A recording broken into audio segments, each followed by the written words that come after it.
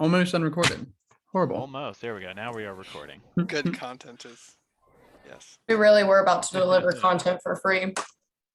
That's not my contract. So for the video recap, we last met with Pact Marshal Traherne and the leaders of the Pact and of Lion's Arch to coordinate the assault on Claw Island, and now you have 3 days to spend in preparation before meeting with Mr. Zord at his place of residence early that final morning. So how would you like to spend your time?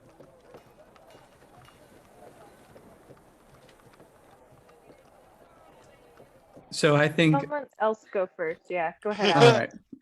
So everyone, are we like? Can we like? We're like sitting at a table, perhaps after like divvying up who needs what or something. What to get. Kind of planning this out. Yeah. I think we should take a day, an evening. We're going off to. It sounds pretty perilous, and I think we should just throw an absolute rager. In the tavern for one night, and then regroup and get set up for this. I think we should get some holy water. Sounded like there's lots of undeads and nasties. I also have in my notes, I need to get a sketch of the minions, or like the little baddies who are occupying the island. I think I asked the Whisperer person if that would be something I could get in terms of like what the creatures on this island, or like the kind of lower level creatures look like, just like the foot soldiers. Okay. So yeah, during this 3 days, eventually a messenger will track you down and hand you a collection of just loose parchment sheets with charcoal sketches, and what you see is a variety of men and women, or their nearly skeletal remains. It looks like a scene out of The Walking Dead, like flesh hanging off, teeth exposed. Some of them have like eyes hanging. Many of them sketched in the livery of the Lion Guard. A great many, though, wearing old, unfashionable armor that's just covered in barnacles. Some of the more skeletal of them have like big coral growths kind of spiraling up from their shoulders, and various bits of like barnacle and coral crusting on their shoulders and their exterior armors and their extremities and things like that. Okay. Yeah, Birdie would spend some time studying those in terms of like any drawings of the Lich with Birdie's stuff. They do not. Okay. Yeah, you do see that there is one sheet that contains a strange, like a strangely large creature. There's like a tiny little stick figure sketch in the same sheet for size comparison, for scale. And this is a large creature, about 10 to 12 feet tall, and it's bloated and shoddily clad in what looks like tattered bits of leather, and you see these large lines drawn at odd angles all over its form with little tiny stitch marks like seams. It appears to be a creature sewn together. Interesting. But Birdie would take some time studying what information he was given and kind of coming up with his, noting in his head what, if he were to put everybody in disguises, what those disguises would look like, such that, Alexa and Brina and everybody look undead, in terms of as close as he can get to what these look like. Okay. Yeah, and in terms of purchasing holy water, is that something I could get from the Cenobium or elsewhere? There are a great many temples. There are at least 5 or 6 temples in this town. So yeah, for this kind of effort, I would say if you were looking for it, you could probably find 5 or 6 pretty easily. Okay, yeah, I'll take them. However, it's up to 5. Okay. I don't know how much they cost each. It'd just be what it is in the Okay. Yeah, I got thing. you. I think it's like 25 gold or 50 Yeah, gold. 25 or 50. Gotcha. I have and then 2 holy water. okay, I'll get already, so. I'll get like 3 then. Everybody gets a holy water. Everybody gets one. Look under your chairs. All right, I'll get 4 holy water. Yeah, And then 25. Birdie will spend some of his time setting up this party for like Okay. not the night before, but like the night before. Not gonna be trash have a day to over on the recover. boat. Right. Okay. I know Brina goes shopping and restocks on her javelins and things like that. I wanted to. Oh, go ahead, Mary. You go ahead. I wanted to see about researching that lich to see, since he's a historical figure, if there would be any depictions of him or information about him, either with the Derman Priory or with the Temple of Cormyr. Okay. So you spend pretty well 3 days Yeah. during the daylight hours doing this heavy research, and you naturally kind of start at the Temple of Cormyr, to the point where several of the scribes kind of begin to recognize you as you come and go and start calling you by name. You know, you get pretty familiar. With their aid, you manage to find several almost forgotten books that have lain undisturbed in the oldest vaults for many years. Mostly travelers' accounts and like clerical records from merchants, from Crichton and Ascalonian folks who did business with Orrians before the sinking of the continent.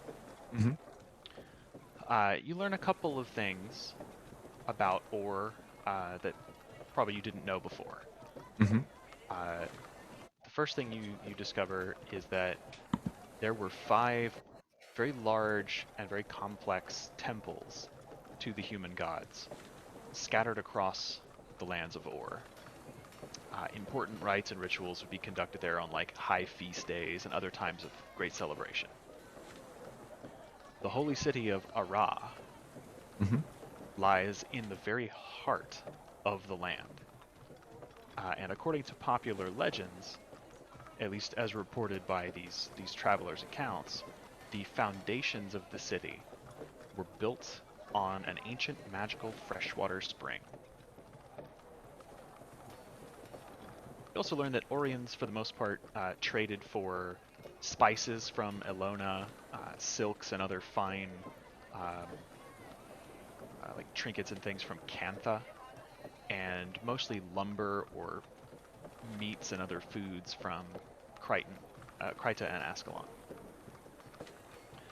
It's not until the 3rd day, having spent that much time and word kind of getting around, that Grandfather Zatembe actually comes to your aid with a collection of what look like much newer parchment scrolls, written in an impeccably neat hand. And as he kind of lays them out before you, he explains that they detail the history of King Doric of Orr, who was the High King of like all humanity at one point. And there are several subsequent members of the royal family line, though their precise family tree has some pretty large gaps. Most of the knowledge of Orr was lost when the continent sank. There aren't a lot of documents offshore, and those that did exist were in Lion's Arch when it flooded both times, at the sinking of Orr and the rising of Orr. So it's very difficult to find information. But he comes up and he says, "Heard you were looking for something specific." So I consulted with Steward Gix from the Priory, who's a delightful young man, and he allowed me to borrow these. This is a treatise on the old Orrian kings, written by the only man to have journeyed to Orr and study its ruins since its rising, Pact Marshal Traherne. And as you kind of read through it, 2 names kind of stick out to you, and that one is Prince Ellasal, who is the reported lich at Claw Island. It describes him as being a gifted mage and a favored follower of the god Abaddon before his fall. And also Prince Mazdak the Accursed, who renounced his inheritance and fled or to originally found Kryta and Lion's Arch, making war upon his former countrymen.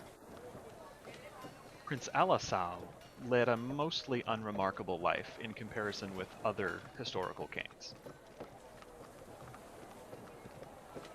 And that's about all the information you can uncover. Does that information include any sort of depiction or anything? No drawings. Okay. Cool. Well, what I want to do on the third day then still, it probably won't succeed, but why not? Is I want to attempt to use my silver mirror to scry on the guy. Okay. So he gets a +5 saving throw to his wisdom save, I believe is what it is. Yeah, that's gonna save. Yeah, okay. So Yeah. you, let's see.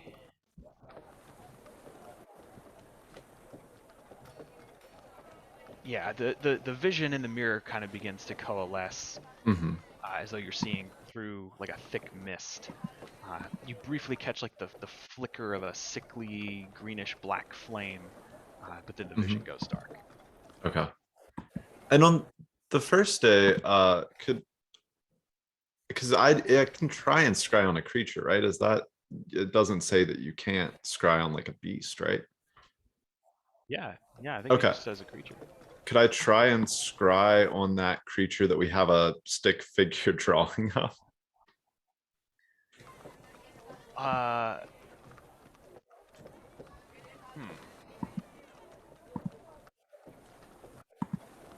guess, yeah, because it says if you have a drawing of it. Yeah, so if you are aware of a particular creature, and then if you have a picture or drawing, you get it gets a -2 to its save, but it would still get a +5 as well, so it cancels out to a +3 on its saving throw. Okay.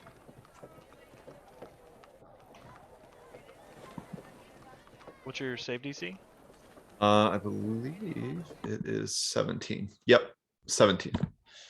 Okay. This time the mists in the mirror, the arcane mists clear, and you are presented with a vision of this large, hulking, somewhat muscular creature, but also this is it corpulent? It's big like round belly, like barrel-bellied creature. Short tusks coming up out of its thick lower jaw, bald head, one eye kind of dangling halfway out of its skull, big rents like torn away from its flesh. Especially like the big muscles on its arms are actually muscle. Like most of the skin is decayed and rotted off. The stomach itself has like a big chunk of it missing, or some of its guts and innards are sort of spilling out a little bit, and it's wielding in one hand this massive wooden handle with a ginormous round metallic sphere studded with huge metal spikes, and it's just kind of just breathing and kind of slack jawed and looking back and forth, and you catch behind it just the outline of two massive wooden doors. Okay, so it looks like it's in front of some kind of entrance. Okay.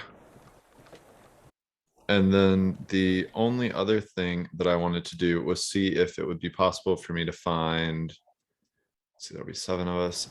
So I wanted to find 150 gold pieces worth of jade dust, or as close to that as I can get in the market. Easy enough to find in Lion's Arch. Okay. Then using that, I'm going to also see if I could find like just some cheap metal like brooches or pins.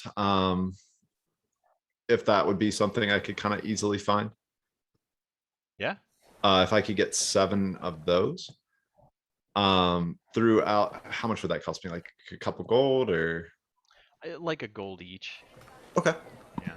And then throughout the 3 days, kind of when I have time at night and I'm done with all the research and stuff, I'm gonna ritually cast on the 7 brooches the magic mouse spell. Okay. That will say undead or creature ahead.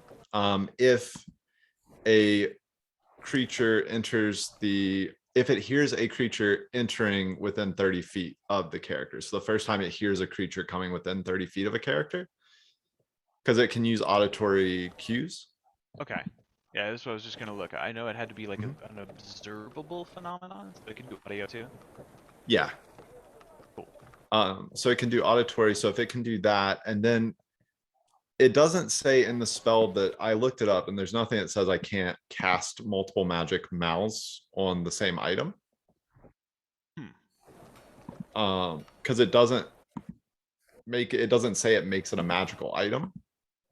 Because it's just like an effect on the item. Okay. I'll allow it. So the only other thing I wanted to do was then to cast on each of those as well. When it hears an auditory like sound. And so that would be for 140 of the gold jade or of the jade that I purchased. And then I just want to find one rock and put the magic mouth spell on it and have it that when it sees a creature within 30 feet of it, that it will make the noise. Okay. Yeah. Okay, That all cool. sounds fine. Perfect. Yeah, it's nothing. What was so the second thing when the brooch hears that noise? What's it gonna do? So when the brooch hears that noise, it will say creatures ahead. Oh, okay. Huh. Or well, I guess it'll say there are creatures there, so that it says something slightly different. Okay. So I guess on the first effect, instead I'll have it say creatures incoming, and on the second effect, it'll say creatures are there. This is a strange spell because it says visual conditions within 30 feet, but it doesn't say what it can see.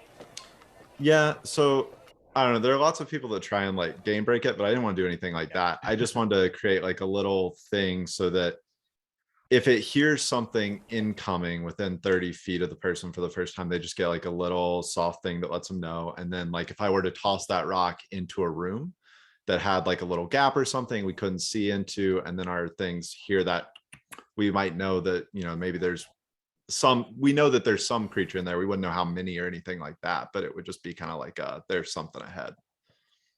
Okay. Yeah.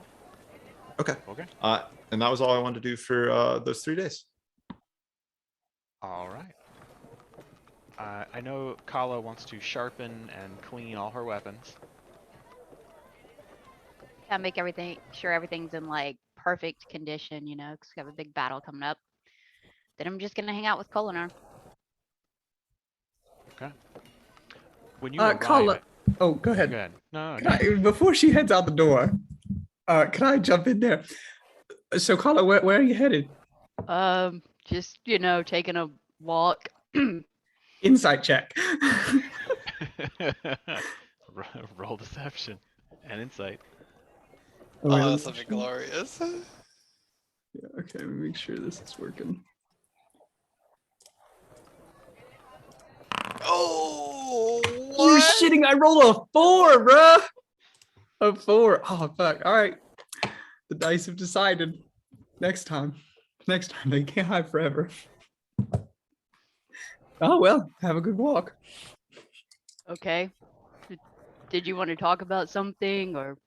I did. Well, how is it going with, you know who? Good. Yeah, it's good. Oh, have we landed the plane yet? I don't know what that means. What's a plane? Such a rude question. How have we How's it going? How are we doing? Doing good. It's going well. You know. Any fireworks? There were fireworks. I mean, we went to dinner in Radasum and they do fireworks at night. Have you done the dirty? Have you boned down? Tell me you understand those references. I think so. Char don't really. That's not a. Yeah. You don't try to make cubs if you don't want to make a cub. Oh, okay, okay. So it's not like a just for fun kind of thing. No, that's weird. It's not. But anyways, but things are going well. I mean, are you do you think you're on the same page? I think so. Okay. Yeah. That's pretty big then. That's pretty exciting. Are you all like a thing? I don't know. I'll see next time I see him. I'll put in a good word. Don't worry. I'll press him. I'll press him. I'll see what's up there. You don't have to do that. No, that's it's all my right. pleasure. I really don't mind. All right. Well, have a good walk. Thanks. You're not walking to. Maybe. Okay. Interesting. Noted. Noted. Well, have fun, you two. No. Walk away. Okay. So when you arrive, Townsend agrees to lets you in. You can feel there's a little bit of excitement. Townsend's kind of like got a little pep in his step, and he kind of eagerly takes you up into the alchemy lab area, where Kolinar is busy. He has a long wooden staff stretched out on the table, and he is currently very meticulously carving things into it. These arcane symbols. And as he does so, there's like a tiny, very, very finely detailed paintbrush he is dipping into what looks like mercury and tracing it around inside the carvings that he makes while he mutters words in a very quiet voice. As you enter, he doesn't acknowledge you for a moment, and Townsend just sort of motions like, shh, wait a minute. Eventually he finishes the sort of delicate task that he is doing. He sits up. Ah, Kala, how are you? It's a pleasure. Good. I hear you and your team have been tapped to assist with the retake of Claw Island. Yeah. Yeah, we're gonna have to ride in some kind of boat that goes underwater. It doesn't sound like much fun. That sounds quite fascinating to me, actually. Where did you acquire such a craft? There's this guy, I think he's a pirate. Kill really doesn't like him. Ah. I shall have to inquire with the inspector. Perhaps she could allow me to investigate this strange contraption. It sounds quite fascinating. I don't know if I should congratulate you for being asked to participate in this dangerous endeavor, but it could be quite deadly. Although you and your group have proven themselves more than capable, so I have complete faith. Yeah, I'm not really worried about the fight. I don't want to have to like swim to get there or something, you know? Don't much care for the water. No. Well, I suppose it would be alright in the end. If you have a capable ship like what you've described, then perhaps there won't be a need. Probably not. Are you working on something new? I am actually. I'm building a tool of sorts. I'm nearly complete. I've been working on it in my workshop for the past several weeks, off and on as I had time.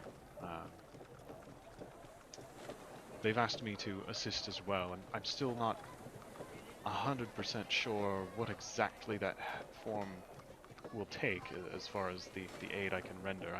I'm not much of a fighter myself, but I hope that this will prove useful.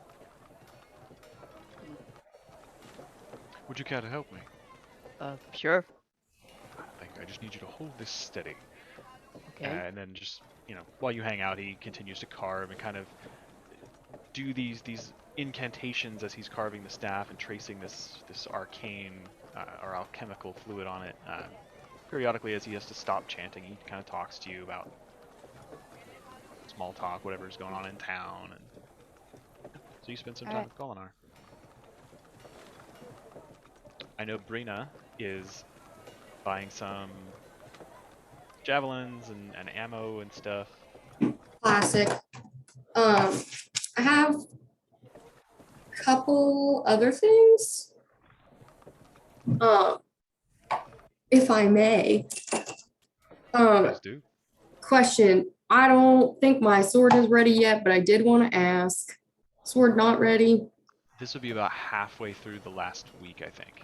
Is it 2 weeks or 4 weeks? It's 4. I think it's 4, so this is halfway through the third week, because there was a week of downtime before. Okay, I suppose I'll wait on my fucking sword, or whatever that means.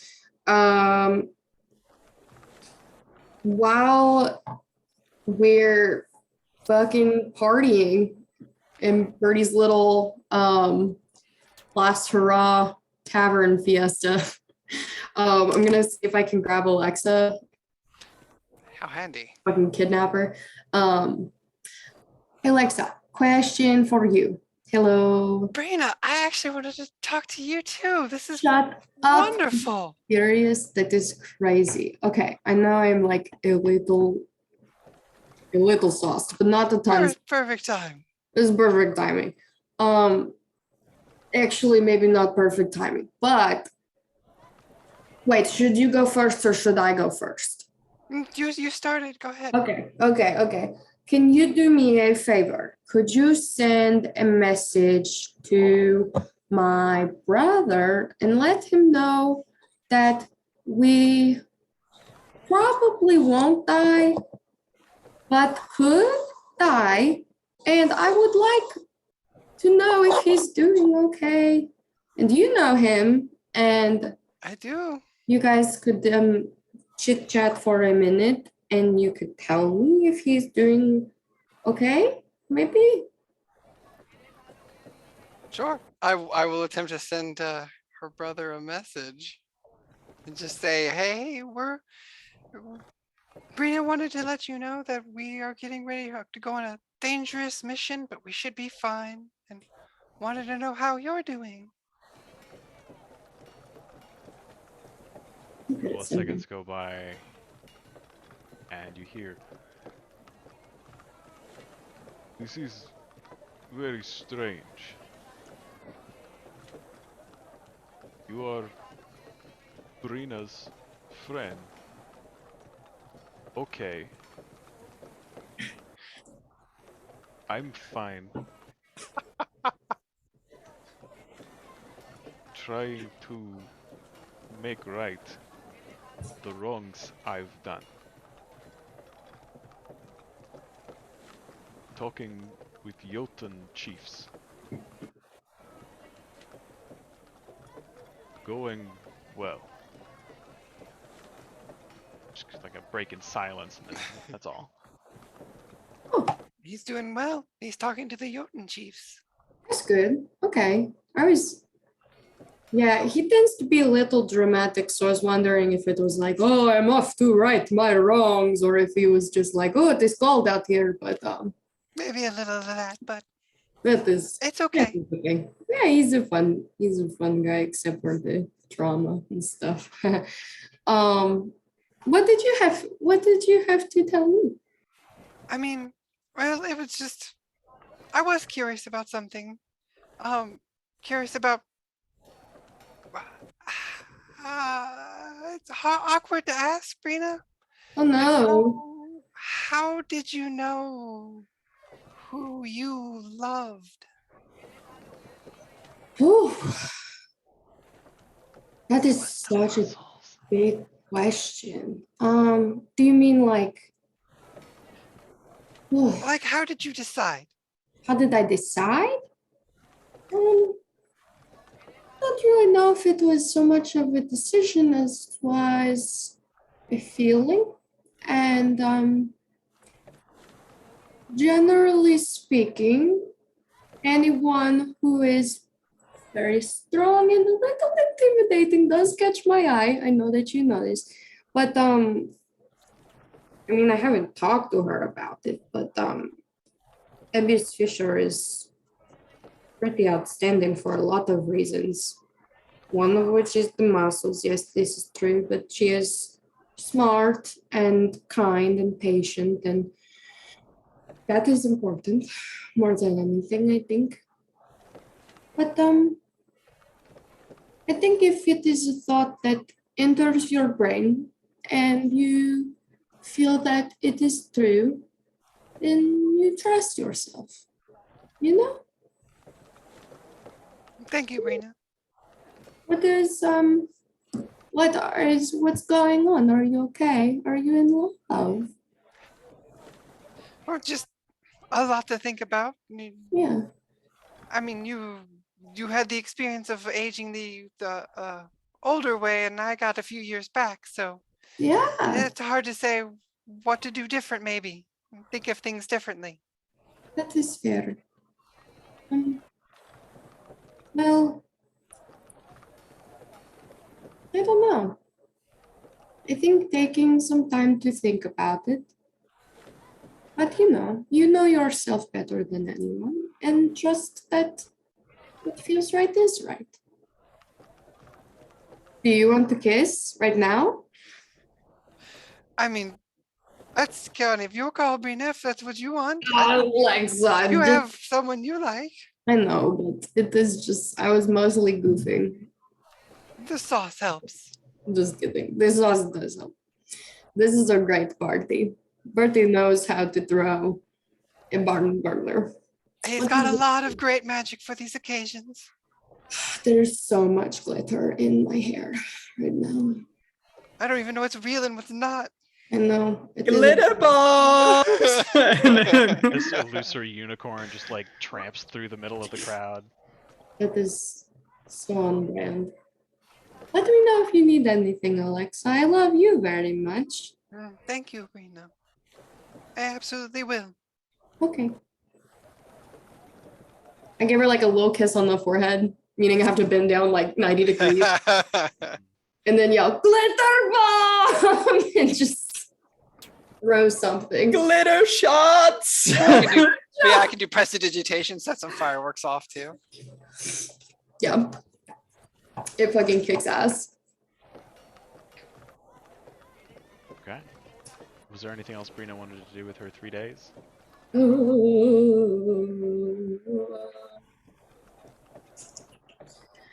For now, no.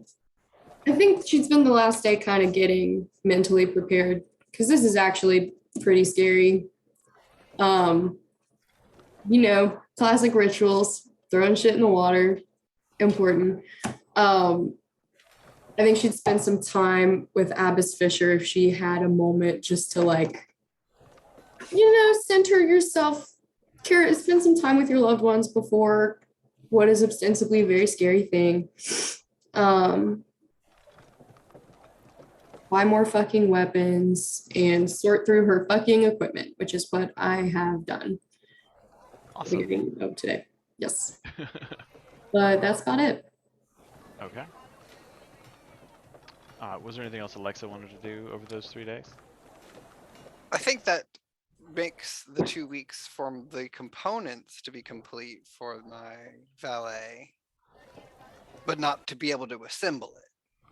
Yeah, we'll say So that. Yeah. I will at least go pay them and just say, if something should happen, I'll tell this to what's her name? Schema. Not Schema. Yes, I was like I keep wanting to call her Quippa, but that's the wrong one. So I'll tell the Schema if something happens, I don't come back. I mean, just have at it. You can have it. And then so yeah, I will deduct that gold and no, I don't really have anything else I need to do. Send a message to my parents and let them know I'm alive and things are going well. I won't tell them that I'm going on a dangerous mission. Cool. They respond and say, "That's great. Farm's doing well. Things are pretty quiet out in Metrica Province." Wait, when you say that to Schema about if something were to happen to you, she responds and says, "Well, if something happens to you, it'll happen to me too. I'll be in the boat." Oh. Oh, duh. Ha. I take care of the engine room. That makes sense. I forgot who we were going with, honestly. It's okay. A lot on our minds. Lots of preparations underway. Yeah, I hope having to work on my thing didn't cut into it too much. Oh, not at all. I just have a couple of daily maintenance tasks I do. So, is there any portholes? Is there any way we can see out of it underwater? Oh yeah. Okay. Some of us casters just kind of need line of sight, so could be useful. In some situations, sure. Yeah. Most magic has to have like a path to travel, so even clear glass would count as an obstruction, but some doesn't. Sure. All right. Yeah, so I'll hand her the gold and be on my way. Cool. You end up back home with a whole bunch of bits of robot. Well, I'll leave them with them. I mean, Okay. since I'll be constructing them there, I don't need them. All right. Does Keytree want to do anything with her 3 days? He would like to. Is Birdie giving all of us one holy water? Yes. So I know Kala has two. I will, let's say, give everyone. Because the holy water, I guess my thought is like it's kind of a one and done thing. Like you can like spray it or you can chuck it. Right. So I essentially want to buy more. Keitra wants to go shopping, and her shopping list includes holy water, and then either smoke bombs or firecrackers, potentially both. And then if there's any healing potions to be found.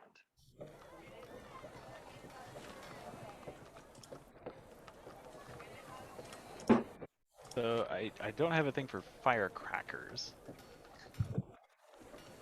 But let's see. 60 feet.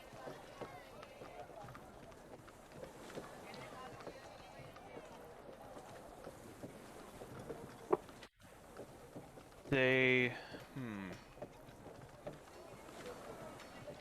you could probably find 3 they're called smoke grenades on D&D Beyond, but like little smoke bombs. You can throw it up to 60 feet away. Yeah, probably 3 of those at like 50 gold a pop. Okay. Yeah. So I'm gonna get. How many are there? 1, 2, 3. There's 6 of us. So I'll spend 150 gold to get 6 more holy waters. Okay.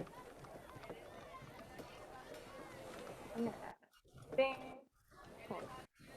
I gotta write down how much I'm spending because I'm just gonna subtract. Okay.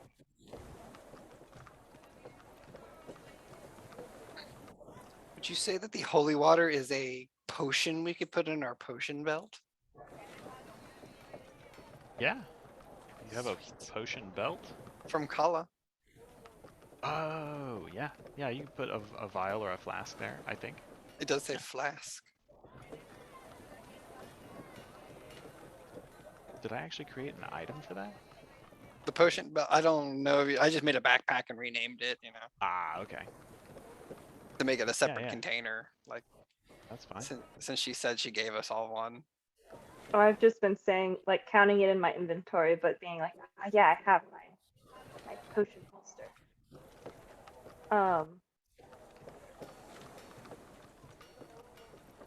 I'm only gonna get 2 smoke grenades. And then how many healing potions do you think I'd be able to find? Okay, I was trying to find my notes.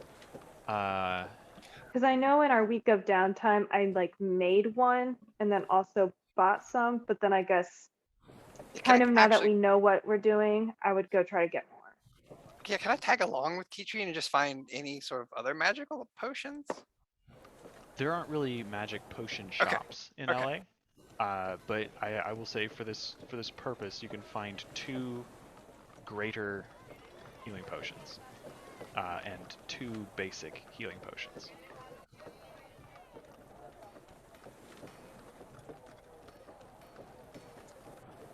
Now, can I buy them all? How much do they all cost? Yeah, the greater I think are 250 each, and the basics are 50 each. So that's been Grand 8. total is 600 gold.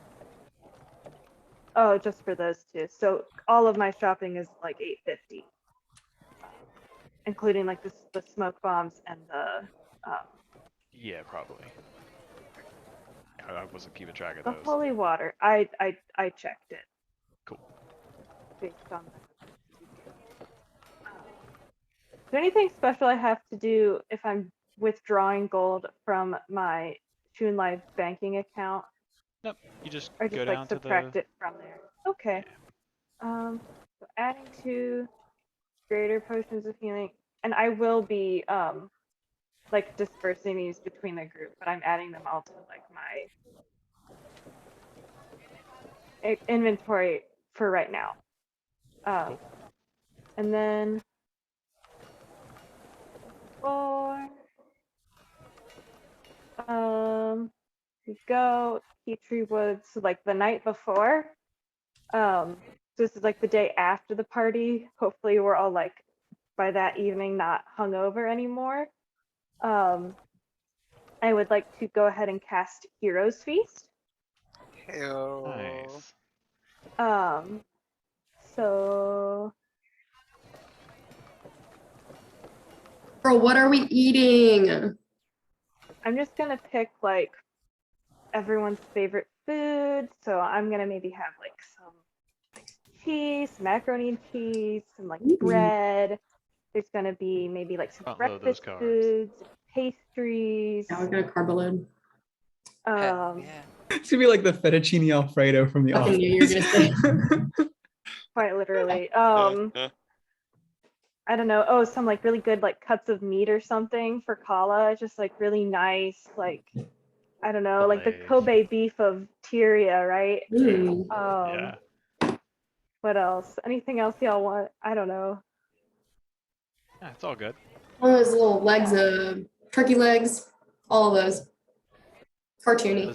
That does consume the 1,000 gold chalice to cast that. It does. Yes. Well, then I will have bought a 1,000 gold chalice. In the city, easy enough to find. You Cool, I actually just spent some time applied. at the fancy end of the Grand Souk, where the merchant princes go to shop for rare things and find yourself a nice chalice. Yeah, I'm just gonna go home and use this. Thank you. Thank you very much. And she's like looking at it, maybe like trying to like out of like if there's nothing in it. But I imagine this isn't the type of glass people would normally actually drink out of. Oh. This is something like a king would drink out of. Yeah, and I'm just kind of like shoving it in my satchel, like, thank you. Yeah, you guys all watch as she casts this spell at the house. This beautiful, ornate, big gem encrusted chalice. Like as she finishes the spell, it just disintegrates and transforms into this feast that fills the table. I mean, also based on the description of this, if y'all had wanted to say smashed until that night, you become cured of all diseases and poisons. That's right. So everyone is also immune to poison and being frightened. you can all make wisdom saving throws with advantage, and your hit point maximum also increases by 2d10, and it gains the same number of hit points, and these benefits last for the next 24 hours. So should I just roll? Are we all doing the same 2d10 increase? You roll. Yes, yeah, you go ahead and roll 2d10. I'm just gonna hit and this that's button the- then. Yeah. Ooh, 10 more hit Hey. points. Damn. Yeah. That's pretty good. Cool beans. And those aren't temporary, those are just in hit point increase for the time. Max hit point modifier on the left. That's sexy. I will say, as you guys start throwing this rager on the middle night, Kolinar suddenly shows up kind of out of nowhere. Ah, Hell yes. And are they gonna Misty kiss? steps into the room with the flash. he comes striding up with a staff in his hand, and he I seem to be interrupting. I just wanted to show you I've finished. I finally completed my project. This That's is great. this is Little shot for you. Bertie comes got two shots in hands. He gives one to Kala and one to Kolinar. Thanks. Glitter shots, and he's like puffing out of his hands, prestidigitating just like puffs of glitter. I wondered what was going on. I could hear this down the block away. Here, hold this for just a moment, please. And he hands Kala the shot. Yeah, I'll hold it. Give me a few moments. And he takes the staff and he starts kind of around the edge of the room. And like he continues to do this, and you can see he's nodding in time with the music. And like eventually, like Shit's a couple of really drunk fucks end up like kind of like nodding along, and like they see him and they get behind him. And it's just like a makeshift. Oh yes, conga line, call it up. You see him like he's kind of distracted and irritated. gonna just drop keeps, some like, trying to LSD like brush here. them away, like but he continues doing what he's doing. And after about 10 minutes, he strikes his staff on the ground 3 times and claps his hands, puts his hands out in the air. All right, shots, I guess. And he Shots. And we're all Takes shit the faced vocality. instantly. downs it. Now, be as loud as you like. Within this home, no sound can escape. King shit.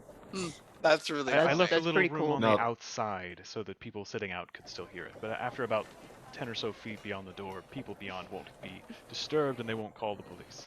No, You that's good literally magic. pressed the mute button on our house. Right. I mean, not only can you make a shot disappear, you can keep us from getting in trouble with the police. You rock, man. Helen really wouldn't want to be here right now. Oh no, Oh that- no, Ellen's like, embarrassing. I saw her walk by earlier. She was very pissed looking. I don't know where she was I going. gave her a but- shot. Hey, is Polinar hanging out for a bit? Is he? Yeah, is he here to party? Stands over in a corner and is kind of laughing and chatting up a couple of locals. You see him talking to a familiar figure, kind of weather-worn, leathery skin, squinted eyes, rough, like gray-white stubble on his beard. Vincent, who owns the private investigator's office just down the alley from you, standing over in a corner. You see him like give Kolinar a nod of familiarity, and Kolinar raises his hand and goes over and talks to him. They kind of chit-chat in a corner for a while. Yeah, if I ever see Kolinar break and like he's in on a side by himself, I'm gonna like dance over towards him if I can. And Eventually, Vincent goes and gets a drink, and Yeah, Kolinar's kind perfect, of standing there perfect. leaning on his you know, staff. Immediately Birdie out. Full ale in Birdie's his he hand. he kind of dances over and he kind of like leans up like on the wall next to him or something, and doesn't takes another shot. Obviously, he's out of his gourd. He goes, He's dead. you. I've seen you. I've seen you spending a lot of time with Kala.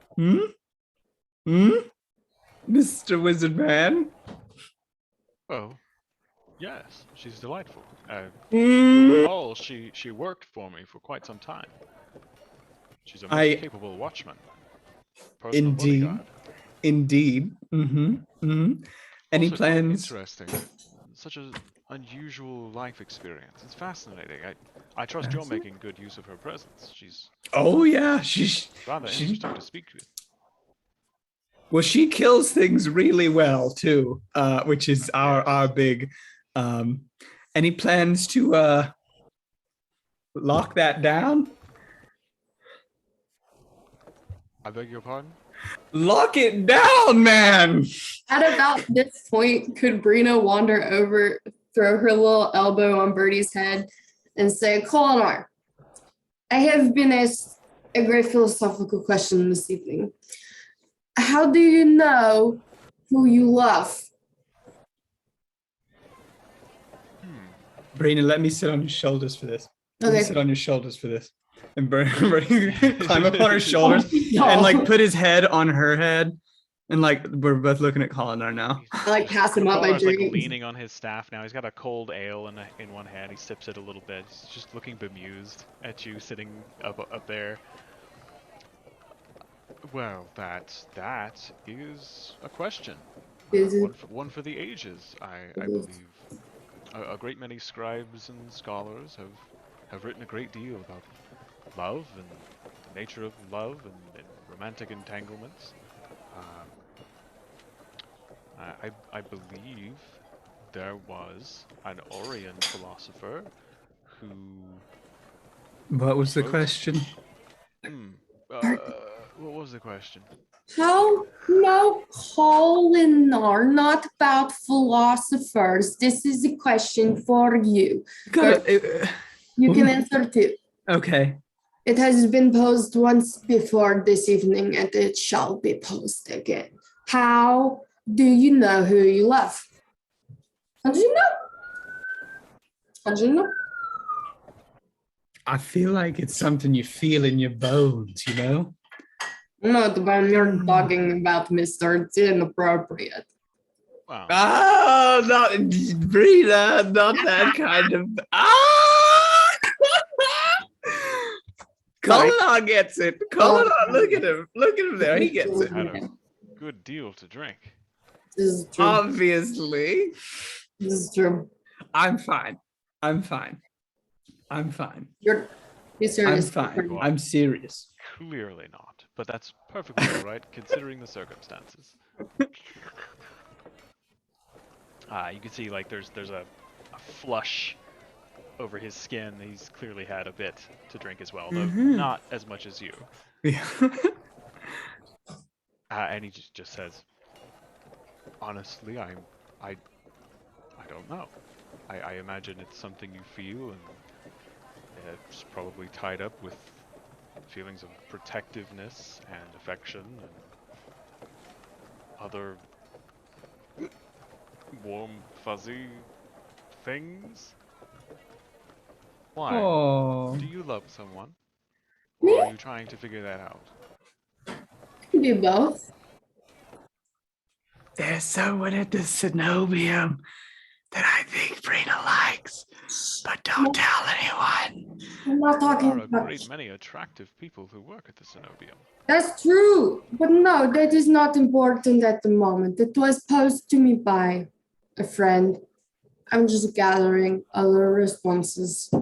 See if I can do my own little scientific study. That's very noble of you. I myself have not had a great deal of time for romantic entanglements. Hmm. Too much on my mind. Yes, You gotta ask, is there enough going on in your heart? Colin? Yes, Bertie! Is there enough going on in here? I high five above. To the bar, Fucking Lifetime Brina! movie. Bars! Glitter bombs! Glitter bombs! I want him to leave. And then we leave Colinar to reflect on that. You can see as you walk away, you kind of turn and wave, and he's just looking very thoughtful. Kind of looking down on his ale. He looks What's over the towards intent? Tim, Good. raises it up a little bit. He's gonna be depressed drunk now. He's not looking sad. He's just confused and Good. thoughtful. Thinking about stuff. Good. Birdie's job done here for today.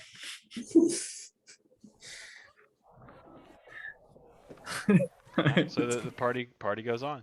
The lights and the effects going through the windows are not dampened, so people are seeing that there's action and hearing nothing. They approach until suddenly they step through the wall of this spell's effect, and it's just bump bump bump bump. It's loud music playing, and they're shocked and immediately start running towards the doors, and people flock to the party.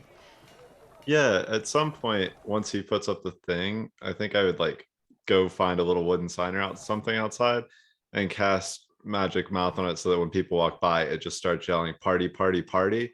And then shots. Try and attract as many people as possible.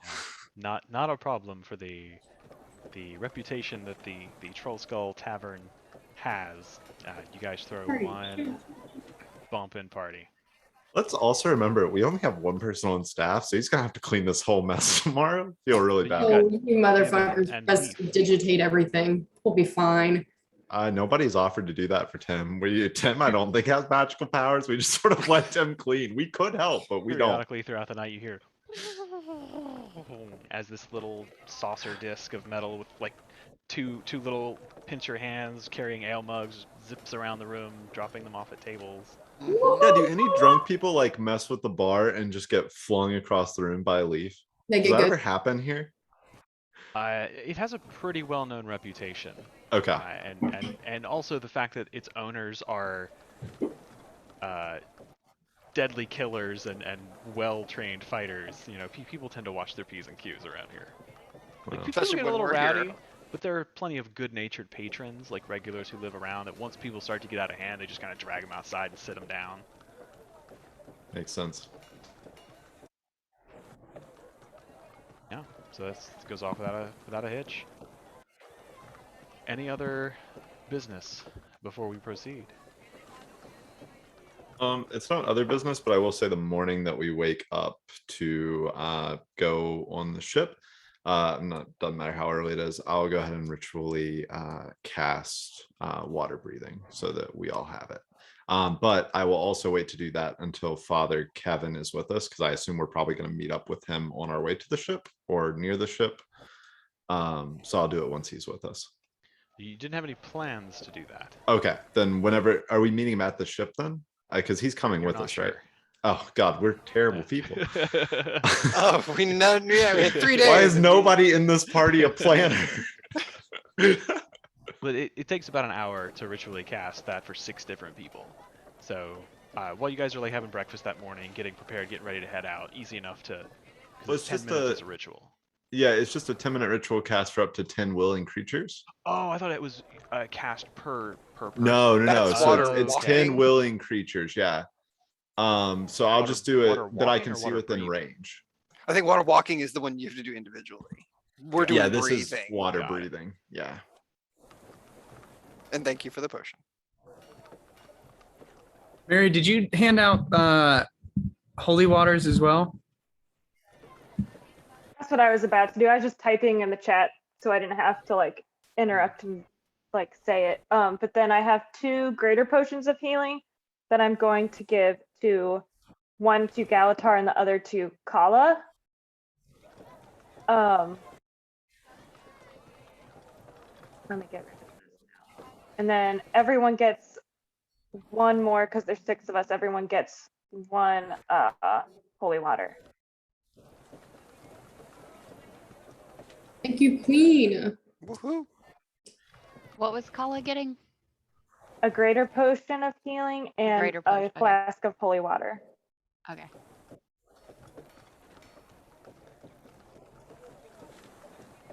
So I have a total of 3 holy waters. If anybody does not have one. I think we all have 2 at this point. I only have Okay. 1. Oh.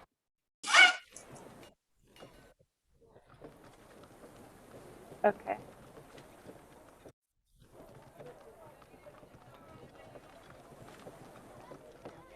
Okay. All right, that's my stuff. So the fateful day dawns. You guys get up, and Galatar casts water breathing on you all. You make your way down to the harbor. Once we see Father Kevin for the water breathing. So whenever that is. Okay, so you're gonna wait for him. Okay. Yeah. We'll include All him. right, so you make your way down to the docks. Just as the sun begins to lighten the eastern sky, you find your way to the familiar now, the bosun's bunk, the inn that Tacita Softpaw runs. You find her waiting at the door. She just silently nods and gestures inside. As you enter, you kind of take this winding hallway, and at the end, there's a section of the wall that's just been moved aside. You enter the inner sanctum of Zardoz Zord, and standing around the large table strewn with bits of rolled up parchment and maps and sea charts, you see Zardoz, as well as several members of his Soothsayers guild. Sigfrod, a large, beefy Norn, nods to you and introduces himself for those who've never met him. You see Melody Marshgrass, the Silvari herbalist, kind of standing in a corner, leaning up against it, arms crossed, kind of a sour look on her face. There is the little Azura Schema, who's kind of bouncing back and forth on her feet as though anxious to get moving.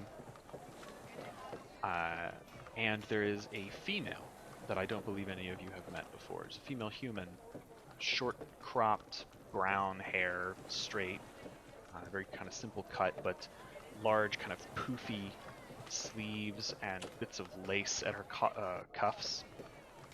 Some stylish red leather pants and matching boots. And slung over one shoulder is a dark, stained, like mahogany-colored lute. As you enter, she just kind of looks over each of you in turn. So that's them, then, yeah? And Zardoz just says, "Why, yes, my dear. Welcome, friends. Always a pleasure to see you. I don't believe any of you have met this member of my crew. This is Davos. She is our Lady of Entertainment and Mistress of Opportunities." You see if she just gives you guys a nod. Well, Tacita will be staying behind to keep an eye on things around here with some various and sundry other members of my associates. Father Kevin has already arrived and is below, so if you will follow me, we shall embark post haste. Turns around with a flourish of his iridescent cloak and leads you through a door on the northern wall. It takes you into like a little negative space between his inner chambers and what you presume is false storefronts, this sort of like hidden back area. You turn to the right and you see kind of like what looks like a loading dock area. There's like a large square area with bales of hay and a couple of large crates. A couple of them have been arranged into like makeshift table and seating, and you see like a half-played game of cards just kind of laying out on one. A couple of empty wooden cups and mugs laying around. But right in the middle of the floor is a large, like 10-foot on any given side square hole in the floor. And kind of suspended above it is a small wooden crane with a rope descending down into darkness, and you can just faintly hear like the lapping of water as small, gentle waves can be heard. Zardoz makes a motion, and someone starts to turn a hand crank, and you hear like the of the gears as this rope is raised, and you see like a small wooden platform suspended by rope, and he just says, "We'll have to descend 2 or 3 at a time, but just take our time, and we shall descend to my vessel." And he gets on first, and eventually you're all taken down several feet into darkness, or several dozen feet rather, until you arrive. The platform kind of comes to rest on what looks like a smooth metallic surface, and not suspended, but just in front of the edge of this platform is a wide open hatch that has been braced open with like what look like thick metal cogs that twist at the sides to kind of fasten it in place. And he explains that when you close this door and turn the wheel on the inside, it creates a airtight seal so that water can't get in. You are It's fascinating. led down a metal ladder into this vessel that is now kind of floating on the surface of what looks like an underground river.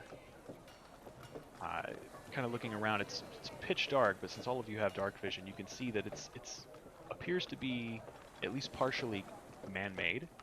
Crude, rough carvings, kind of like maybe there was an underground stream and it's been expanded.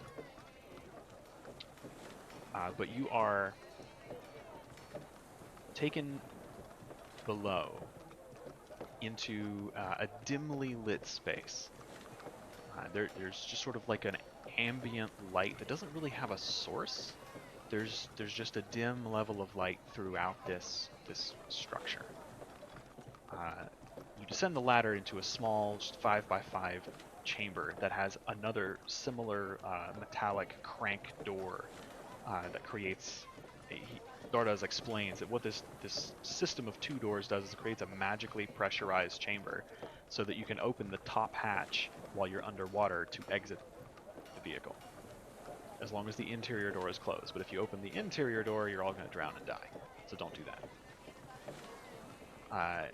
You emerge into a small hallway that bends to your left, and he takes you forward past several closed doors and just indicates these are staterooms where we stay and sleep, but you guys won't have any need for that because we all should be on the bridge throughout most of this journey, and it won't take too terribly long.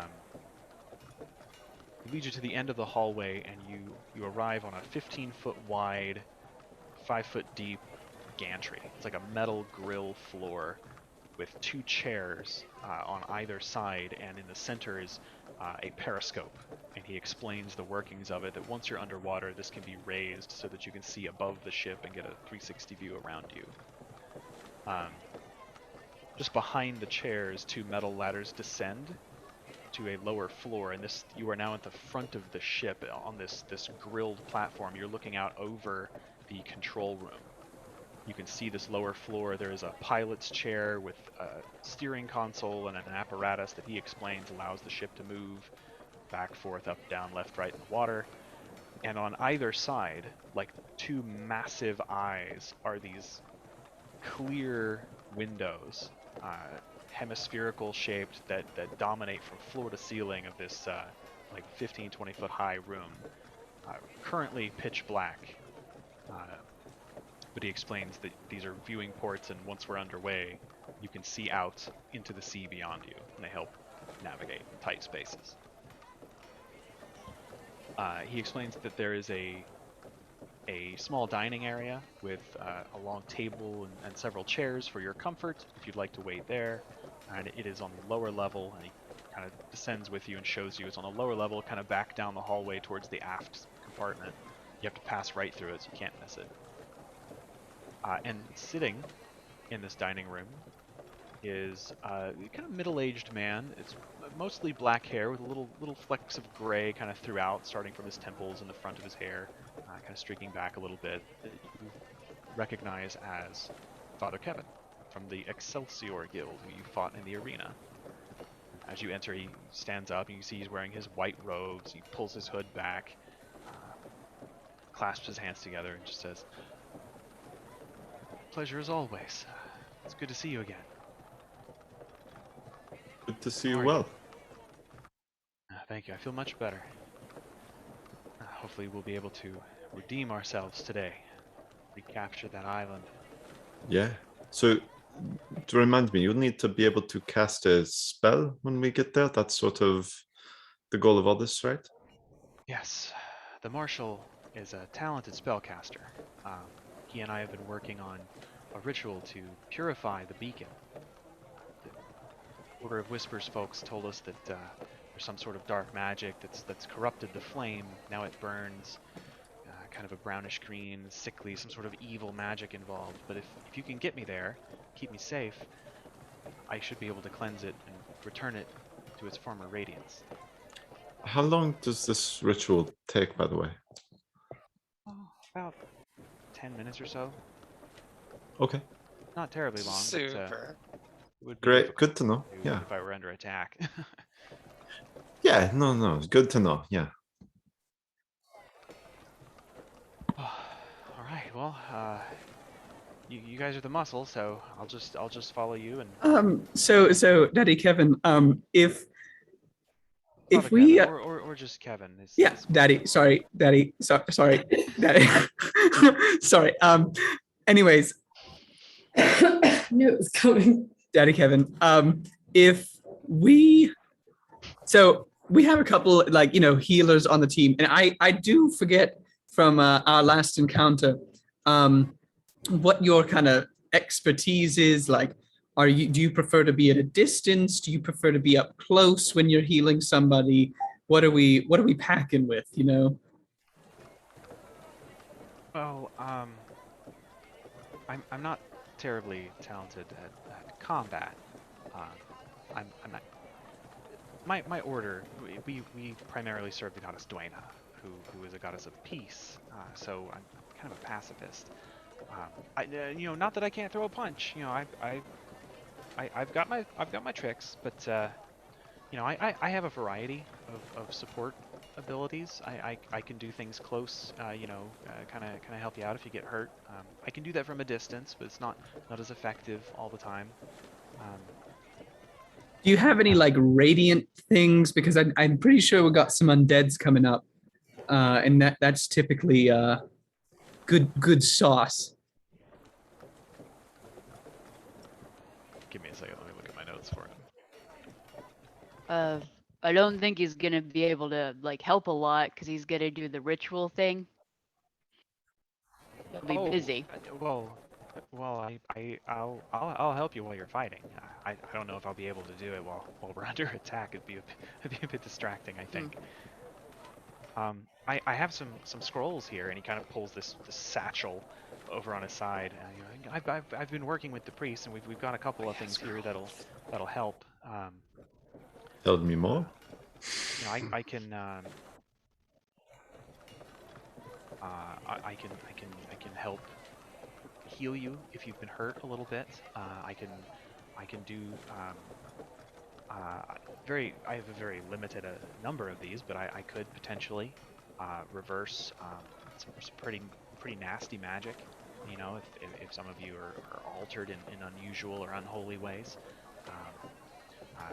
This bad boy, and he pulls his water skin.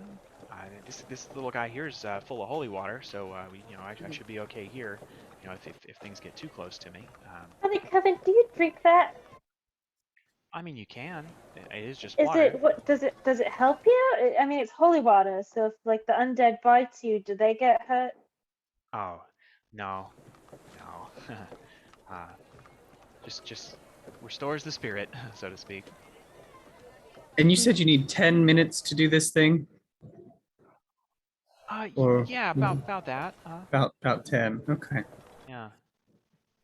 All right. Well, thank you, Daddy. That's Kevin is fine.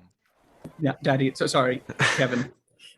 Real quick, while we're all here anyway, I wanted to give each of you one of these little silver pins. This thing, I've enchanted it just a little bit. It's not very powerful, but it will let you know when a creature comes within 30 feet of you for the first time. It will kind of give like a little whisper to you, letting you know, it'll tell you that there's a creature incoming. And then I've also enchanted this little rock so that we can throw it in a room or somewhere that we can't see if we need to, and it would make a little noise, and then your little pin will tell you whether or not there's a creature in that room, in case anybody, like if Kola needs to scout ahead and doesn't want to show herself, or we don't see the undead sneaking up on us, whatever it might be. So How loud is this gonna be? it's a light whisper. Oh, Galatar, that is so sweet. I do wish you told us earlier, because I did plan this outfit around gold accessories. So it's a no for me, Sure. But No, I thank honestly, you. I really And maybe I'll assumed put you it in. weren't. Put it in my backpack. I I'm gonna be can't honest wear with it you. though. I I'm not really gonna wear assumed it. you weren't going to take it. I only kind of did it out of niceness. I mean, No, I just kind of assumed no. In the whatever thought, color I picked would be the wrong color. To Just be honest, put with you. it in your pocket. put it in the Bernie. Nobody backpack, will maybe. see. Yeah, put it in my little pack. I Inside. can't wear it though. You understand that? I hope. I No, can't yeah, wear it. no. I know Yeah. you're super particular. No If you had problem. told Yeah, me no. earlier, I wouldn't have gone to such lengths. But Yeah, you're just really hard to surprise. When yeah, it's okay. Yeah. it's all right. I'll put it in my backpack for safekeeping, though. Thank you. Okay, well that's good. Yeah, that'll be helpful. Yeah. Also, I'm going to if we can all kind of hang out for 10 minutes here, I'll go ahead and put water breathing on us just in case anything would happen, or if we accidentally open the wrong airlock, no risk of death. Be nice. She's gonna put her in like her hair, her like leaf, updo, whatever it is, just kind of like shove it in there somewhere.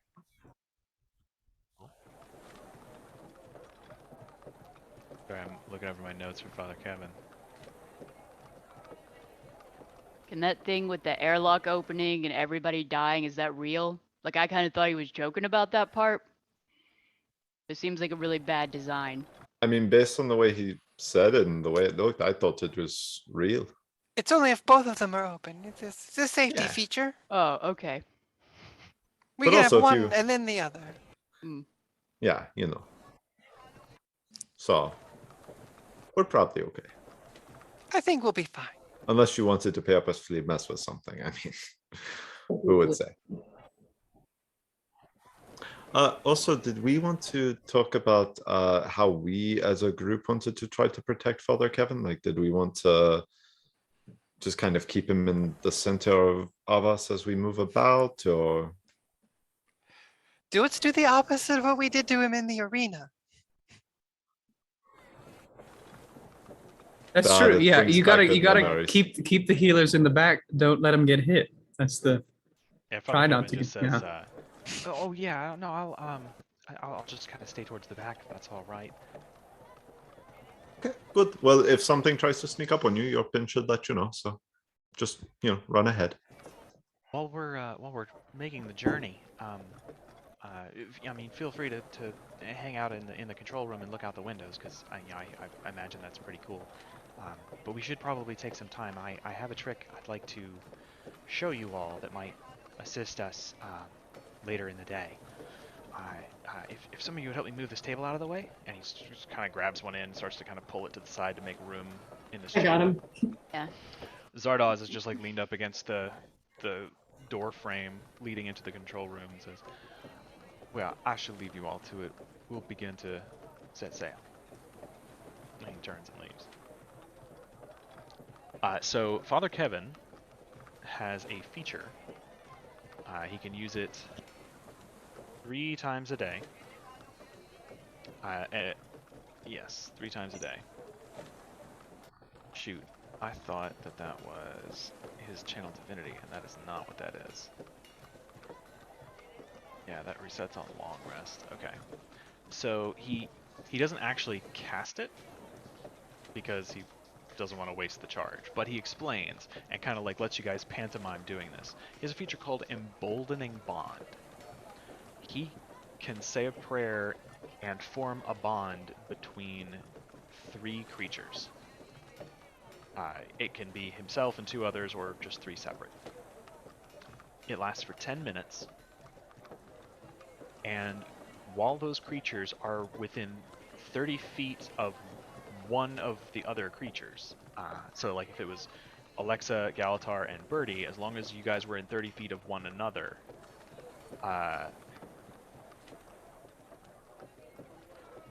you can roll a d4 and add it to your attack rolls, ability checks, or saving throws. Say that one more time, Ryan. Sorry, I missed that. It's kind of like bless. Okay. So he can choose Like a bonded bless. three people. Bonded bless. You get a d4 on attack rolls, ability checks, and saving throws for 10 minutes, as long as you're 3 feet of another bonded creature.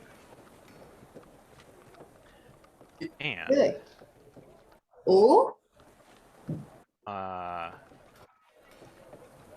when a creature who is bonded is about to take damage, a second bonded creature within 30 feet can use its reaction to teleport within 5 feet of the first creature and take that damage instead.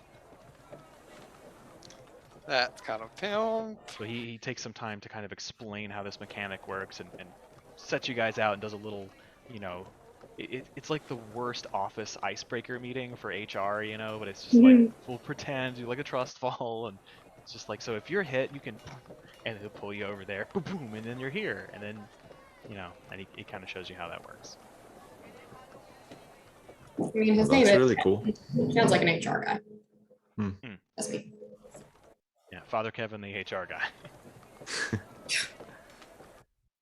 Did Zardoz say about how long of a trip it is? I know Claw Island isn't that far away. It's the better part of the day. Okay, so it's the better part. Yeah, like late afternoon, you guys will be getting around to Claw Island. And about what time the day before did we do the Heroes Feast? Like, oh, well, that's a good point. You've got time. Yeah. Okay. I was say you thinking guys we did it right before bed, and I can always do it again. I have have to it. have I still another- have it prepared. So, you but to I don't spend have another 1,000 chalice. gold. So Yeah. I just. We'll say you did it spent late at night, like 9. You had a late dinner because you were preparing, so you got time. Not gonna rob you guys of that. Could we also retcon and maybe say I did it? I was trying just. I was thinking we were going. It wasn't going to be as long to get there. So could we possibly do it on the like submarine? There is a dining table. Yeah.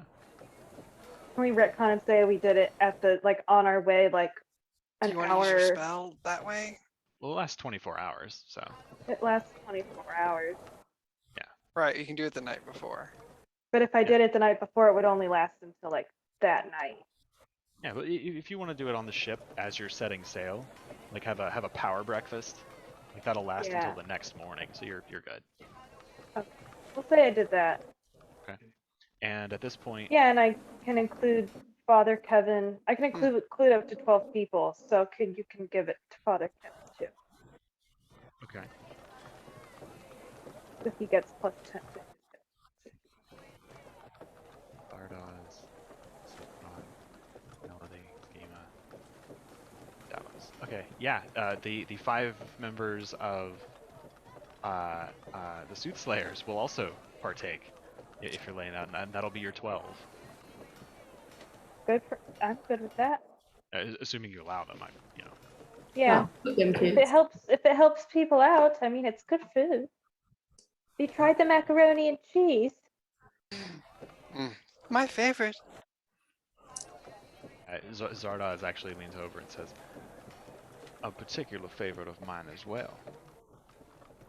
Ooh, Cheese is the most delightful dish, don't you agree?" it really is. Oh, Yeah, and then Galatar casts Water Breathing on you guys and Father Kevin. And I guess I'll cast it on 3 of Zardoz's crew, but not him. As you start to do that, or as you make preparations to do that, Mhm. Zardoz just kind of pulls his people to their respective Okay. stations. Don't worry about it. We will not be getting wet today, unless Sure. everything goes catastrophically wrong. Well, you know, I was a Boy Scout in my youth. It's a great program in Divinity's Reach, and they just taught us to always be prepared and, you know, never hurts. That's one thing you'll learn about me, my friend, is I am always prepared. Yeah, a little bit too much. It's kind of scary, to be honest with you. You just kind of show up in very convenient times. In my line of work, it's very important to do so. Yeah, I guess so. So, the day proceeds. You guys are in peak fighting condition. And eventually, you are all called into the control room.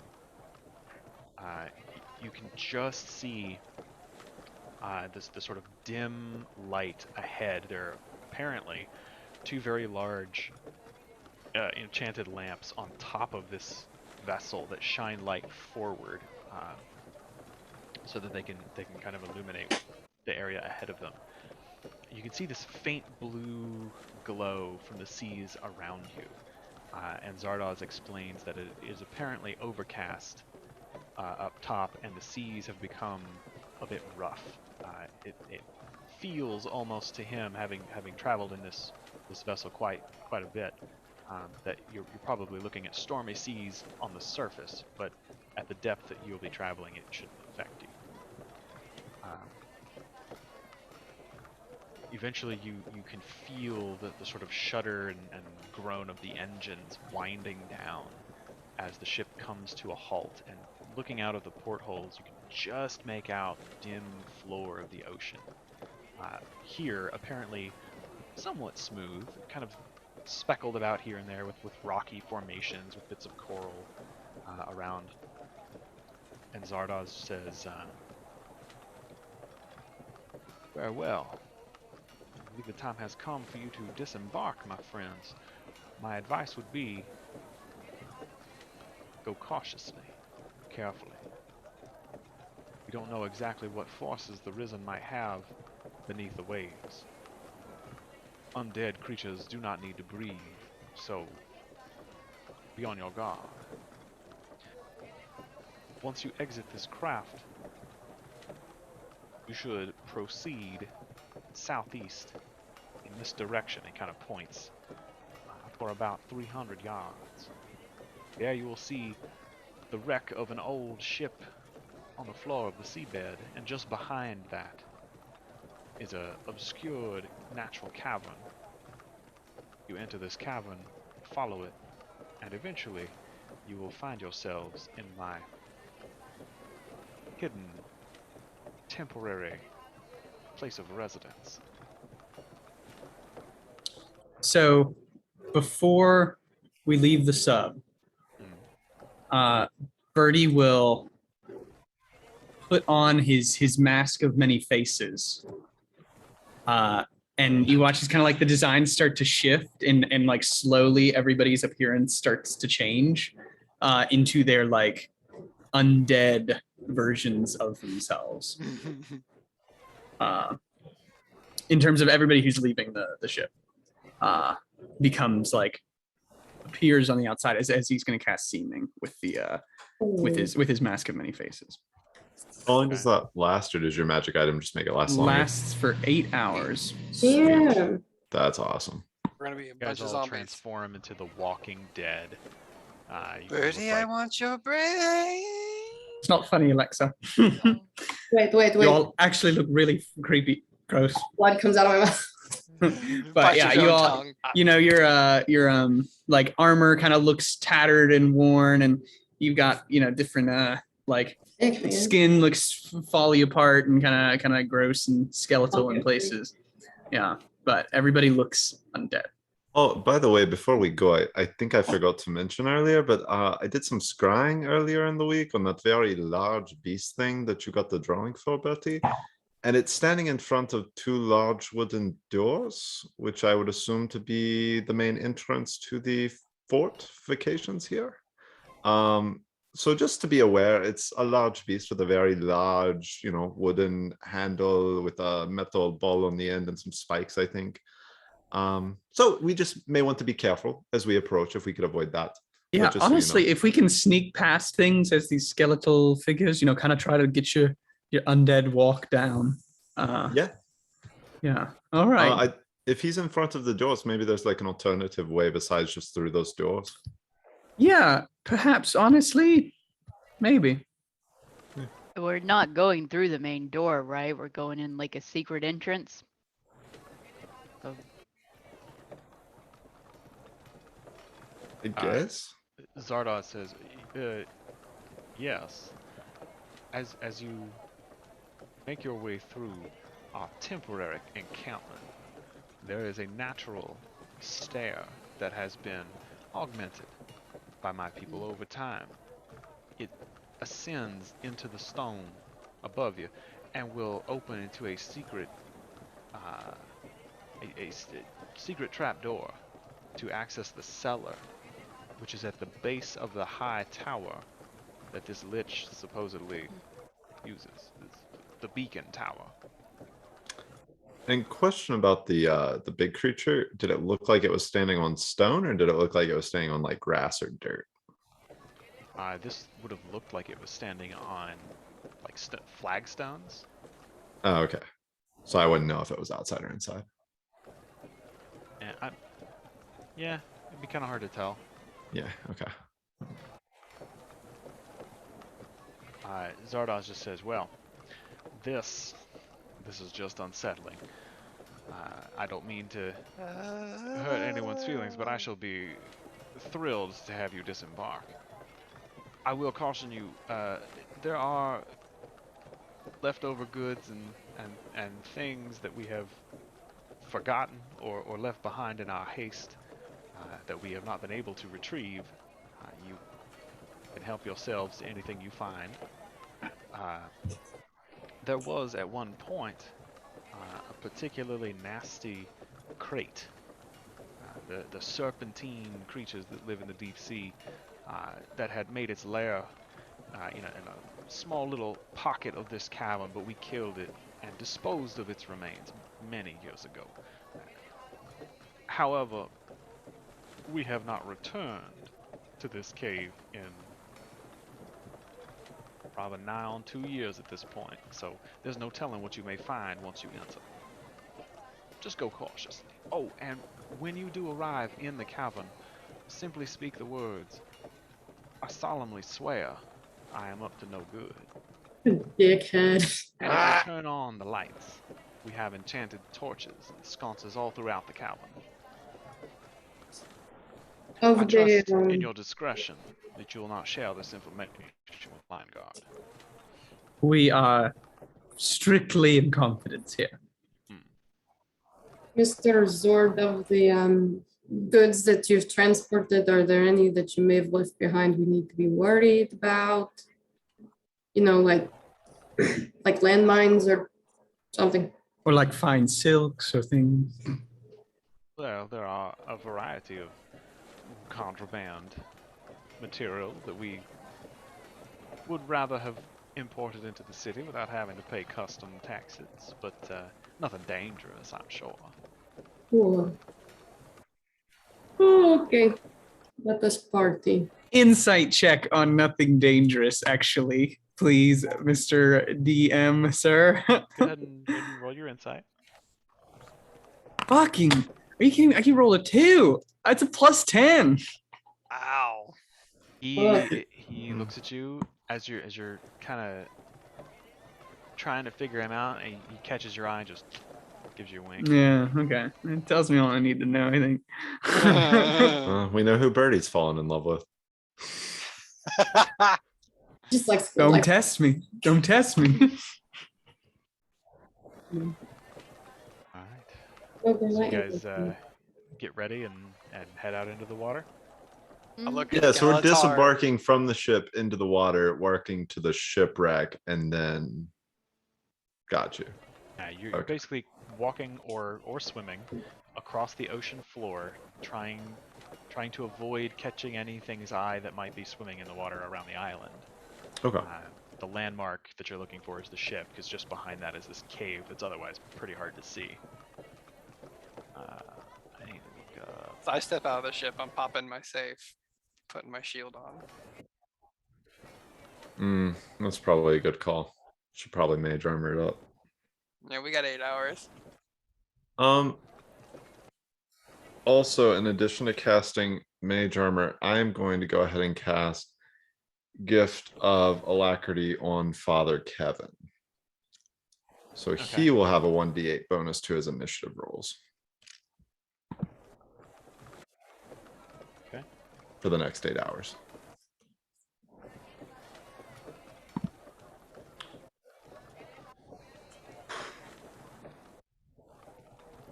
All right, noted.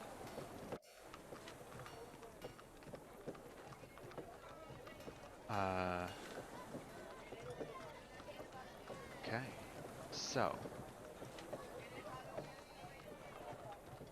kill this. I'm gonna get some water real quick. Oh. Yeah, if you guys want to take a bio break, Ooh, good I'd time. love to get some more tea. I will pause the recording and we will resume in 5 minutes or so.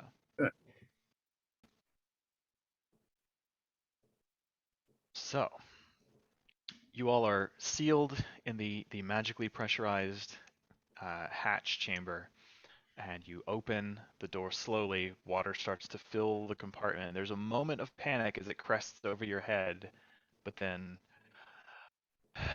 you're all able to take a deep breath. You emerge and kind of have to slide off the side. And as you kind of emerge out of the top, you realize that this submersible vehicle is vaguely shaped like a manta ray.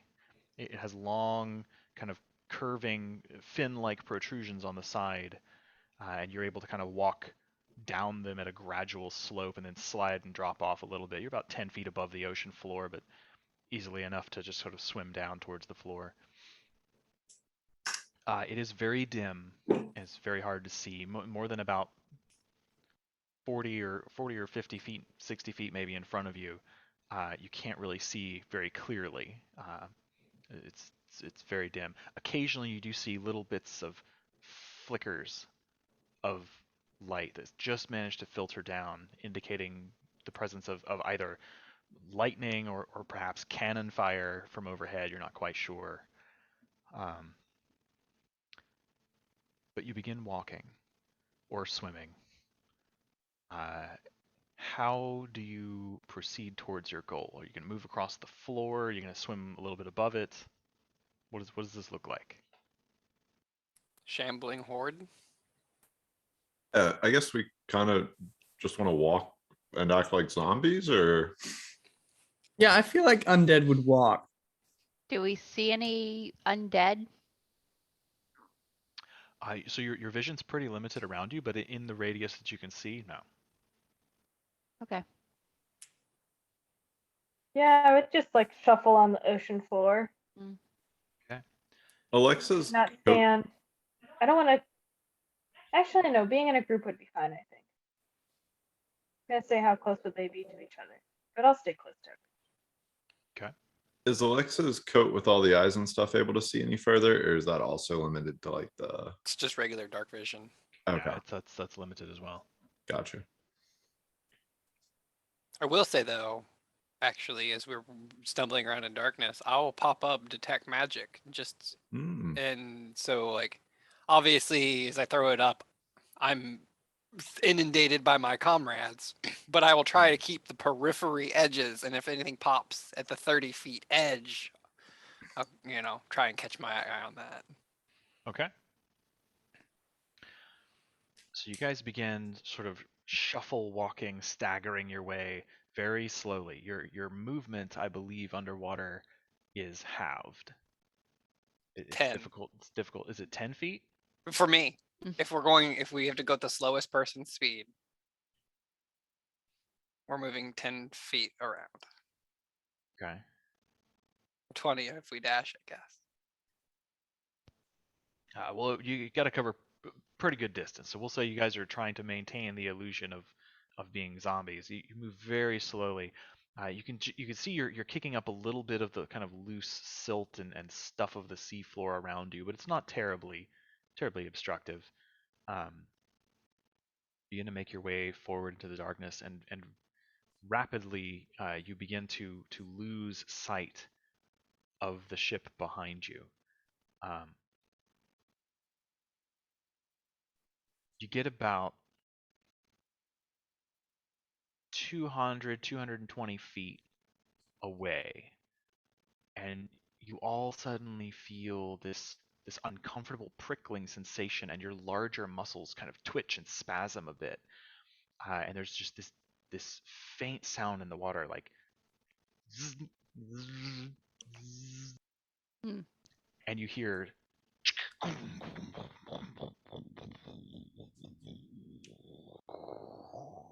and as you kind of look behind you, you see the faint sight of those large lamps from the ship turning and disappearing into the darkness. And as it moves, there's this faint crackle, like electrical discharges all across the hull.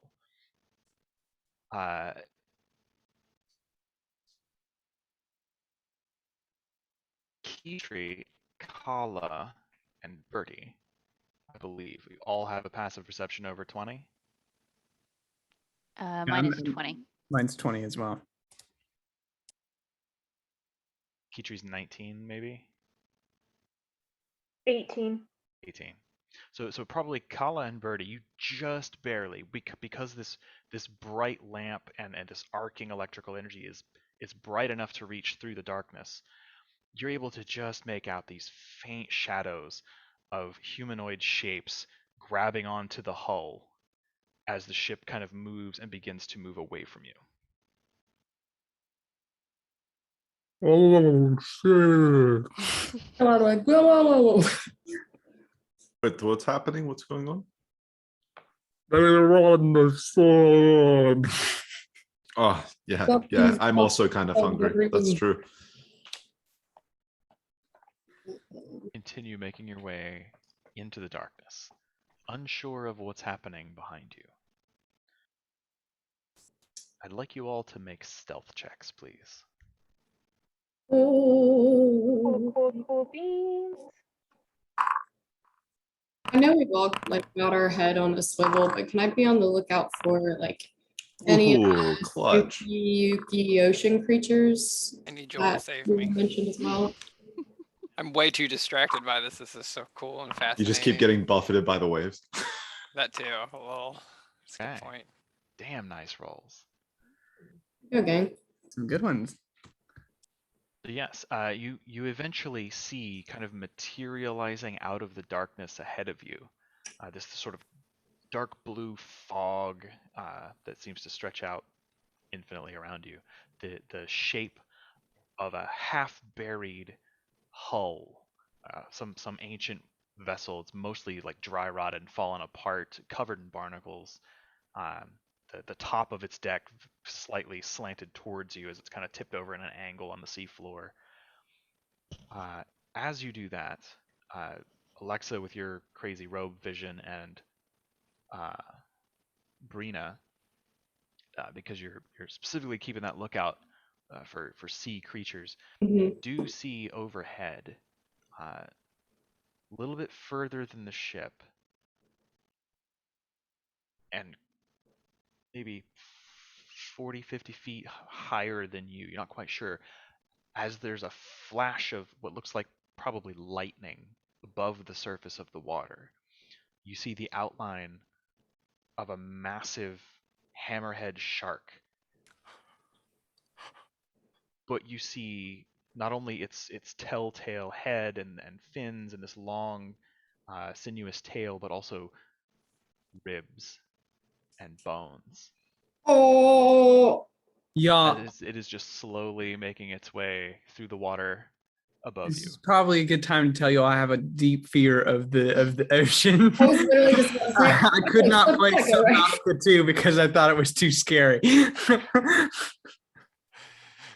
Literally just about to say. You all rolled really well with stealth, so Thank God. you see Yeah. that it is moving out from the island's direction over. It's not quite over top of you. It's beyond the ship at this point. But the ship stands before you, and you know that your cave lies on the other side of that ship. Nice. There are, of course, any number of ways to proceed towards the cave. You can walk over the ship. You can walk around the ship. You can swim over the ship. How would you guys like to proceed? I'll start to head around the ship and then just see if anybody else would prefer to like walk over it. As we're passing, or I'll go around as well. I think that's the way. But Sounds good to me. as we pass around, can I just give like a passing perception in terms of like anything look interesting inside the ship? Anything valuable? Make a perception check, but make it with disadvantage. This is dim light It's got and some brass crappy and visibility. balls. I want to look and see if there's anything dangerous in the ship. 28 Also make a with perception check with disadvantage. 28 with disadvantage. Okay. Also good. I can't get less than a 20. Oh my gosh. Fucking rogues. So as your group starts to make its way to the right, going around the aft cabins of this old sunken vessel.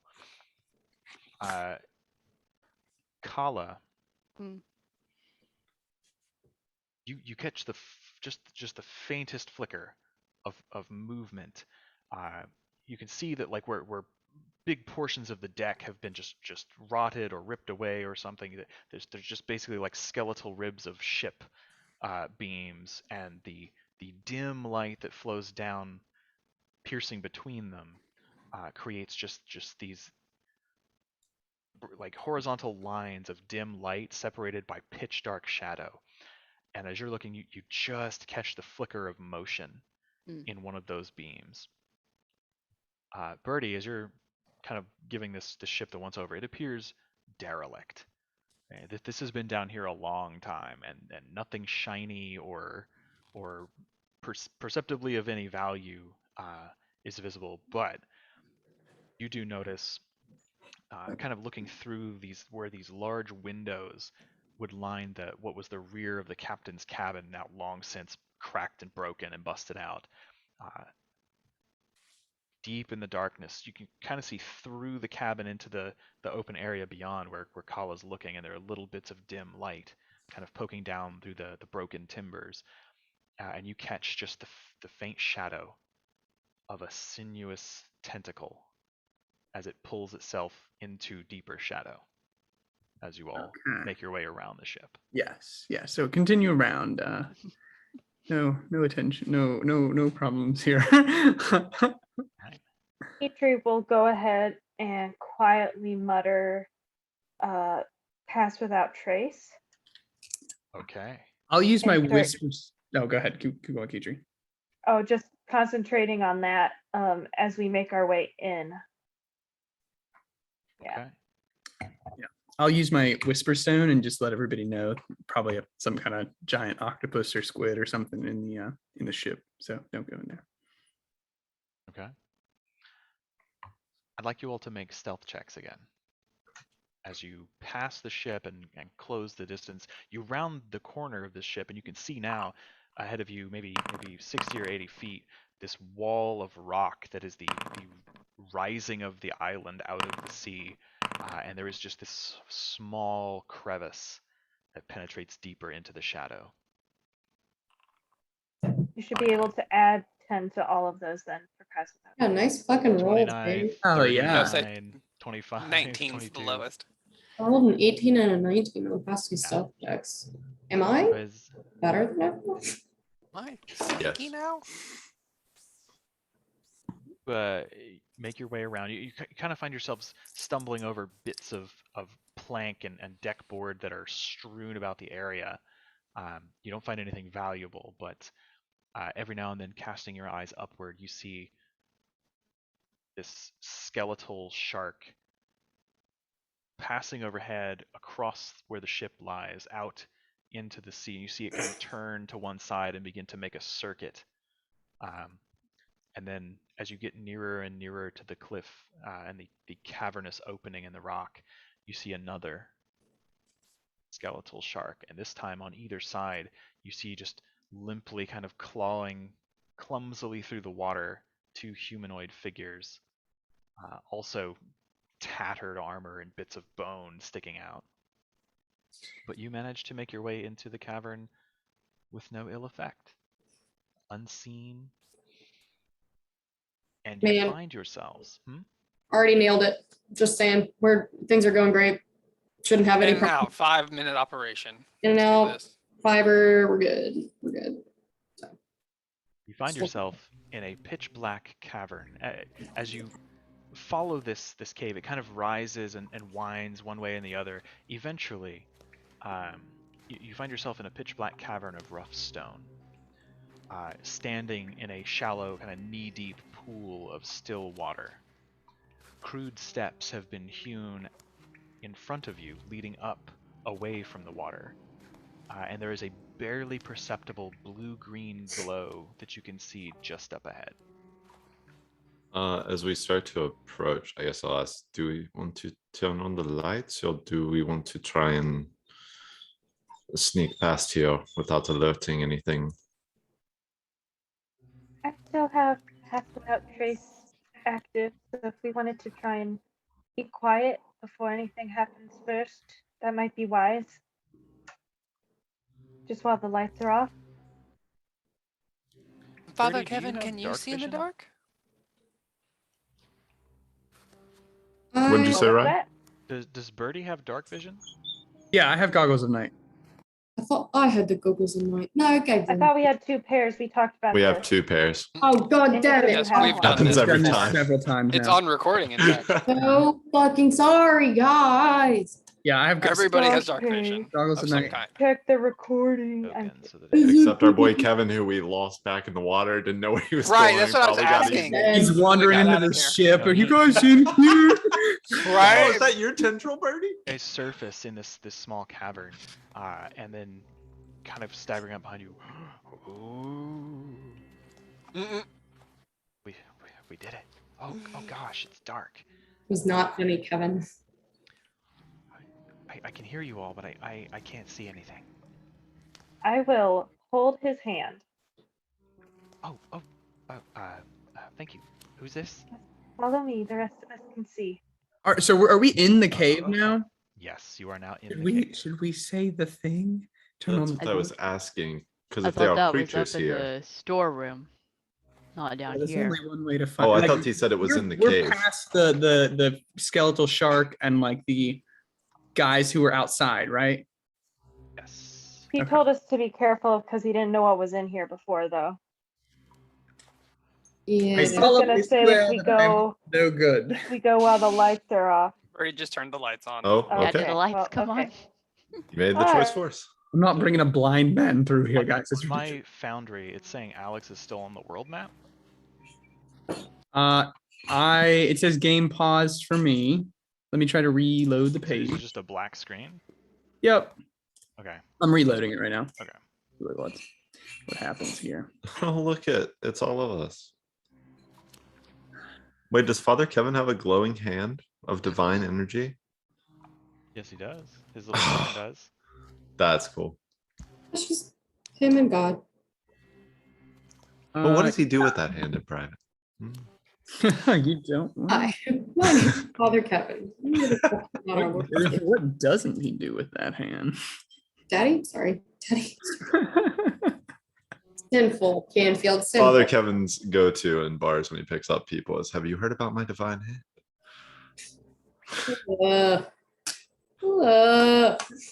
Okay. Heavenly. So you hear the faint sounds of dripping water, and otherwise it is completely silent. It's very humid in here, but otherwise cold and dark. And you're all soaking wet, so it's just like you're shivering. Ugh. Well, I guess My Birdie said the prestidigitation started warming thing. myself up. Yeah, So I'll say the thing. See if it About works. in here. non-living matter. Yeah, when Birdie said the thing, did the lights come on? My clothes. I can warm my clothes up.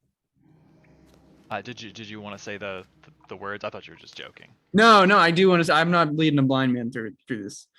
Okay. Nobody should. So as Birdie says that, there is a flicker, and then lights begin to come on up ahead. You just see like the light bouncing off the walls around you. You can't quite see. Do you guys still have a paused game? I'm sorry. Yes. Yes. Yeah, Okay. I've still paused I just it. wanted to make sure that was where we were supposed to be. And at that point, Father Kevin says, "Oh, okay. Well, if that's the case here, this will help a little bit." And he casts light. Are you shitting me? Does he do that right there? I can blind. For a minute. Yeah. Well, he doesn't know. So yeah, he Yeah, just, no, he touches doesn't. his holy symbol, and he casts light. I double that- over into the water a little. That might be more light than we want. There's a lot of light. That's really Oh. close. That was. Oh, I should have Sorry, warned you. I can turn it off. I dropped Father Kevin's hand and grab Alexa's instead. No, you gave us a rundown on your abilities. We didn't warn you about ours. Yeah, he But I- comes over. Oh, I'm so sorry. Oh God, forgive me. Let's see. That's Kevin. Should I scout ahead a bit? I think that's probably a good idea. Yeah. Mm-hmm. All right. I will turn invisible and start moving forward. Okay. Yeah, you guys watch as the light is extinguished and Kala does this. Takes a couple of steps, and those of you with dark vision, her form just vanishes, melding with the shadow. As you kind of move forward, you see that there are some kind of crude stairs in front of you. They just lead a little ways up, so 4 or 5 feet rise total. You can see that there's an opening into a chamber beyond, maybe about 20 feet ahead of you, something like that. You want to check? With advantage, become invisible. Sure.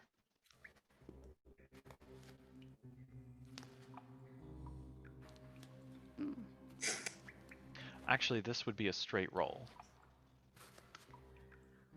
I've lost connection to the server. Oh no. Well, There we go, it came through. 23. Hmm. Okay. Yeah, you Oh, silently sorry, pad that your was way supposed forward. to be a straight roll. It's alright, we'll just use the first one. The It's the same 23 thing anyway. Yeah. Yeah, you silently pad forward up the stairs.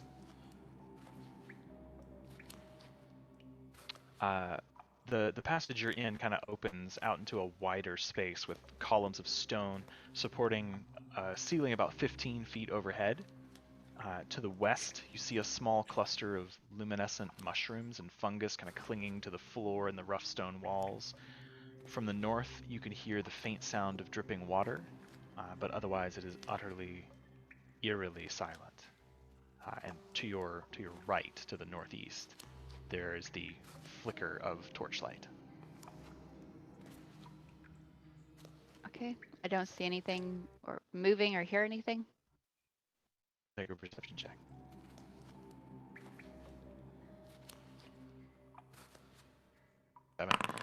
No, it is eerily quiet. You do hear kind of a louder dripping as you enter the space proper, coming from the northern alcove there. You can kind of see beneath the flickering light of this torch, there are what look like several buckets that are lying on the ground near the wall, and just beyond that, what looks like another shallow pool of water. And there is a constant drip of water from stalactites into this pool. To your right, you can see what looks like a crude lean-to, some kind of animal skin rug kind of laid out below it. There's a small unlit brazier with what looks like old dry driftwood. Let me see. It's kind of elevated. There are a couple of steps to get up to the level of it. It's about 5 feet above your foot level right now. There's a pair of crates stacked next to the lean-to, and a lantern sitting on the lowest and larger of the two. I'd say from where you are, that's probably about all you can see. Is the wall. Okay. I'll use the Whisper Stone to let everybody know. The first area looks clear. Seems safe.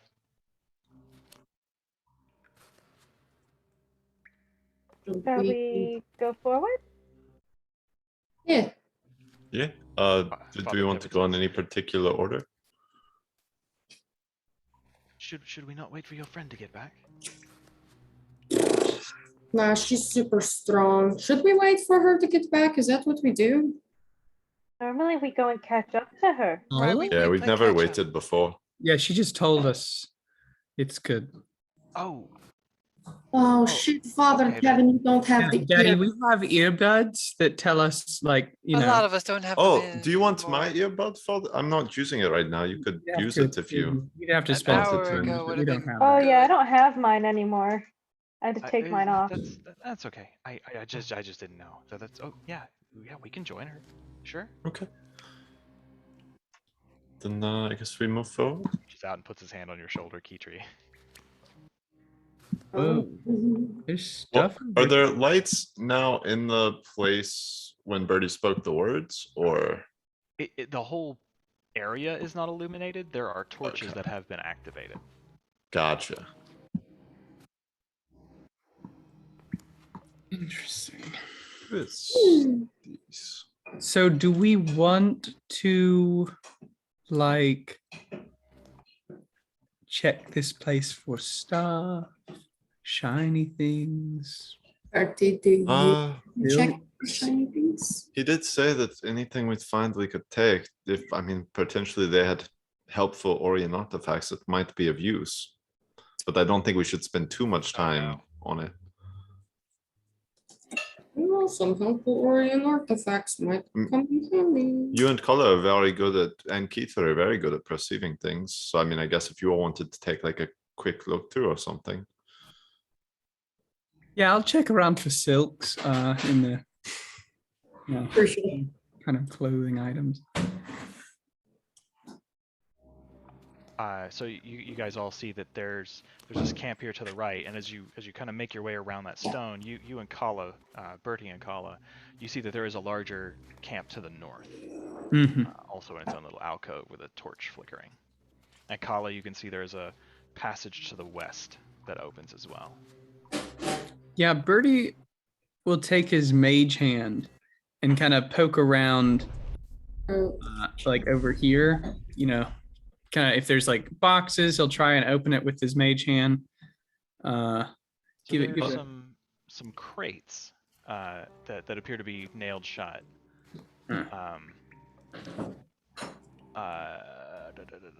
You getting that close though, you can see that tucked into the corner behind that space, like in the lower southern portion, is a heavy wooden chest with iron bands and 3 neatly packed bedrolls that look pretty comfortable.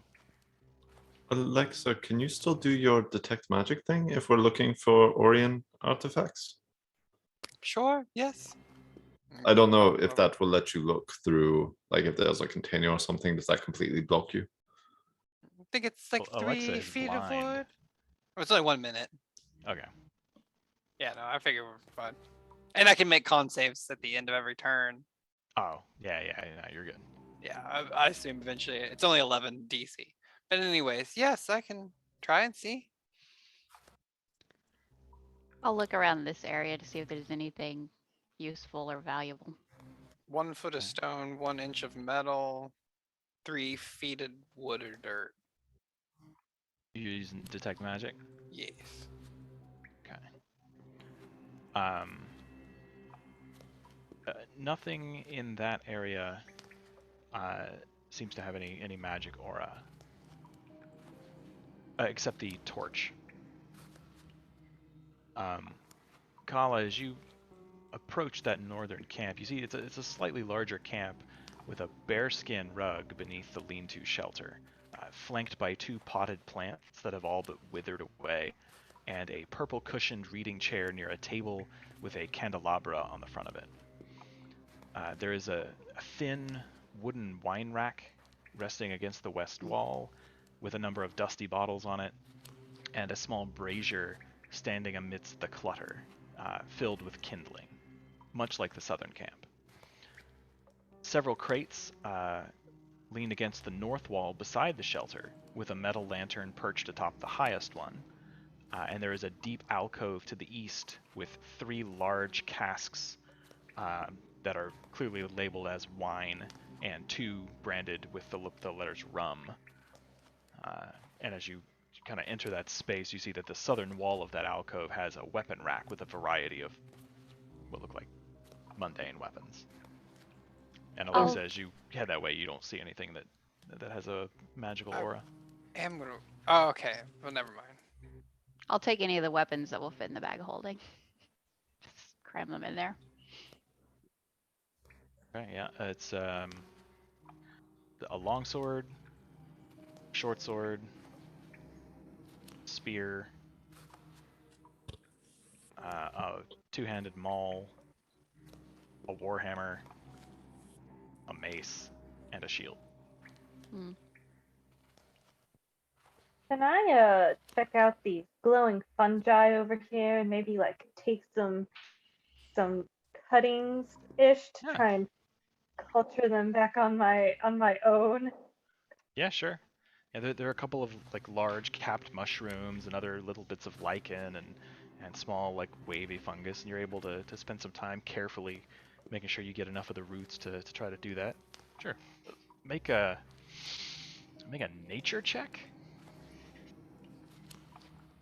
Not sure.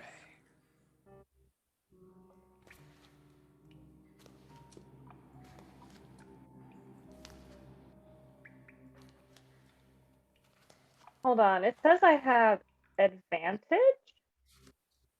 It says select roll mode because it's You have advantage on nature checks because of your amulet, I think, that you're wearing. it says advantage related to earth, air, fire, and water. That's true. So does- It is elemental, so this would just be a normal roll. Okay, just check.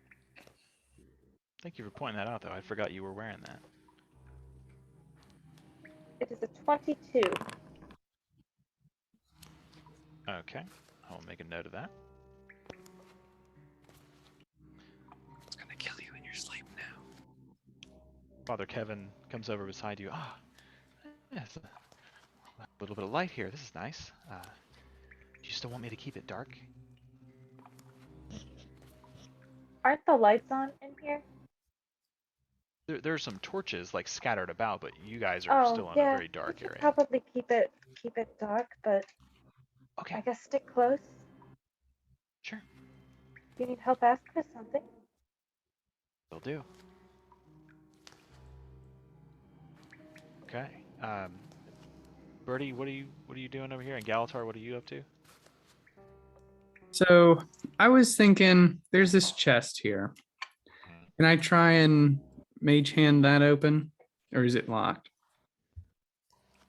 Let's see. It is locked.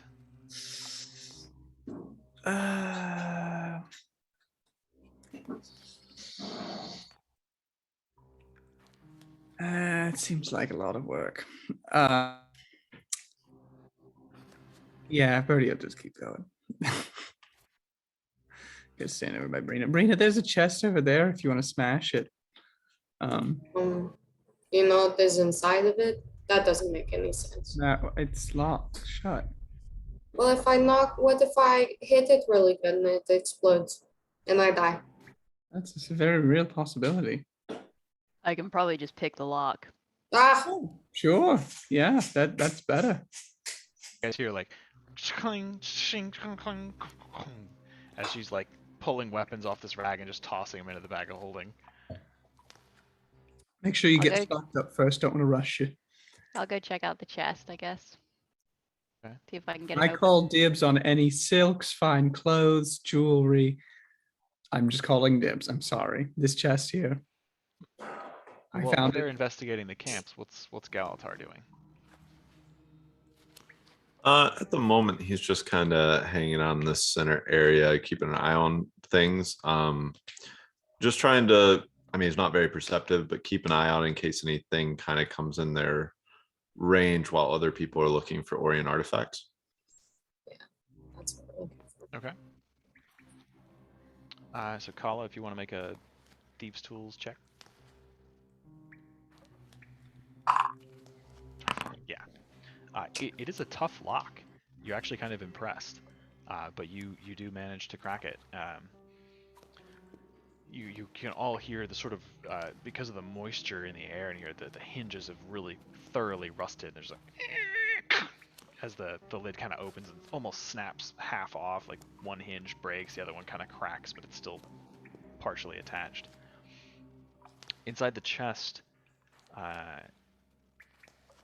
you see that it's what looks like heavy linen blankets that appear to be wrapped in a sort of cylindrical style. It doesn't look like a roll of fabric. It's kind of hodgepodge. It almost looks like a swaddled baby, sort of like kind of wrapped up in a. Something in it. Should unroll. Yeah, I'll unroll one. But it's all one. Oh, So you take a second. You guys can see Kala kind of working with this heavy linen cloth, and as you unroll it, you find a cream-colored ceramic urn. Oh, good. Bodes well. That's someone's No, I don't I don't do that. The lid has been sealed with wax, and as you kind of turn it over in your hands, there's one side that has a small plaque that is inscribed, and it reads, Alice Copperpot, beloved wife and mother. And Oh it has my a God. dates ranging about 73 years. Yikes. I wonder if like Coke in it. Why do you think Well, ashes. Oh my god, there's definitely drugs in there. Yeah. Take the urn, put it in the bag of holding, call it. Okay, I put it in There's the bag of gotta be holding. drugs in there. You just my know Seems it. a really weird thing to keep locked up that well. I mean, It also seems really weird that Z would be Oh, even transported. Frank. Yeah, definitely. maybe Yeah. this is like his mom. Maybe his real name's Copperpot. Such a lame mess. Maybe are the dates recent? They end about 2 years ago. Ooh. Ooh, around the last time they Oh. came here. Oh. Interesting. Interesting indeed. He's There's happy nothing to else take in the anything. chest. Nothing was about all this that was makes in the me feel chest. good. Well, that might be a lead with That Seems Zardoz, but weird. don't think it's gonna help us right now. Alexa, is this showing as magic? Does it appear to be all It magical? does not. No. It seems Could like be it might could be just be an lead. urn. Could be made of lead. Lead lined urn. If I Literally don't want to just like shake it hard, but just a little. What kind of noise does it make? You feel just the faintest sandy? shift, and it feels like a heavy powdered substance. Could be sand or ashes or something like that. It's What it feels drugs. Or cocaine. I just put it in the back of the holding then, and just yeah. we'll figure it out later. Yeah, I guess at the very least we could. I mean, if it's ashes of somebody close to Zardoz, we could return them after Have all I this. ever heard of a copper pot in Lion's Arch? Like, is that name? Make an intelligence check. Ooh. Come on, Birdie. Rack your brain. +0. Here we go. Oh, wait. Can I give Birdie guidance? It's not gonna help. I would Actually, say wait, no, probably not never in this mind. I'm not case. dropping Pass Without Trace. There you go. Never mind. Sorry. You're Is a screwed. It's 9. all good. 9. Yeah. Yeah, I mean, it sounds like maybe a tinker or a like a lowly smith you might have heard of, but it doesn't really ring any bells. Does it seem like a thieves can't kind of thing? Some kind of code? Let him play, Raph. Let him play. Uh-oh. Make an intelligence. Yeah, make an investigation check Investigation. Okay. to deduce clues from information you know. 21. It doesn't seem like thieves can't. It's not like a hidden message. But you know that one way potentially to smuggle something into a place where you otherwise wouldn't want it seen would be to put it in something people wouldn't open. Yeah. It's drugs. It's a reasonable conclusion. It's like gunpowder. It's drugs or it's like that like magic stuff. Residual. Magic stuff. I don't know if that Magic drugs. yeah. Well, let's give it a look later once we Yeah, are we'll out put it of in the here. bag. Put it in the bag. Yeah. Should we check these crates? I mean, I guess if you want to, that's fine with me. Why not? You gonna try to open one? Yeah, I'll try to Go open for one. it. I pull a crowbar out of the bag of holding and try to Okay. pop the lid off one. Make an athletics check with advantage. Really wedge the crowbar into it. It's just like nails. And with a 19, yeah, you guys just hear. You bust open one of them. The smaller one that's sitting on top. And there are 4 small, smallish canvas sacks, kind of tied tightly with twine at the top, just sort of packed in there together. I'll open one and see what it is. You open it up and it appears to be a dark brown spice. You give it a sniff over the bag and it's cinnamon. Is it still good or is it like Suspicious. This seems pretty good. Yeah. I'll put that in the bag of holding too. Okay. My God. How many bags was it? There were 4 sacks. Okay. Now we're just playing Skyrim. Notice that each of the bags weighs slightly different. Like it feels different in your hands. Oh, Well, that's- I will squish one a little bit and move it around. Is there something else in it? Clever. So as you do that, no, there's nothing concealed within. But as you do that, you can kind of take a sniff. One of the bags contains ginger. Mm. Ginger. One contains saffron. And then one contains some kind of salt. Just smell like 4 different sacks of spice. Saffron's really pricey. We could get a good deal for that. you know, I can get you saffron whenever you want. I've got this little pouch here that has unending spices. You know, we could be selling that for free profit, right? Well, no, I've never really thought about like the monetary. I put it on some of the food in the bar, but that's, you know. Should I check the rest of these or are we good?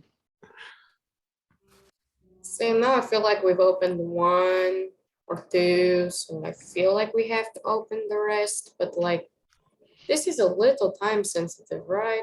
Not like a well, Yeah, I'm just Right, wondering. we don't want them to stop the distraction.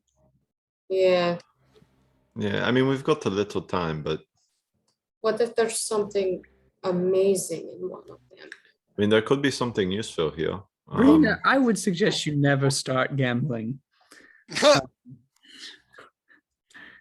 mean, Yeah. what if we just all each open, like everyone pick one, you go, you open it, if you want it, you keep it, if not, then we just all move on. Let's What not happened? forget though that there may be things in here with us, so let's not like split up in the For individual Father groups. Kevin though. and I, While they're Petrie talking nudges about Father this, Kevin. I open another one. We're Okay. gonna open the barrels in front of us.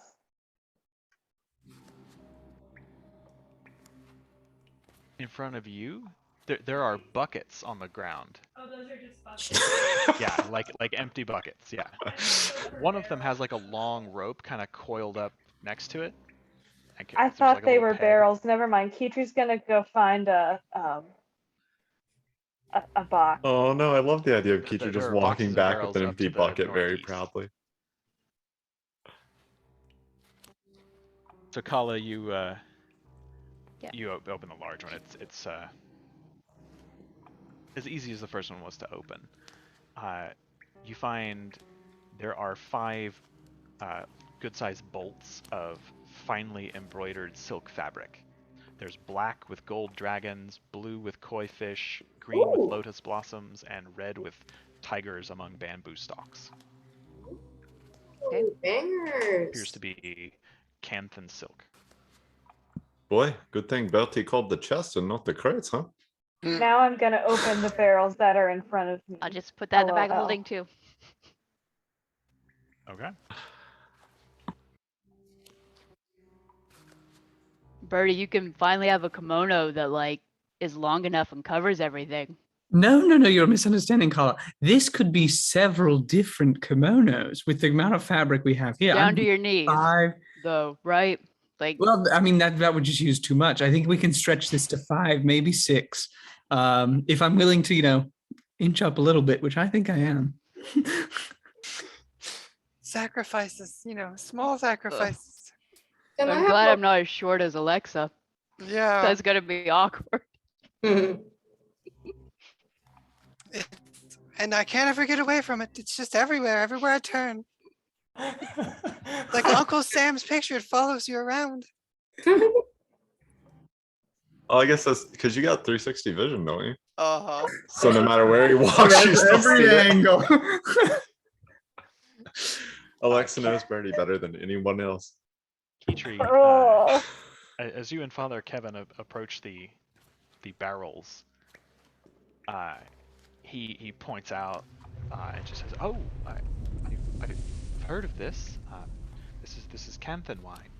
It's actually pretty pricey. I'm surprised to, well, I'm not really surprised to find it here, I suppose, given the nature of our associate. But Yeah, this is supposed to be pretty good stuff.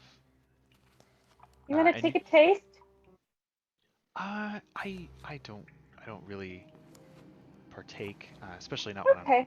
trying to save the world and stuff. Thought that was the Well, blood. Thank you though. Does anyone want a sip of wine? Oh, I would love one. No, not while we're working. Reminds Mm, me, I'm I have literally Oh, just no, one tasting sip's it. not going to get you drunk. And these are not like open casks. They haven't been Oh. punctured yet. Oh. They're just labeled. their Can we, like, bunghole take- is not open. Do these, Kala, do these fit in the bag of holding? I assume no, that's not gonna fit. you said there's like a Alright. wine rack though with some bottles of wine on it. Yeah, to your left, just beside Okay. the tent up here. I'd like to take a couple of, if I see any that look particularly old, particularly nice, I'll grab a couple and pass them off to Kala for the bag of holding. They're all pretty choice. How many are there? Let's see. How many are there in the wine rack?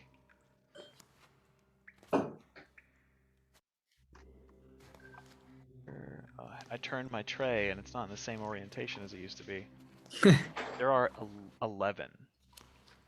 I'll grab 5, and I'll have them in my arms. I'll bring them over to Kala. I got these are for Birdie later. You just put these away, okay?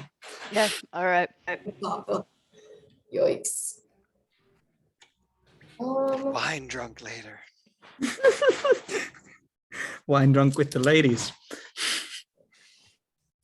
Are there any? Yeah, there's more chests left, right? I would There's like to crates right grab here. a bottle of that wine, I guess, for my parents. To take Okay. to them later. I feel like Christmas shopping. Yeah. In someone else's house. Well, the house of a jerk. Feel less He bad. did give us a ride on a submarine. That's true. He's also doing it to extort the authorities. But I mean, you know. Also true. Sabrina, Please. there are crates right here. Yeah. So there are 3 of them. The small one on top has the word fragile burned across the top. One of the ones on the bottom has the word grain burned across it, and the third one is unlabeled. Can I crack those bad boys open? Sure. Make an Where's it? athletics check. Gently, delicately. My mouse doesn't work anymore, so I'm here using the touchpad. Like Closing. Oh, Jesus Christ. Yeah. Yeah, as you guys are talking about the wine with Father Kevin and Birdie's ransacking the wine rack with Galatar, you guys just hear as Brina just rips the top off of one crate and then another and then another. I look back at Birdie and say, "It is fragile." So in the Good stuff. fragile crate, as you kind of sift through that, there are 10 small leather horns with tight seals, like leather seals pulled taut like a drum across the top, like the big opening. They are packed with gunpowder. Ooh. Each of them bears the familiar insignia of the Lion Guard. Ooh. Ooh. I don't shoot guns, but this is pretty cool, guys. As you rip the top off the second crate, the one labeled grain, there is a strong, nasty, moldy smell that fills that pocket of the cavern where you are. And you see that there are 12 canvas sacks kind of packed in straw, and the straw just stinks of mold. You can see like one of the sacks is kind of like swollen and split a little bit, and it looks like the grain in here has long gone bad. Okay, this one is not as exciting. And the unlabeled crate just has a full set of Lion Guard clothing.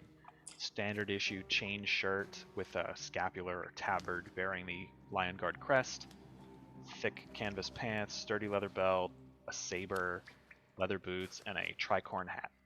Damn. I asked Kala if we can put the pouches of gunpowder and the set of lion guard clothing in the bag of holding. Yeah.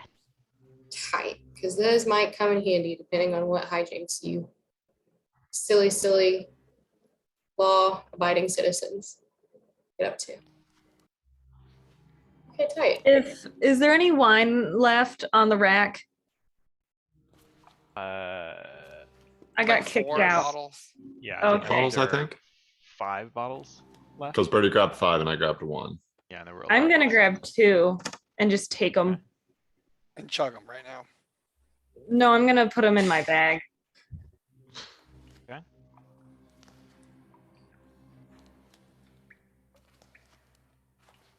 Yeah.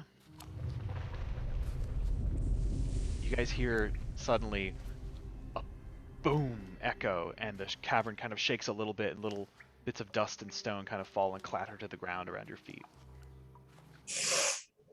Oh Distant. boy. That might be our cue. Yeah. I think that's the signal A to get reminder going. that we're under time. Yeah, that might be important.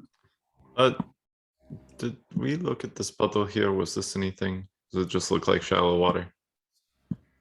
I make a perception check. No one had looked at it yet.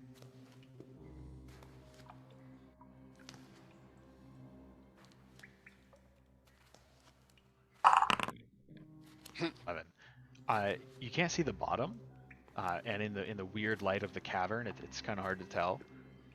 It's pretty still though. It's not slowly rocking like the exterior water you came from. So it's probably from inside the cave. It's not like from the ocean. Okay. I'll leave it be for now. Okay. Should we get moving? Yeah. Is everybody ready? Yeah. So goals to be as sneaky as possible. Mhm. We also I- look like skeletons and undead though, so there might be something said about hiding in plain sight at some point. So Alexa, as you break the plane of that hall, you see that the passage extends to the north of you, where more luminescent mushrooms kind of illuminate a corner before the path turns to the west. And then also it opens to the south through a much narrower space through which only one person could really pass comfortably at a time.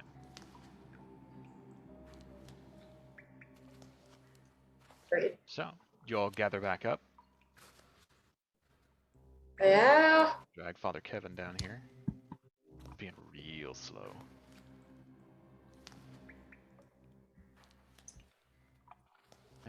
Father Kevin grabs onto Keytree again, or whoever will guide him. Yeah, he can hold my hand. Daddy, sorry. Daddy, sorry.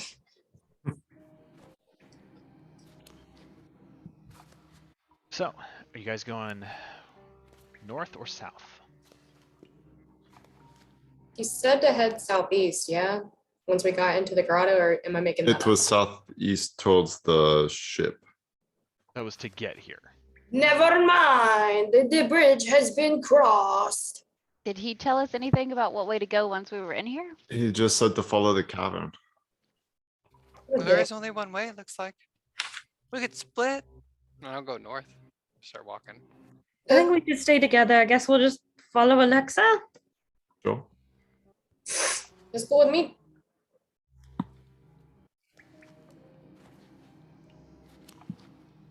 Looks like a corner of something up ahead there, though. I'll follow up the back. Up the rear. Yeah, I'll be back with Brina just following along. We're playing hacky sack. It's a little silly. And inappropriate, frankly. Gotta relax somehow. Alexa, make a perception check. I'm gonna turn invisible again. Okay.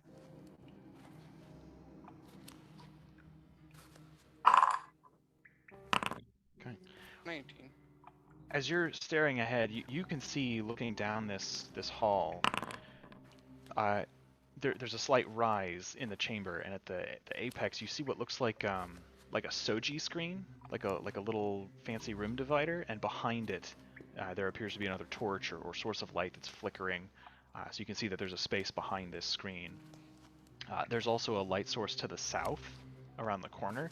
But as you're looking, with a 19 perception, it all seems to be slightly out of focus. Almost like you're looking through like slightly foggy glass. Oh, and it's just outside. Okay, so as I'm doing that, I will then rummage around in my backpack real quick and say, God, just give me one little quick second. Something doesn't look right. And I will get out my Bene Yasha Rouge that Bertie and I made and whoop, whoop, cast True Seeing. Ooh. Okay. Does it look any different now? Squint forward, and in the dim light, as they actually are, creatures, true sight, knows this doors magic, ethereal plane. Oh, has true sight, which is a different thing. That just lets you see like invisible creatures and shapeshifters, true forms, I think. The True Sight? Yeah, is that what true sight does? It does let you see invisibility, yeah. Okay. And then see a shapeshifter's true form, yeah. Cool. So yeah, as you let the mage sight take over, everything seems in super high detail, very, very sharp relief. But still, there's just this foggy sort of haze that seems to be obscuring your vision. It's weird. And I need you all to roll initiative. I was gonna ask if shit. True Sight let you see through illusions. I think True Sight does. I think true sight does. Yeah. You want me to do what? Okay, wait. I gotta select my character first. So transfers, and then Father Kevin gets 1d8 bonus. Oh, I have terrible initiative. Ooh, not good.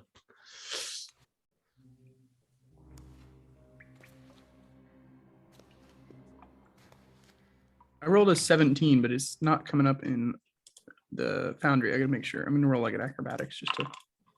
Okay, yeah, 17 for me. Did not come up in the first time.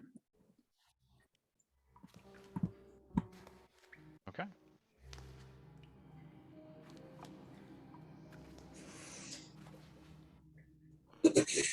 Yo, I'm sleepy for no reason. Find a lull a little here too. That's because my cat fell behind my lap. Are you kidding me? That's how they know. Okay. So, it rolled a 1 and a 2. As you guys are standing here, there is just this quiver in the space in front of you as this semi-transparent pseudopod reaches out from immediately in front of you and tries to swing and grab a hold of you, but you manage to dodge out of its way.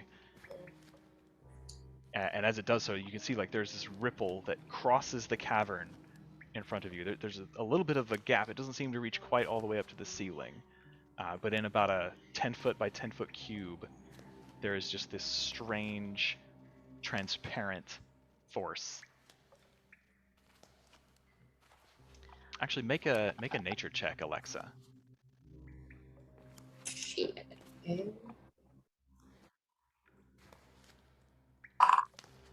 15. So, coming from the depths of Tyria, your people tell stories to all of their progeny about the carnivorous creatures that inhabit those deep, dark recesses of the underground kingdoms that your people once controlled. And this is a creature that you are aware of, the gelatinous cube. Oh, damn, that's what I was afraid of. And Not invisible. Mm-hmm. I think. Perfectly visible, just hard to see.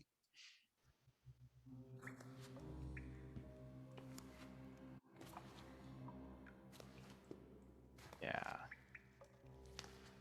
Ooh, cool. It's just gonna, at this point, move forward.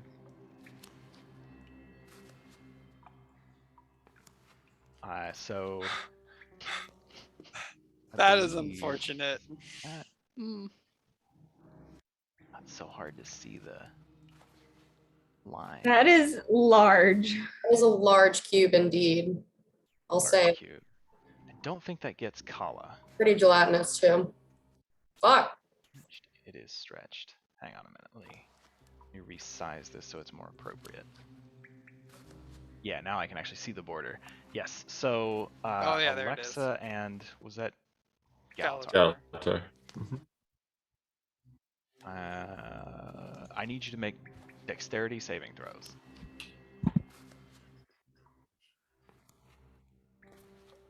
Oh, That's pretty good. Okay. So you are both able, as this creature moves towards you, to move out of the way, and you are not subjected to the effect of its ability to engulf you. yay.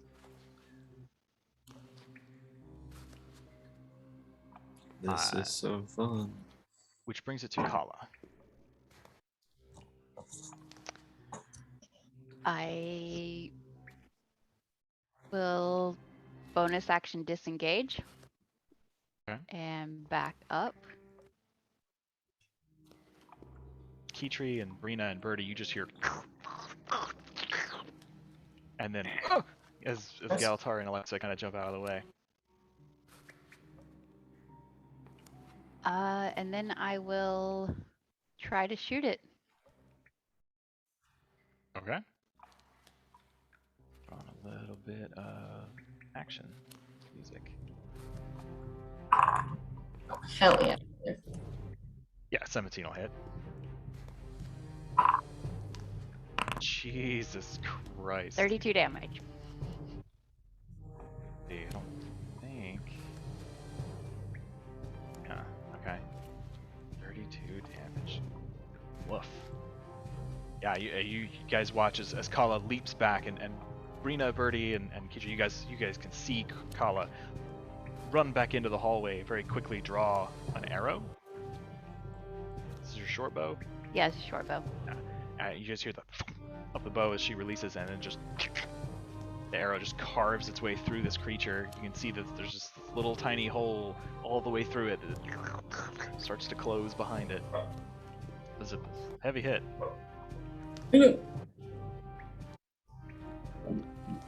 That brings it to Brina. Well, shit. I'll run around the corner to see what's going on. Which is You hear Father Kevin just saying, "Oh no! Oh no! What's that?" fucking Father Kevin, dude. I feel like I'm so slow moving today because I can't. All right, whatever. I'll get all the way up to it. Fucking Father Kevin. I don't love where I am because I feel like I'm gonna get cubed, but doesn't seem like there's a ton of options. So I'm going to whip out the Flame Tongue Longsword, Okay. which is new for me. And I'm gonna try and, well, should I range or should I wait? Stay wait. Let's just try and hit him. Let's just try and hit him. Let's just see what happens. Make your attack. Does a 12 hit? Wait, 12 I does get a hit. D4 to attack rolls as well, right? No. Not yet. He hasn't That's used Father his Kevin. ability God yet. damn. Sorry, Kev. Might be. 12 does hit though. Yes, 12 does hit. Well, he's a big cube, so it's fair. Stupid low AC. Yeah, it's just a big quivering jelly cube. And it's a. Is it a bonus action to make it be on fire? Oh, I do have to use a bonus action to make it be on fire. Yep. I've never used a fire sword before. Could I have your blessing to retcon to say I would have made it be on fire? Yeah, you can't rage because that would be your bonus Yeah. action too. But yeah, you can. Okay, yeah. Well, Now that is. it's very bright in here and it's on fire. So Yeah, it's 40 and 40. Yes. There is Sorry, now an astoundingly bright light Alexis, this is fuck you. Doesn't, no, I have to be 5 feet away. I'm fine. Okay. Yeah. Okay, cool. And I am wielding it two-handed, I suppose. I'm gonna hit it again.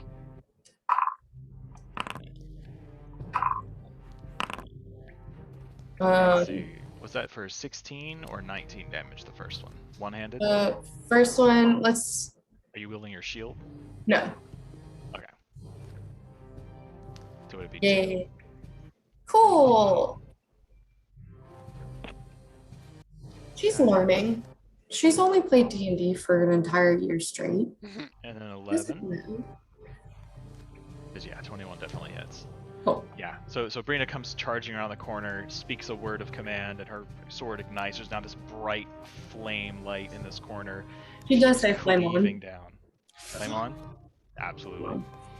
Just a big flaming X kind of carved into the front of this thing, and you watch as the gelatinous material kind of singes at the corners. It does start to kind of close in on itself and reform, but it's a nasty hit. It's not looking great. It's kind of quivering, and parts of it are sloughing off onto the floor. Bruce. Flame turn? you, Hotman. Yeah, that'll be my turn. Okay. Cool. Birdie. Okay, so I guess I'm gonna move some spaces. 5, 10, Spicy. 15. Okay, now I know what we're dealing with here. With that, I am going to pull out my Inquest Persuader and fire at this thing. Are we looking? Oh, Are yeah, we that hits. 19 to 19. hit. And roll the old. I want to see if this roll damage button works. Yeah, 2d8 plus 2. That does 9 force damage. Okay.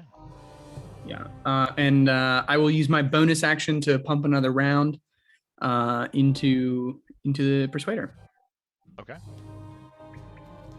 That'll be me. Yeah. Father Kevin. God, what the hell does he do?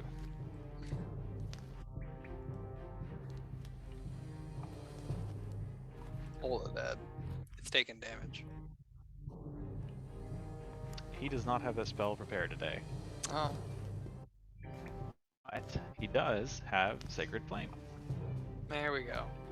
The other cleric fallback. Yep.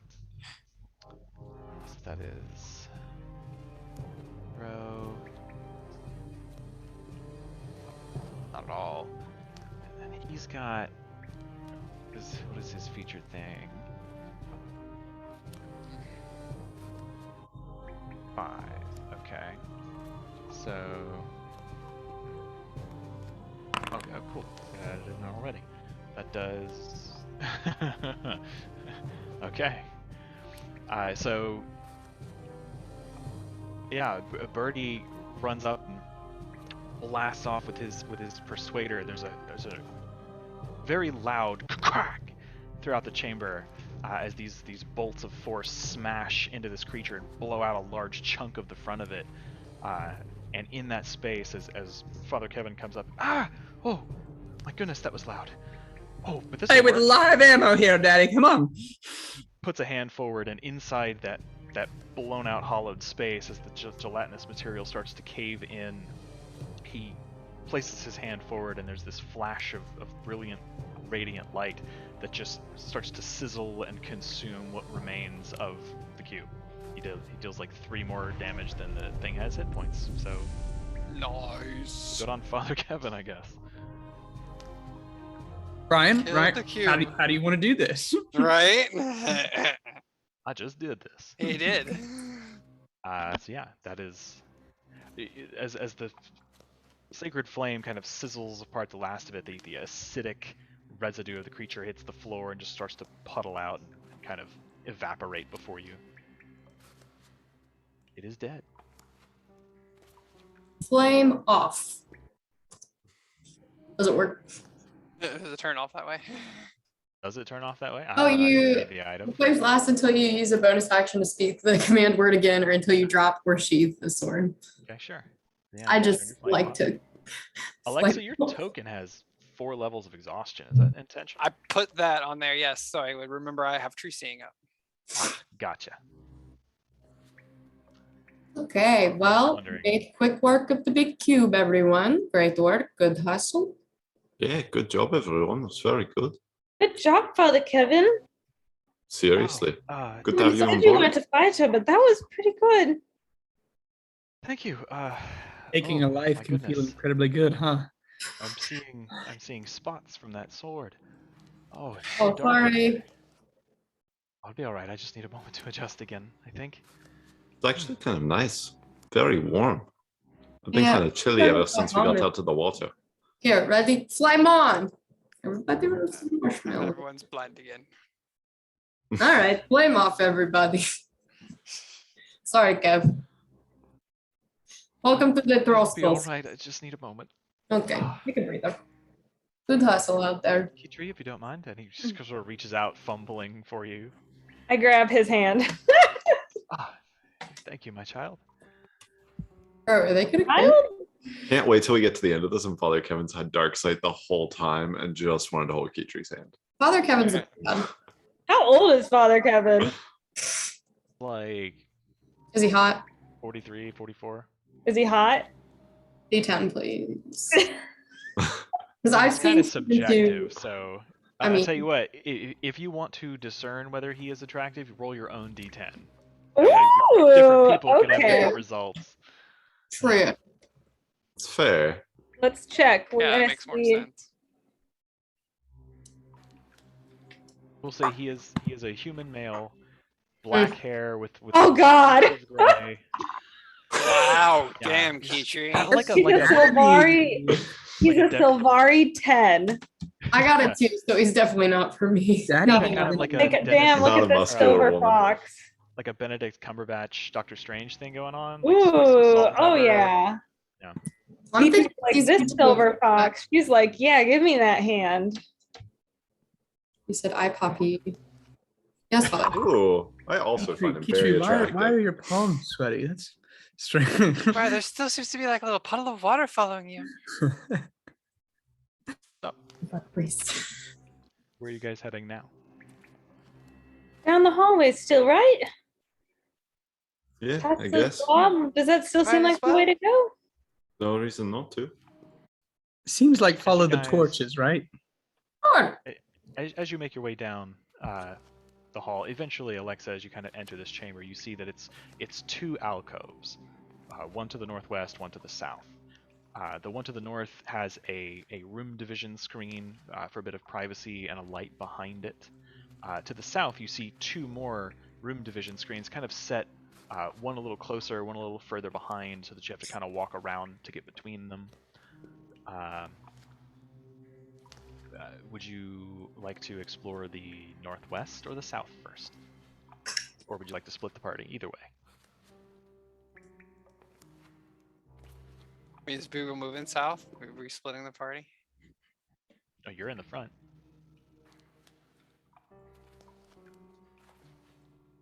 I feel like it's not wise to split the party, but it's so fun. Hey, Alexa, it's up to you. If it's a dead end, this place can't be that big, right?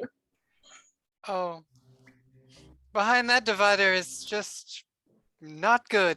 Yeah, as you kind of turn the corner and look up to the raised platform, you can see that there is a makeshift privy that has been built over a large pit in the ground.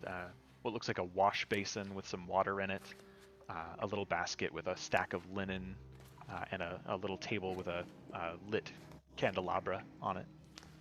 It's lit. That's where the light's coming from. Oh, I forgot this was magic lamps. I was like, oh shit, someone's here. Never You mind. interrupted someone. We like mid-dude. caught someone using the bathroom. No, it just All, looks like all this that is ooze the wanted bathroom. was some privacy, yo. Damn. Back the way we came then? It seems to be, oh. I think gelatinous cubes eat a lot of organic matter. I'm really Yeah. glad it didn't touch us. Oh, I shouldn't be grossed out by that, but I kind of am.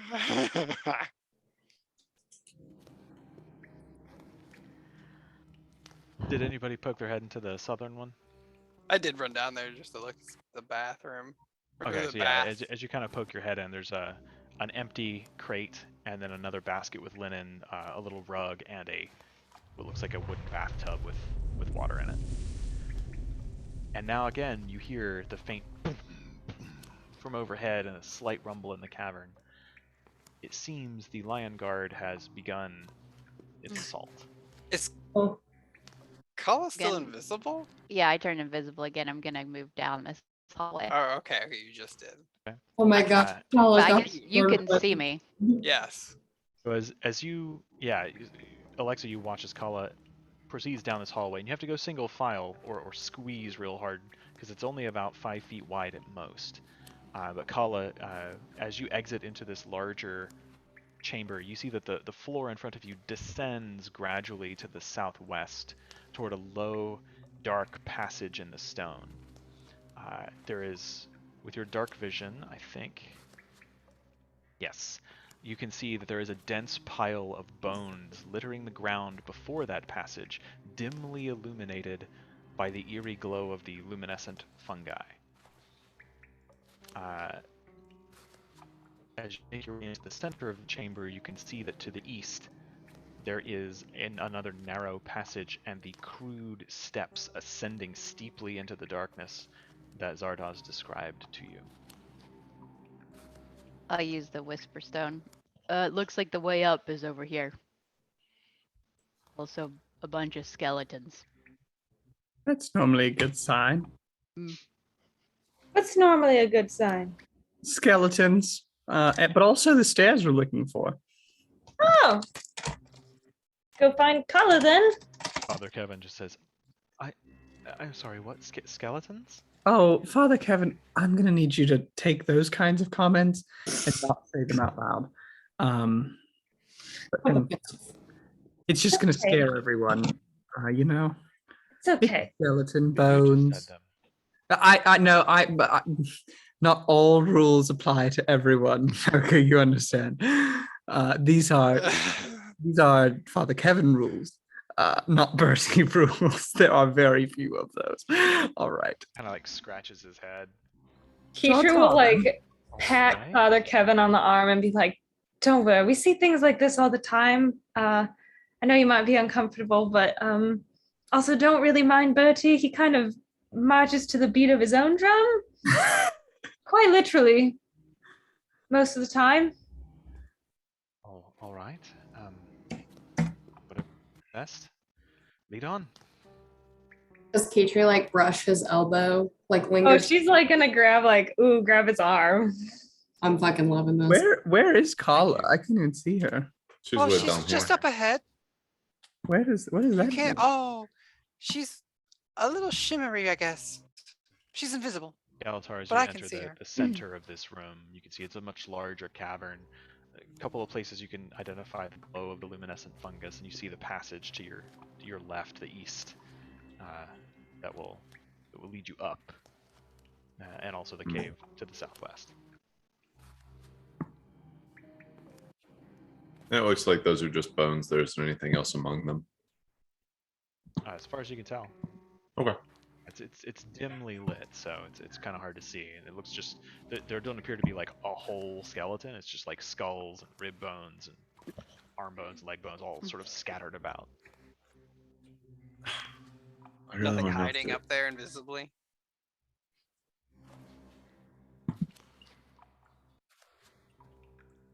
As the rest of you guys join them in this cavern, you can see much the same thing. There's a single large stone pillar in the cavern as you enter it, just about 5-10 feet in front of you, and then one more kind of holding up the roof closer to the mouth of the cavern to your southwest. Do the bones look like they've been there a long time? Like, are they pretty covered in the dirt and the muck and stuff there? Kind of hard to tell. You're 15, 20 feet away, and it's not really well lit. Sure. What do I Sure. see with my true sight? 120 feet.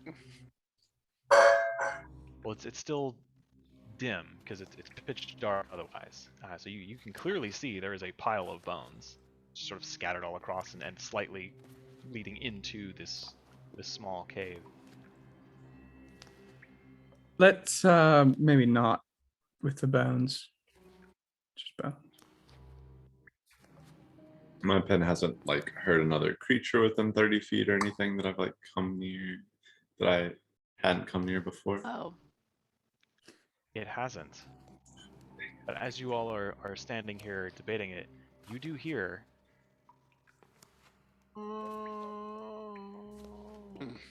Mm-mm.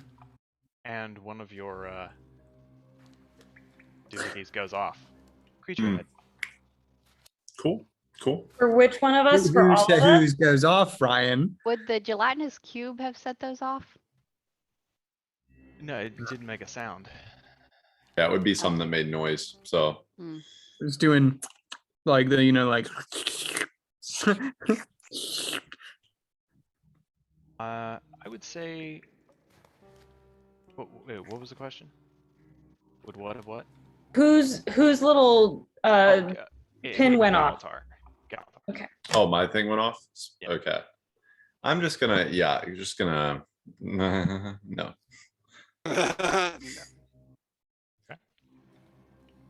Do you all make for the staircase? You hear another boom, boom, boom, and then the cavern shakes a little bit. Yeah, let's go towards the staircase. Yeah, we should start going. Yeah, before this place caves in. You ascend a set of crude but winding stairs into a twisting, narrow passage. And after several minutes, you find yourself at a dead end where a simple wooden ladder has been secured to the cave wall, rising 15 feet above you before terminating at a trapdoor overhead. It's only about 3 feet wide, so you kind of got to squeeze through it for the bigger characters. And it has a big, heavy iron ring in the center.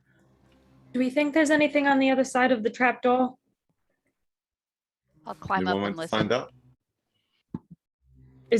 Kala's gonna go listen.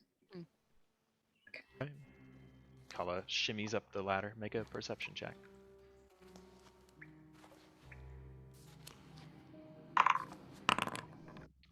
You go and you listen for a good, long, several seconds. Total silence. I don't hear anything. I guess we should open it. Yeah, let's get moving then. I'll open the door and go through. Kala, you reach overhead and grab this iron ring and start to push, and it's very heavy.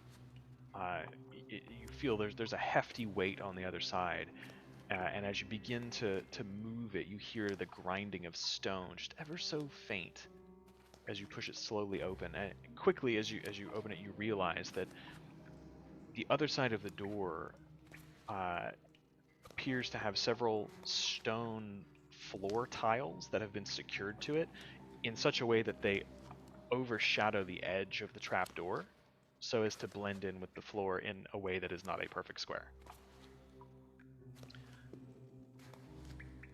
And that leads... you kind of get it open just enough. You see it's pitch dark. You listen a little. There's no sound. Poke your head up, and you see that you are in a cellar or a storeroom of some kind. It's totally dark, totally silent, but you can see that the floor is cluttered with boxes, crates, chests. The walls are hung with sturdy wooden shelves. You can see like simple arms and armor, stacks of provisions, other equipment necessary for the operation of the fort, just kind of scattered all over the place. There is an arched doorway on the eastern wall, the door kind of standing ajar, and you can just make out the dim outline of stairs that ascend in a spiral beyond. So theoretically, just up those steps for a long ways, and then we find the lich, and then we kill the lich, and then we do the thing, and then we're done. We're in and out. 5 minutes. Sounds good. Yeah, that'll work. Yeah, should be easy. What could go wrong? Okay. Now, Galatar, didn't you say you saw your stitched friend in front of a door? Yeah, I wouldn't call him my friend, but yeah, he was in front of the door. Okay, well, Could it be this door? Well, it was in front of a large double wooden door, so Is this large? And I Single haven't door. seen. Single door. We're good. Don't panic. I'll crawl up into the cellar. For reference, how long have we been since we started entering the grotto, like underwater cave? Probably been about 40 minutes. With Okay, so I still have like 20 minutes left on Pass Without Trace. You cast that when you're at the ruins of the shipwreck. Yeah, like just passing through that. Probably have more like 10 minutes left on it. Okay, 'cause that's it what I took a thought. while to get up into the cave. All right. Yeah, I guess we'll climb through the thing. So as the rest of the party makes their way up the ladder and kind of squeezes through the trapdoor, Kala, with your passive perception, you notice that there are some dark spots on the floor. The stone tiles are stained. And there are places where these stains have kind of been dragged out in little streaks towards the door.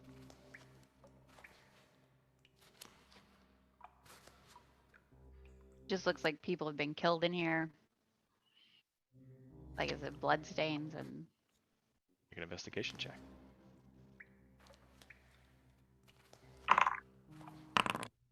18. Definitely people's been killed here. It's a lot of blood. There are several places. It looks like several people were killed. Oddly, there are smears where bodies were dragged a ways, but there are also bloody footprints. And the drag marks only go about 10 or 15 feet before the bloody footprints take over and just sort of fade out as the blood would have just worn off the feet.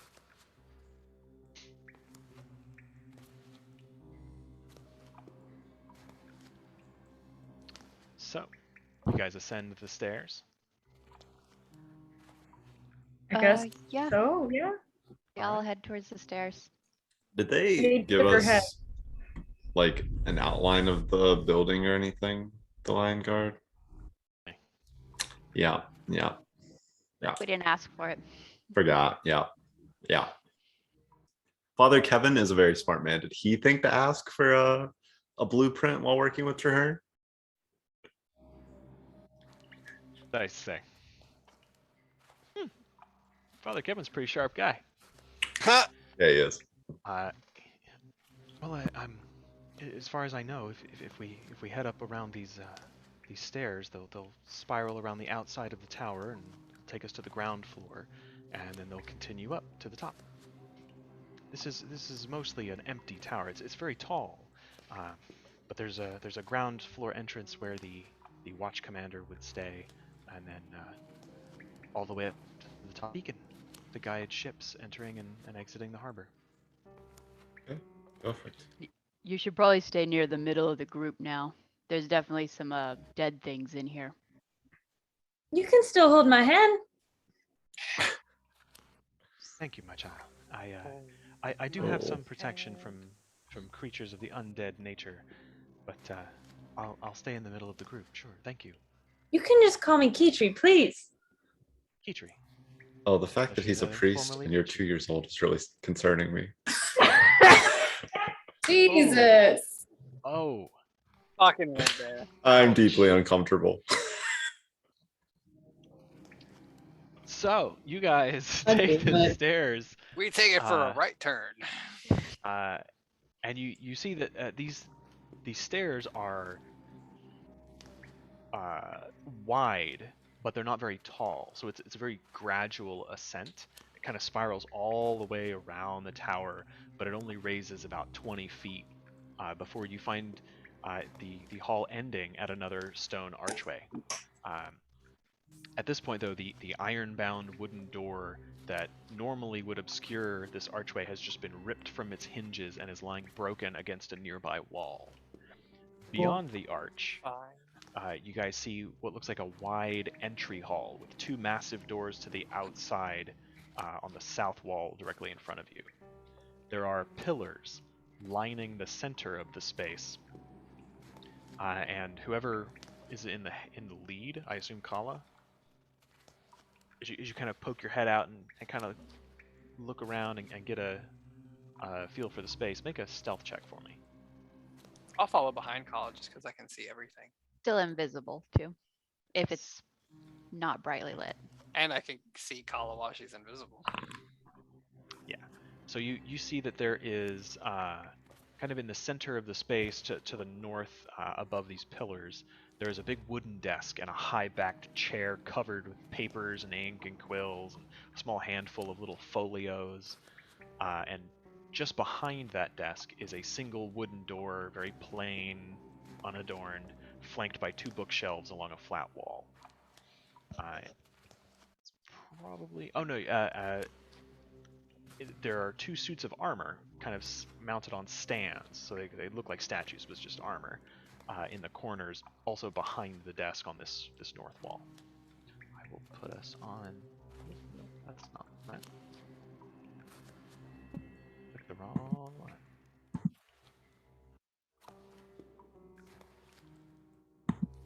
That one takes a long time to load. This one's much faster. So I will pause this for a moment and I'll make this active. Pull everyone over.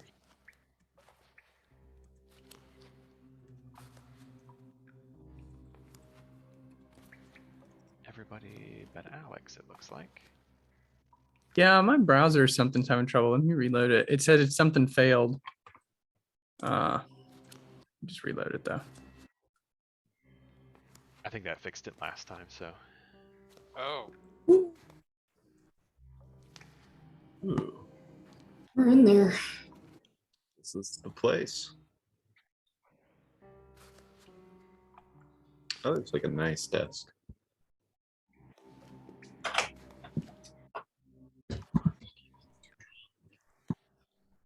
I can't fit everyone in the stairwell like they should be, so this is just kind of what you all see.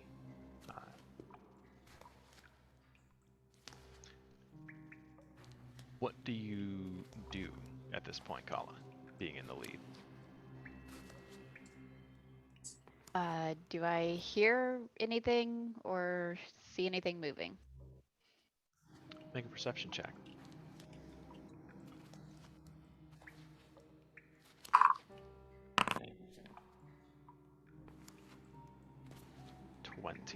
I'm gonna change the scene here quick. I think the combat music is gonna start, but just ignore that. Yeah. So you hear the sound of heavy rain and wind outside the door. Every now and then you get this slight sort of shaking as the doors are sort of rattled a bit in some strong wind.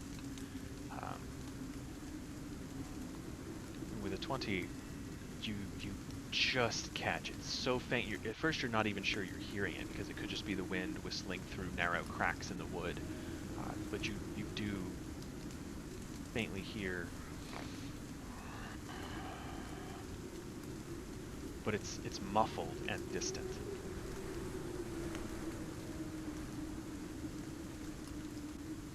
Okay.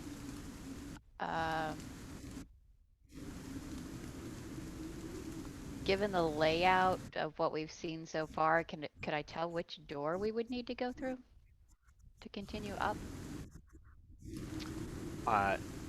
Well, so the doors to the south look very much like exterior doors. Okay. Like they would lead outside the tower. Judging from like the circular nature of the room you're seeing, there's a sudden crack of thunder amongst the rain. As you kind of move around the space a little bit, it's hard to see with the pillars and the darkness, but I think I don't know why that's turned on.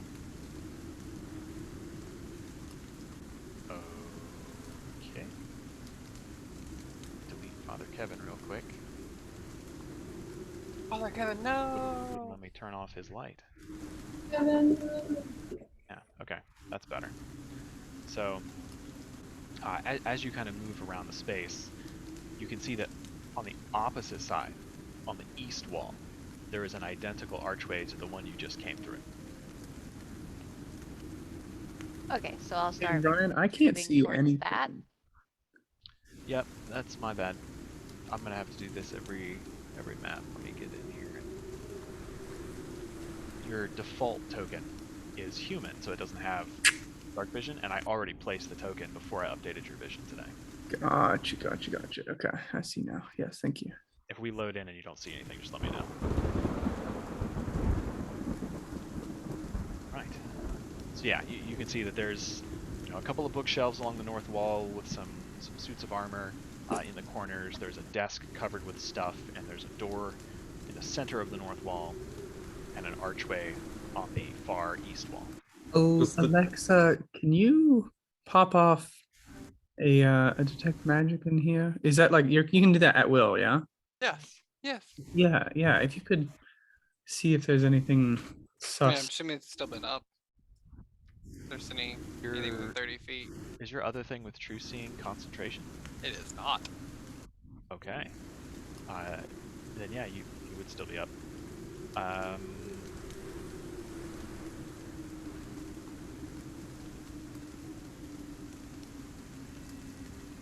You don't get any pings. It doesn't Does- do anything magical at 30 feet. Does Except this for us. desk look? How should I put it? Does it look untouched? Like it wasn't? It doesn't look like it was messed up by when the place was stormed by undead. I mean, it's kind of disheveled. There are little bits of things kind of falling on the floor, and there are like notches in the wood and stuff like that. Yeah. Okay, as we're walking by, can I take like a cursory glance just at the? I don't really want to investigate it too formally or anything, but just to see sort of what the top documents are. Yeah, a quick look. You see a couple of sketches of the fortress and the surrounding island, just like a general map. It looks like there are some nautical charts, some notes, like handwritten notes and things like that. Oh, okay. It looks like there might be a map here with some other things about the island. If you think we should take them just in case, so that we have some information on the territory around us. I think we only need to worry about the tower. Well, I mean, once we defeat the Lich, I guess, do we want to help out the Lion Guard in clearing the other things on this island? Can you read really fast? Could you just like read it quickly and then tell us or memorize it?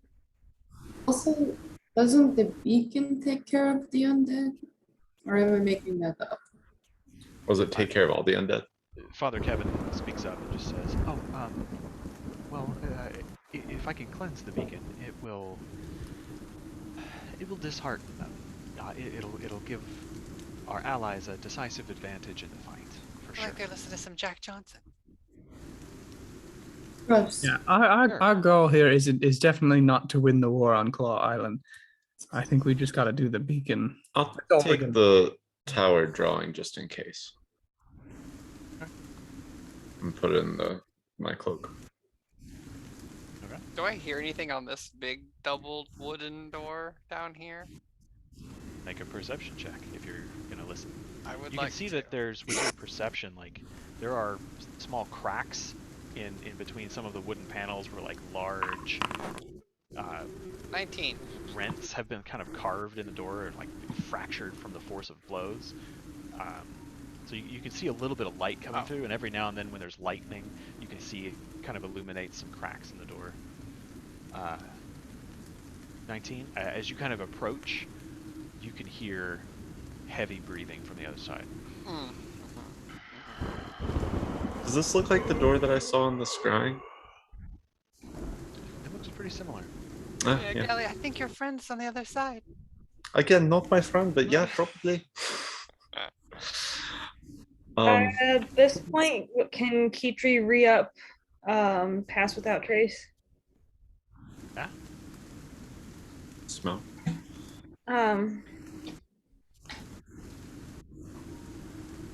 Can I cast it at a higher level? No, it's only the one level. I mean, you Never mind. can, but it doesn't do anything. I don't say I don't think it changes anything. Anyway, I'm just gonna mark it off. You guys know what this does. Mm-hmm. So did we just want to keep going forward? There's no other reason to be in this room, right? Unless we want to see what's behind door number 2 behind you. Oh, there's a door behind me too, I forgot. Door up here. Just need to go up. Am I supposed to be Perhaps we able to go see straight kind of here. through this door, Ryan, or no? Well, you're not supposed to. I just opened it. Oh, So okay. it revealed it for you. Gotcha. Kala, So you the see- door is like actually closed. Yes, it is in the- closed. Okay. Kala, you see it. This archway similarly has had its door ripped off, and there's just stairs ascending beyond it. I'll start heading up. Yeah. Kala is invisible, I think. So you guys don't know. Call us heading on up if we want to follow. I forgot Alexa Sure. can see. Guess we shouldn't let ourselves get distracted. With this. Yeah, I'll keep up with Kala since I can see her. I'll just follow behind Alexa.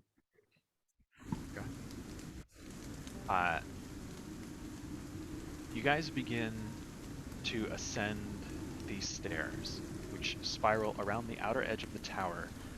And every 20-25 feet, there is an arrow slit, like a narrow window that lets you kind of get a glimpse of what lies beyond. On the northwest and west side, as you kind of spiral around, you see uninterrupted views of the open sea around you. You hear the crack of thunder, see the flash of lightning. There's bits of rain dribbling in the arrow slits periodically. It seems to be, it's not like a hurricane or anything, but it's a fairly heavy rain and wind outside. Each time you approach them, you briefly glance out, like curiosity getting the better of you, perhaps. But you can see it's very dark outside, but it is early morning. So while not pitch dark, it is dark because of the storm clouds. But periodically, you see the brilliant flash, followed moments later by the loud retort of cannon fire. And illuminated by both the dim morning light and the flashes of lightning, you can see dozens of ships on the seas. Some with brilliant white sails, these usually the ones with flashing cannons, but also a swarm of derelict, blackish brown, junky looking boats with tattered, like mildewy blackish brown sails, just sort of limp in the wind. Several different clusters of these throughout, and as you make your way around the tower, you're treated to different views, and each window you can see like small groups of these ships engaging with one another very slowly, as sea combat tends to be.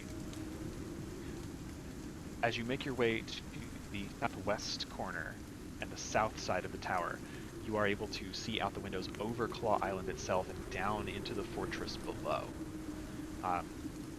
Through the first open window that gives you a good view, you can see that there are two beach approaches on the west side of the island and on the east side of the island that rise slowly and steadily up towards the fortress walls, and these are now littered with corpses. There are just scores of armor-clad fighters from the Vigil. Kind of hard to make out which is which, but you see them engaging with just vast swarms of crawling, snarling, thrashing humanoid creatures and these large, lumbering, undead monstrosities with large clubs or morning stars just raking their way through these fighters. Every now and then you see one engage with like a big hulking Norn, you know, with a big hammer, a great axe, and a large char next to him with a rifle. You hear the flash, or you see the flash, hear the retort of the gun as these forces are engaged in pitched battle. Moving further south, you can kind of see down out directly in front of the tower, several undead gathered around the entryway to the tower. Two of these large hulking patchwork abominations that are now sort of lumbering forward towards what looks like a steep stair cut into the side of the hill that descends from the base of this tower you're in down a ways and then turns at a sharp angle and then turns back again, each descending 20, 30 feet until it eventually descends down into the fortress wall, like behind the fortress wall into a small courtyard. Beyond that is an even larger courtyard that is flanked by several gates that lead out to the lands beyond, and the giant main gate to the north which leads to the docks. And you can just see this filled with swarming, snarling undead creatures just sort of scrambling and shambling over each other, up the walls, over the walls, dropping, rolling, and picking themselves up, snarling and screaming. And you can see cannonades from the ships at sea, some of them pulled close enough in that they're trying to assault the very walls of the fortress itself. The battle, it seems, is fully underway. As you continue around, rising higher and higher in the tower, you periodically pass more windows and the same scene presents itself over and over. Eventually, you find yourself at the apex of the beacon tower. There's a space in the ceiling above you that is open, and above you, high above, about 20 feet above the level of the highest floor, you see the high roof of the tower. It's like a conical sort of pitched roof. It appears to be supported by thick stone pillars to create an open air sort of breezeway from which one would have a commanding view of the seas and the island on all sides. Kala, you being invisible, first everyone make a stealth check. You can add +10 to this because we still have passive space. 19. Thank goodness. Oh, Brina! You plus 10. Erickson. I literally had the conscious thought, when's my luck gonna run out? Because I've been rolling all right. It's right now, baby. It's a good time for it to run out. I mean, now, not in combat. Yep. Oh, yeah, I should probably... It's a +10 with pass without a trace, but I mean, Okay. Yeah. So this this is like a large observation sort of area that you could look out onto the entire everything. width of the tower. And there's like the opening so we can see up there. Like we can't see what's up there, but we can see up into the space. Yeah, you're looking right now through like an opening in the ceiling of the hall that you're in that kind of spirals around the edge of the tower. And yeah, so like you're seeing up, and you can see like the edges of the couple of pillars that are close. There's one right at the head of the stairs, and you can see the roof above your head, and you can just see like a little bit of sky off to your left, like over the edge. You can't quite see like the edge of the wall, but you can see that it is an open space. So we can't quite see into the space yet. Not quite. Yeah, you guys haven't quite made it up to the top yet. Okay, can you let me know as soon as we can see into the space? If that's before we engage in combat. So what's your marching order? I know Kala's probably going first because she's invisible. I'd like to follow up the rear, unless I should not I follow was up. going second. Yeah, I'm going right behind Alexa. I'll be in the middle holding Father Kevin's hand. Weird. Alexa. Ooh, Alexa wow. Fingers second. intertwined, touching. So lewd. Galatar behind Hands, Alexa. kitchen hands. Yeah. Are you behind Galatar or are you further back? I cannot see. Like, are we still in this little chamber? We're still in the same room. No, Okay. I am about to place you on the new map. I'd like to be towards the back, but not quite like not the back, like maybe second. Yeah. Brina's bringing up the rear. Okay. Be in front of her. Okay. Yeah. Tree will be behind Father Kevin. Okay. So, let's see. A nat 1 on a stealth check. Hey. I thought we Everyone forgot else got about really that. high. Also, Pass with without pass a without trace. trace. It's Yeah. still in that one. Yeah.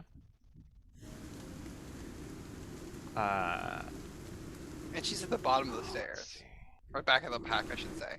My shield just falls off the back and clink, clink, clink, True, clink, it's clink, very Like clink. that scene in Lord of the Rings where it just falls down the well. Oh yeah, that's like a horrible scene. Yeah. Bro, I need to watch Lord of the Rings again. Dude, HBO Max is the best. You can just watch it anytime you want. I do love my Max. Yeah, but I've rewatched it like 2 or 3 times since they put it on there. So.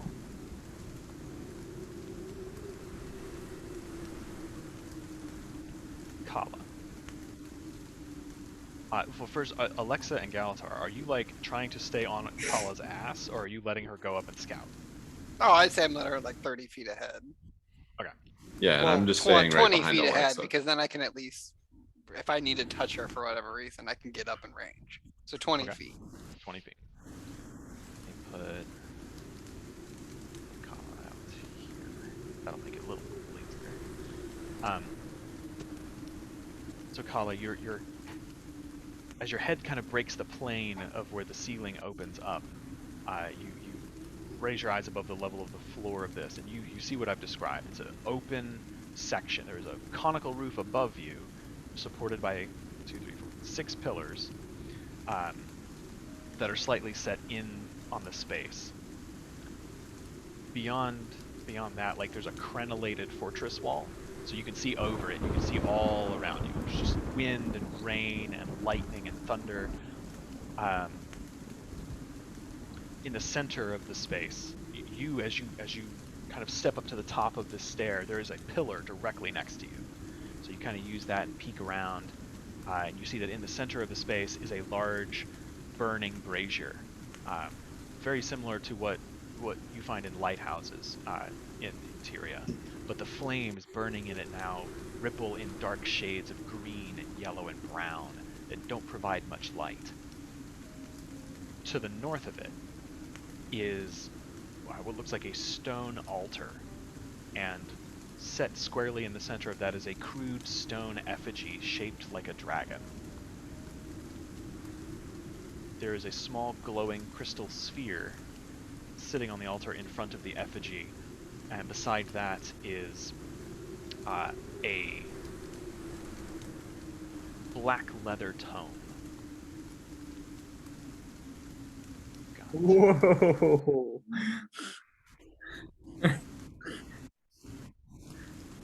Go to the dark side, Kala. Yeah, and there are like little candles kind of scattered around it, but they're barely providing any light. They flicker wildly in the wind. You can also see 15 feet in the air between the altar and the brazier is a humanoid figure in long, draped red robes with gold accents, but the brilliant red color long since faded. The robes themselves tattered and full of holes with what look like dark, moldy spots. The creature's head is virtually a skull. It's gaunt, the flesh pulled tight and gray, splotchy dark brown spots. The eyes a sickly greenish yellow, faintly glowing in the dark. Its mouth almost skeletal, the nose shriveled and nearly gone. Its skeletal fingers stretched out towards the brazier as it intones a repeating chant. Alevos terlaini kallinar. Alevos terlaini kallinar. And that's what you see. I'm gonna pull out my bow and just like look back at Alexa, Well, don't do it. but I'm not. I'm not gonna say anything. Oh. Like She's hopefully got she her noticed. bow out, Yeah, and then and I'm it gonna looks try to like- like sneak up and get into a good position and wait for everyone else to be ready. Okay.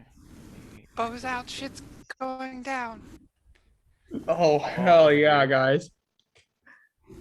go. She's already broken the plane, so however we want to move Alright, up. it pulled everybody. Alright, cool. Okay.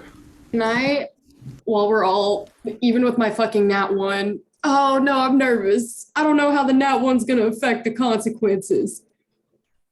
I was gonna say, can I scooch up towards the front, but I don't want to deal with the consequences of my actions just yet. Never mind. I'm just gonna sit, and we'll see. The time will tell. I will. Yeah, I'll do something dumb. I want to attempt to go prone and crawl up. Is like this like a big? I'm assuming big. It's a fairly big blockade. pillar. Yeah. Yeah, I just want to hide, like, crawl and hide behind it so I can be up a little bit. Okay. But be prone, like I'm straight, trying to get 3/4 cover, basically. You rolled a 19 with pass without trace. Yes. Okay. Can Yeah, I'm gonna try to move like back here. So, yeah, I will prone myself. Seeing them move up, can I go ahead and cast greater invisibility on myself? And then sort of activate my blade sawing move just up past Alexa? Yeah. Would this Roll a 20. Okay. block my sight, the lighthouse bit? No, I can it's, see yeah. over it. Okay. Yeah, it's maybe 3 feet high off the ground. The flames are a little higher, but it's the lich himself is like 15 feet in the air floating. So. Okay, then yeah, I'll just be right here waiting. Yeah, well, I guess I don't. Yeah, Birdie will also kind of very stealthily sneak up with his 22 plus 10. As you all begin to, I will retcon because I've got a lot of balls in the air right now. Kala, just before you sprint away, Father Kevin calls everyone close together, has everyone join hands, and mutters a quick prayer. Dwayna, Goddess of mercy, bind us, keep us enfolded in your loving arms. All right, let's do this. So you are, you can bond 3 people. I will say he bonds Brina,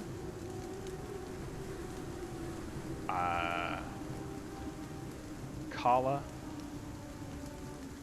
and Galatar. Bro, Let's go. Let's. That's long as you're within 30 1d4 feet. attack saves and ability checks.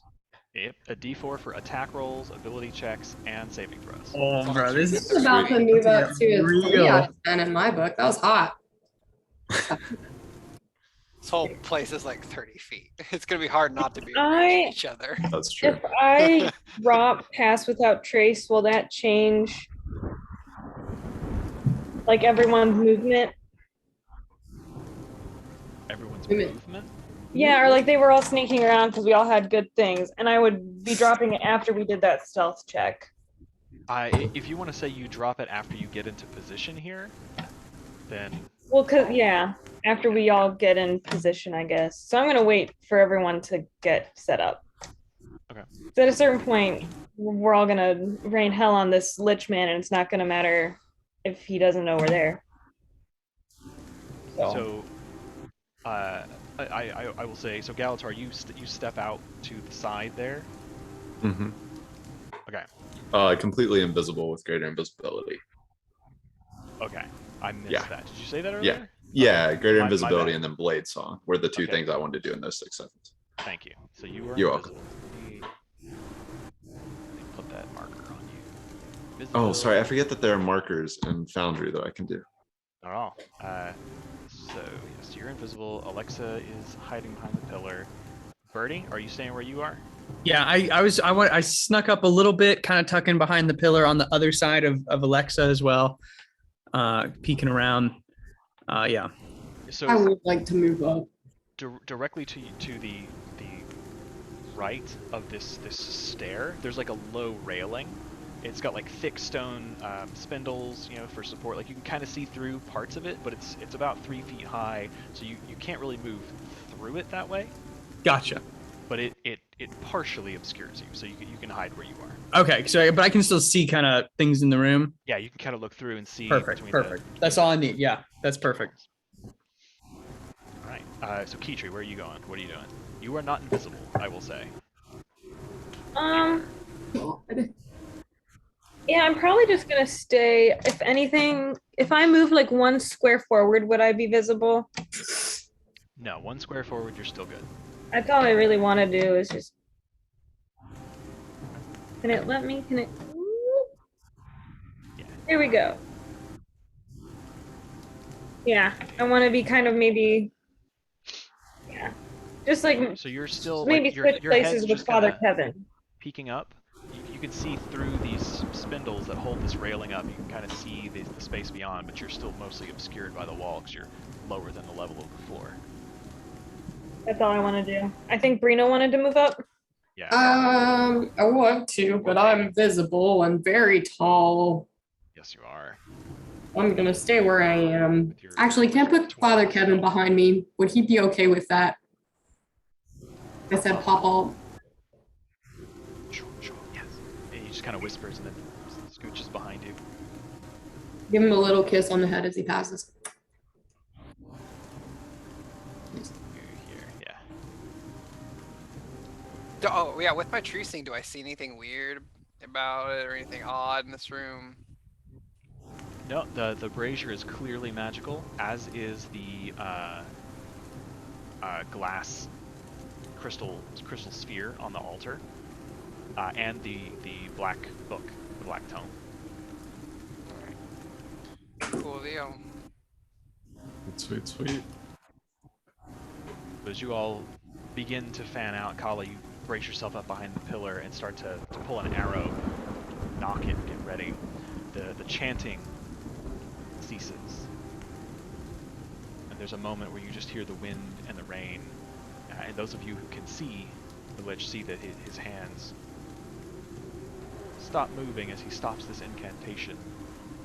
Looks to his left, pans his vision around to the right, then hesitates for a moment, and then turns back to the brazier.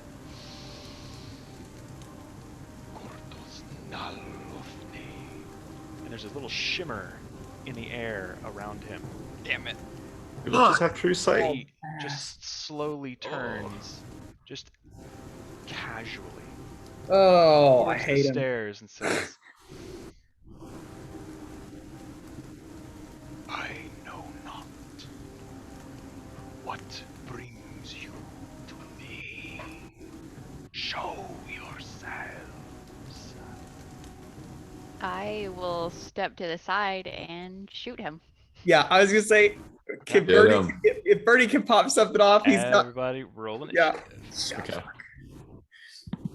Oh man. Guys, maybe he's nice. Ooh, good Maybe he's nice. He's nice. I think you're jumping to conclusions. I am like legitimately like gonna pee my pants a little bit. I'm nervous. Yeah. Oh, like this one a bit. Also, can we take a quick bathroom break? Because I don't know how long Yes, combat's gonna please. last. Combat always takes long, so yeah, Yeah. if you guys want to take a 'Cause I wanna 5-minute get some break, food I'll and go ahead stuff. pause the video. Perfect. Sounds time. good. Thank you. I can pee and Wowee, look at us. Yeah. Yeah, bad guys rolled real bad today. I'm sure Father he has no Kevin rolled. legendary actions or anything. Oh, was that with Father Kevin's extra 1d8? Yes. Damn, that Yeah, guy rolled a sucks at 4. initiative. Oh, because he wears heavy armor. Honestly, off the top of my head, I don't know what he's wearing. I don't think he's wearing armor. Oh, no, no. Wait, no, just Also, sucks. you've got low Yeah, maybe. dexterity, so keep your heads up, kids. Yeah, Hmm. Father Kevin has a 10 in dex. I guess it's really good for the cleric to go last in the round. TBH. Alright, so as we begin combat, Kala, you do have an opportunity to go first. All right.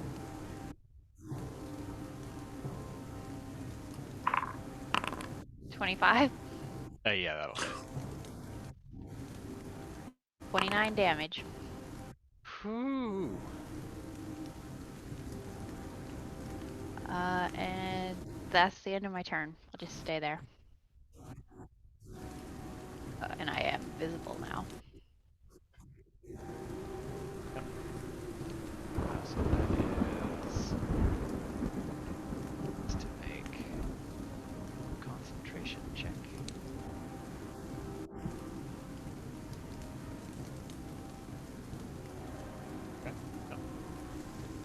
Yeah, you watch as the arrow is slightly shoved a little off course as it penetrates this thick shield that shimmers in the air around him, but it flies true enough and sort of buries it in one of his arms, and there's just this sudden intake of how dare thee.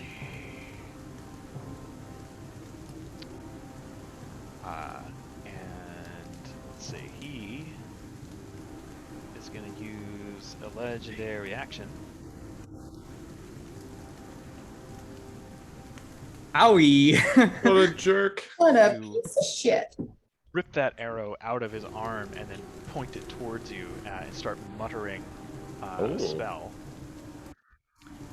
Let's see, this is going to be, I forget it, so I can do this in Foundry.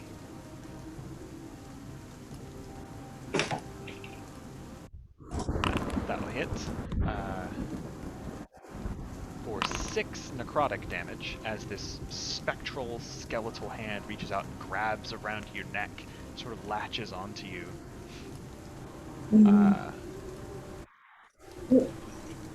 You cannot regain hit points until the start of your next turn. Oh, sorry, until the start of his next turn. Okay. To the end of the round, basically.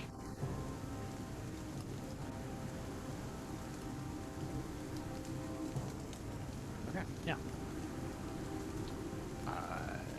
That brings it to Kitri.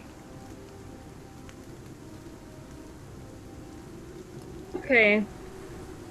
I hadn't gone very far. And he knows we're all here, right?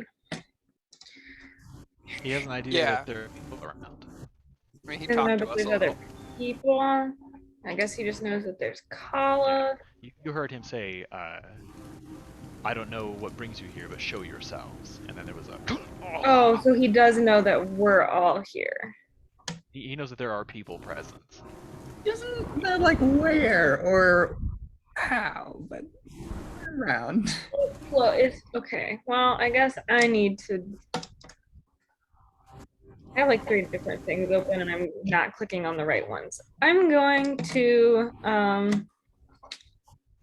Oh, that's what my plan was. Gee Willy. All right, I will drop.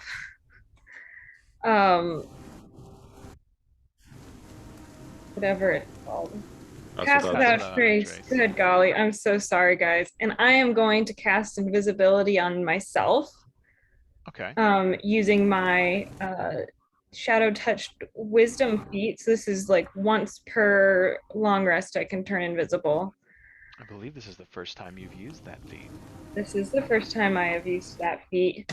And I am gonna scoot 5, 10, 15, 20. I tried to move through a wall. 10, 15.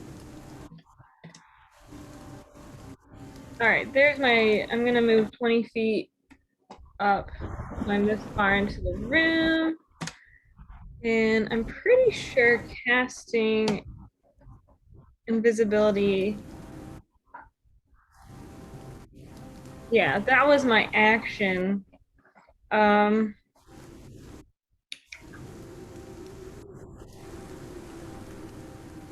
can still cast a bonus action, right? No.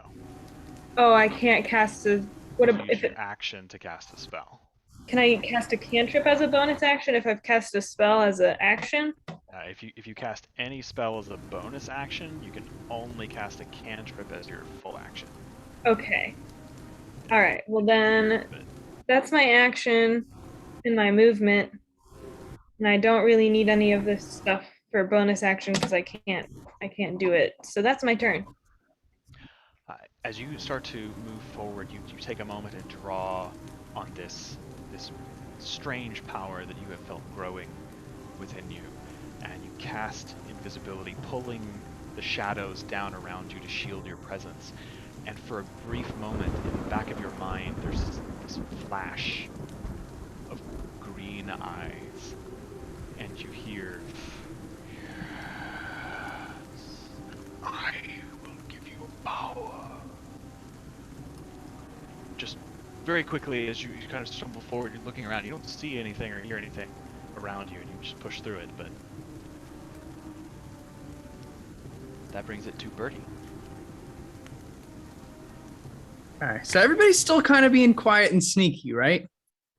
Except Kala. Oh, really? I attacked Got him. shot. Right. Okay.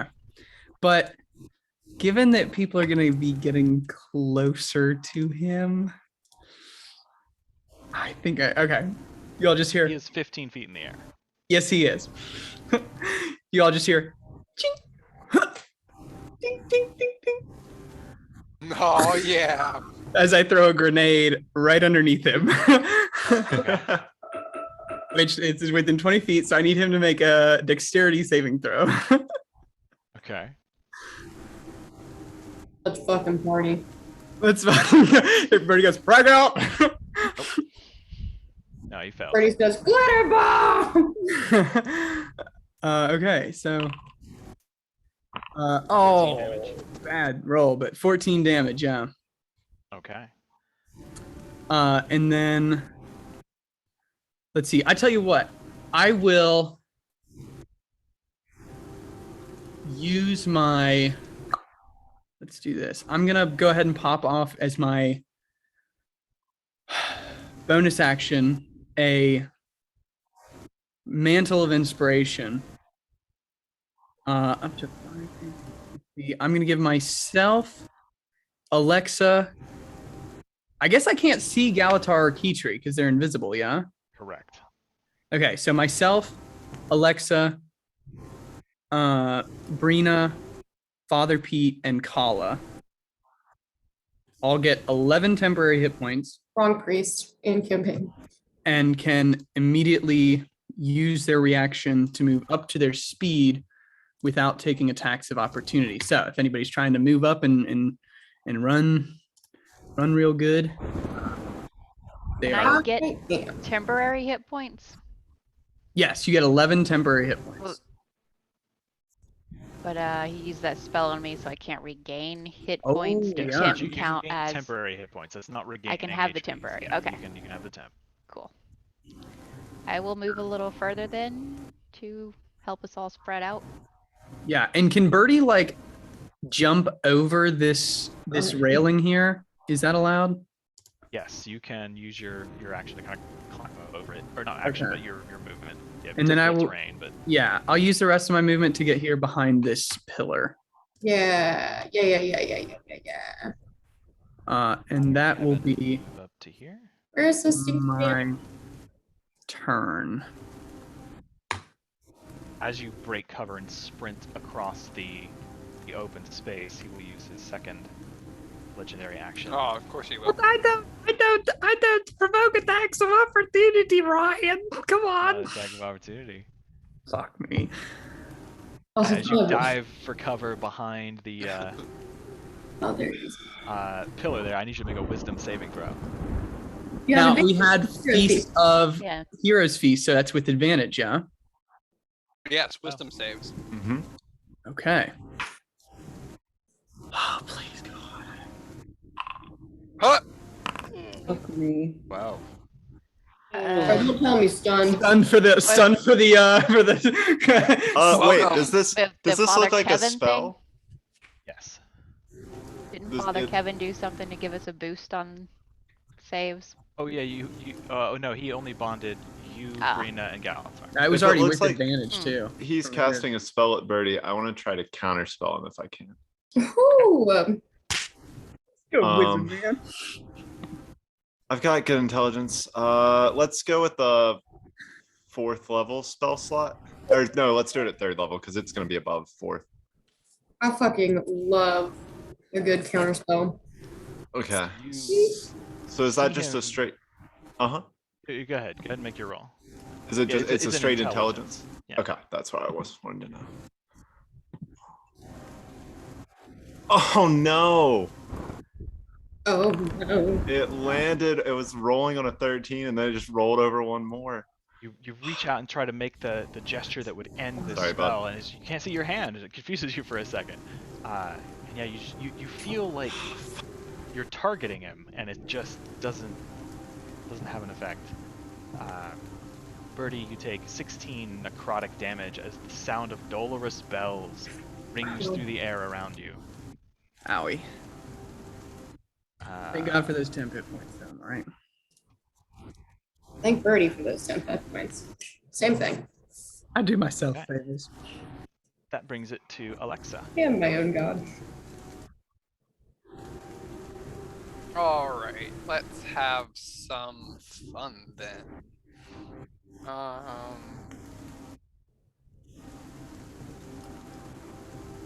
no, I don't want to make him make an int save. That's probably dumb. He's probably really smart.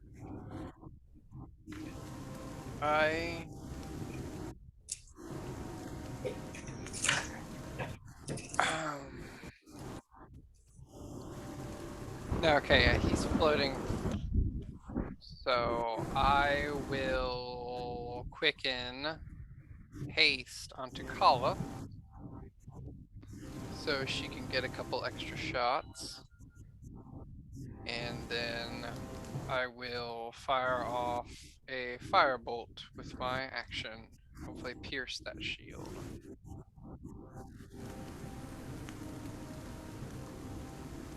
.24 to hit. Right.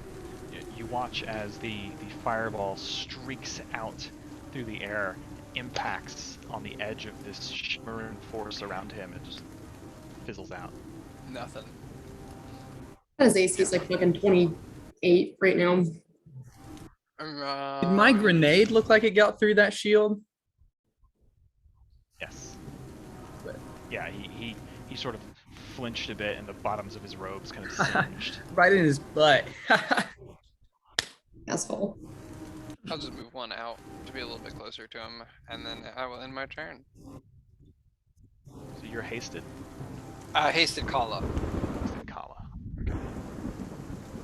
so she can get some extra pew pews. Right.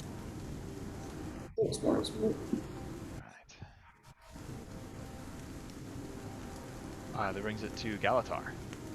Having just seen Alexa's firebolt kind of get blocked by this arcane shield, I'm gonna raise my hand, and this time I'm gonna try to spell magic on that arcane shield.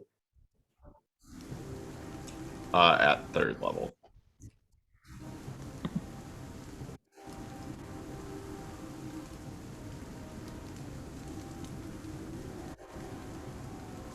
Because I assume this is a magical effect I can see.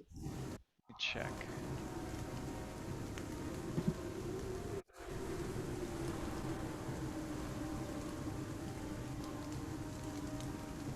Okay. Yes. Let's go ahead and make your intelligence check. Oh my god. So bad. You feel your arcane power reach around and grab the edges of this shield and start to try to dig into it, and it just can't purchase. Oh man. And the spell dissipates. Yeah. Although Okay. That was an ability check, so roll. Oh, because do I you're get to add a bonded, D4 to So it? yeah, roll a D4. Oh, I forgot that was an ability check. Okay. I don't know if that's gonna help, but it's a 2 Okay. Yeah. for 14. You're just not able to grab hold of that with your dispel. Okay, I'll try again later. I'm gonna move 5, 10, 15, 20, 25, 30 there. 35 and then 40 to here. And does it look like as I move that the Lich is tracking me at all? Does it look like this Lich can see me even though I'm invisible? Do I Perception check. You're casting a bunch of spells and dodging between your people and walls. And Sure. See what you Yeah. can determine. Let me tell you, it's Inside his 10. shimmering field. 10. Hard. It looks like he's kind of focused on Kala and Birdie and Alexa in the south direction. His head certainly doesn't turn, owl-like to follow you or anything. But Yeah, then I feel hard comfortable to stopping right here in the middle of the floor. Okay. You get a D4 on that. And as that's well. oh man. 14 wouldn't change it. It's all Yeah. good. Okay, cool. Well, that's the end of my turn. Okay. At the end of your turn, he will use his last legendary action. Oh, great. Love that for him.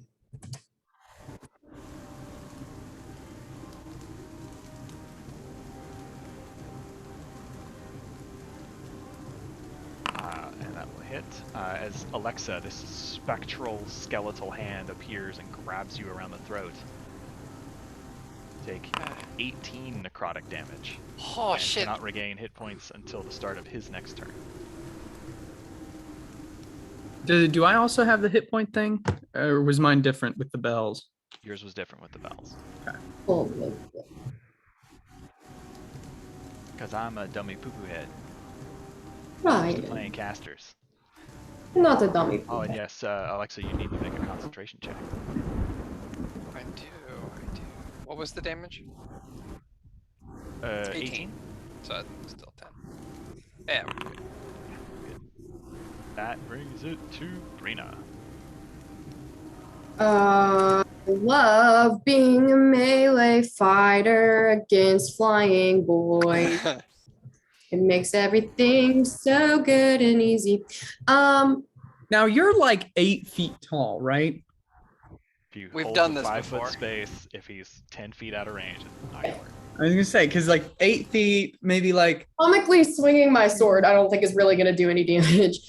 I think I've tried. First and foremost, I would like to rage. All right.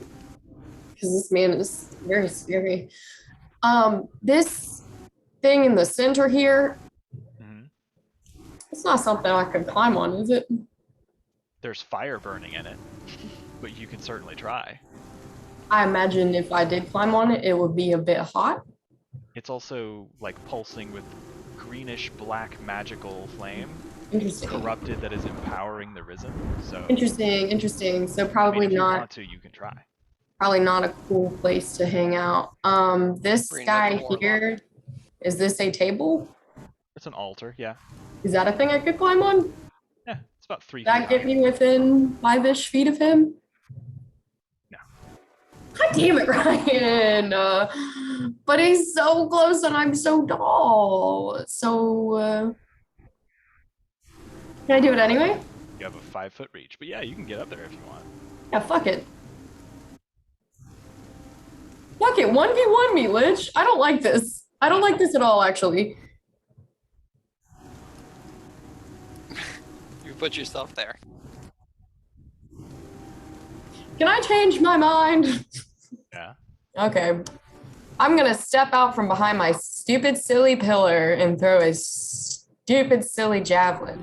Is there any way I could douse it in holy water beforehand? Probably not. That would be I figured an it's more action of to a- do. Oh, jeez. Oh, jeez, guys. This is just such a pickle, isn't it? I'm sorry that I'm just having such a difficult time today. Why is it not showing up? I'm really sorry, everyone. I don't know where all of the things went. I'm freaking out. I'm sorry, it's not showing up in my DVD. You got your real dice handy? Nope, it's in the other room. But that's okay. It's a +10 to hit. And then fucking.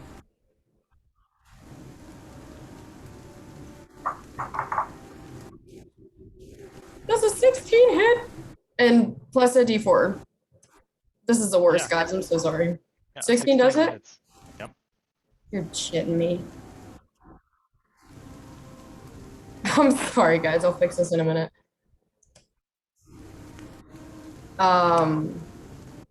It's 1d6 plus 6.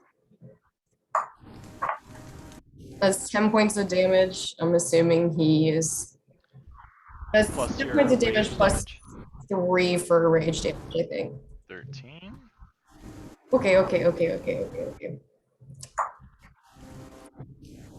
And the next is a dirty 20. the next. I get to attack twice. Yeah.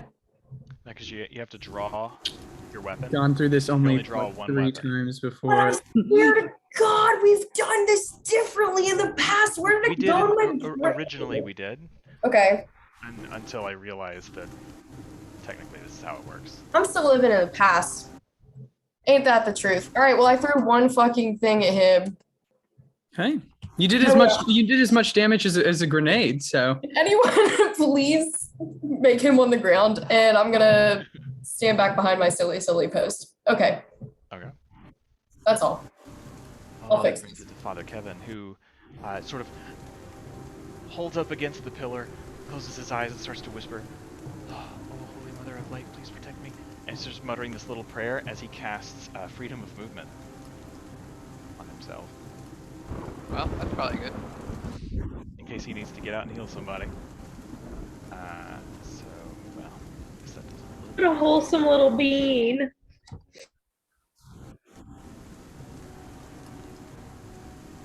Yeah, he sort of like takes to the ground. Everybody okay? No one's replying. Bert's mean, like, got another grenade in hand. He's like, yeah. I have a little bit of blood in the corner of my mouth. That's not bad. That brings it to the Risen Prince Ellasal, A Risen Prince. He's got a name. who then opens his arms wide and turns 360 as he mutters an incantation. I would like to counterspell again if possible. I was there. Lord, here we If this go. looks like a He's- spell. It absolutely is a spell. I'll try counterspelling him. Okay, what level are you counterspelling at? Just a 3, man. Okay, make your intelligence check. Come through. There we go. That's an 18 plus the D4. So that puts it at a 20. Yes, sir. Yes, sir. Time to eat. Let's go. I think that stops him. I think it's just 10 plus spell level.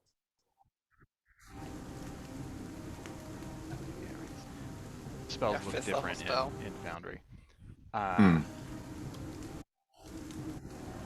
So, Oh, is he going to counterspell my to counterspell? weave this enchantment, you reach out, and this time, like, you feel your spell target him. And as the magic lunges You son of forward, a jerk. he just continues chanting, and each of you needs to make a Constitution saving throw. Did he counterspell my counterspell? What is this? He did not. You He has Wait. 6th know level your spell spell. targeted him, and it just had no effect. What? Take it through the shield. Oh You my son of a gun. Wait, I wasted God. that. Watch as we're all God. about to get stunned. Con save, you said? On save. Fuck me. Okay, so that's 16 and then add a D4, right?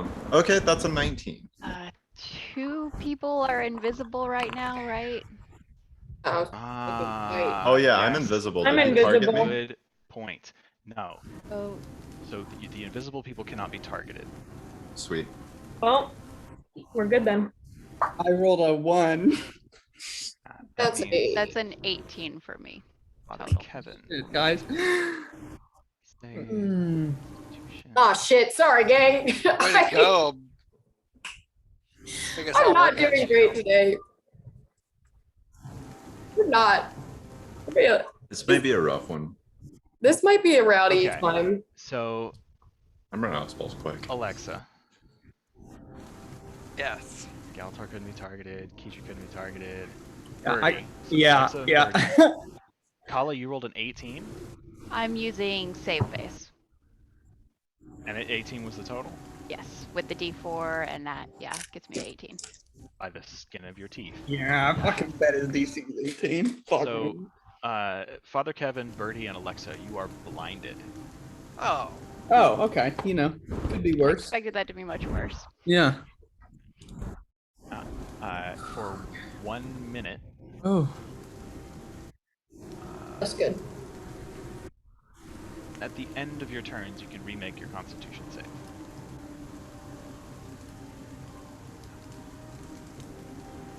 And as the spell finishes, he just grins this skeletal grin and then raises his head suddenly and screeches out this horrible, ungodly.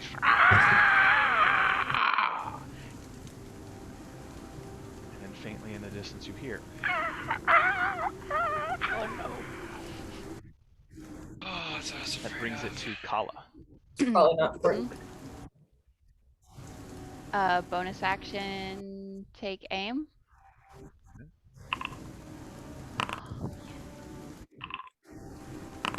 Oh god, a crit?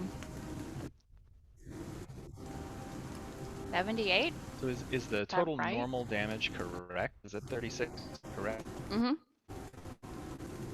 Okay. I think I fixed the crit rolls in this so that it does the max for base damage. Although that may have just been for me. I think yours were doing it anyway. Right. So That's an insane hit. no, What?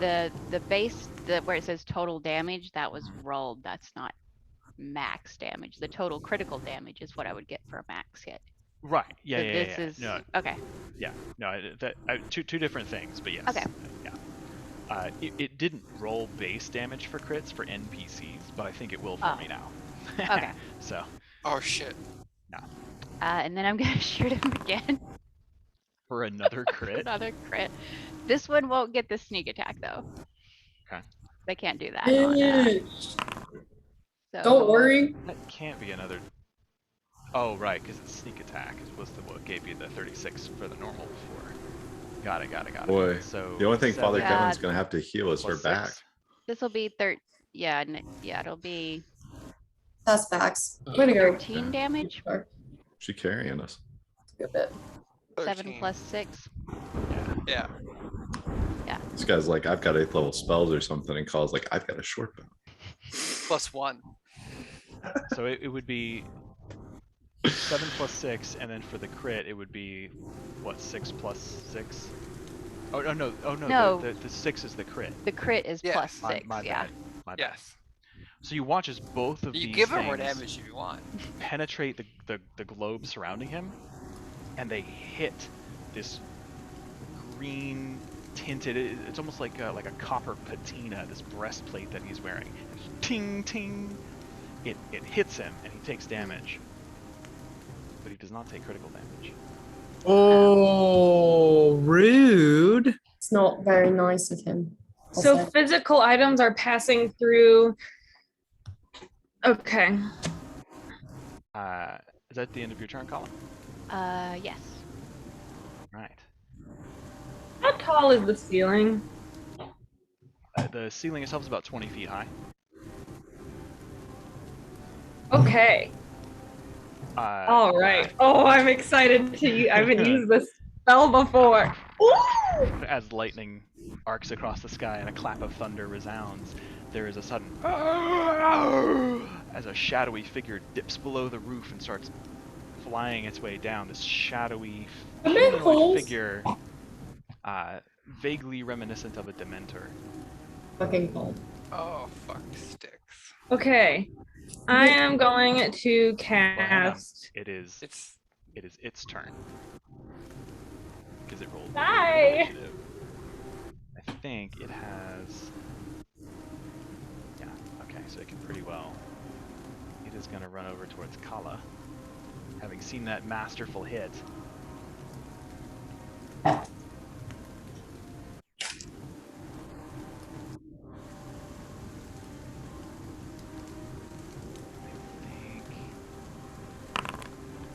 That does not hit. It's a 12. So this creature dashes down out of the air. It doesn't really have legs so much as like a trailing, wispy, smoky, ethereal form. But it starts almost swimming through the air towards you, and it pulls up in this horrible visage, and it starts to suck the life energy out of you. But you manage to kind of duck behind the pillar and avoid the brunt of that hit. Does not do any damage. Make sure I know this works properly. One moment. Yeah, okay, so it has to hit. Yeah. That brings it to Kitri's turn. Yeah. All right, I'm going to use the Amulet of Elemental Attunement. So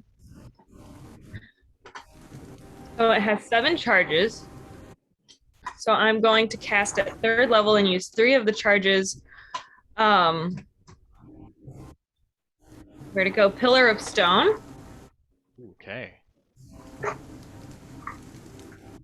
I don't know why it rolled dice for it, but I'm Just roll assuming some it's damage. showed up. Okay, now I gotta read the description for you. You cause a pillar of stone to burst from a point in the ground that you can see within range. The pillar is a cylinder that is a diameter of 5 feet and a height of up to 30 feet.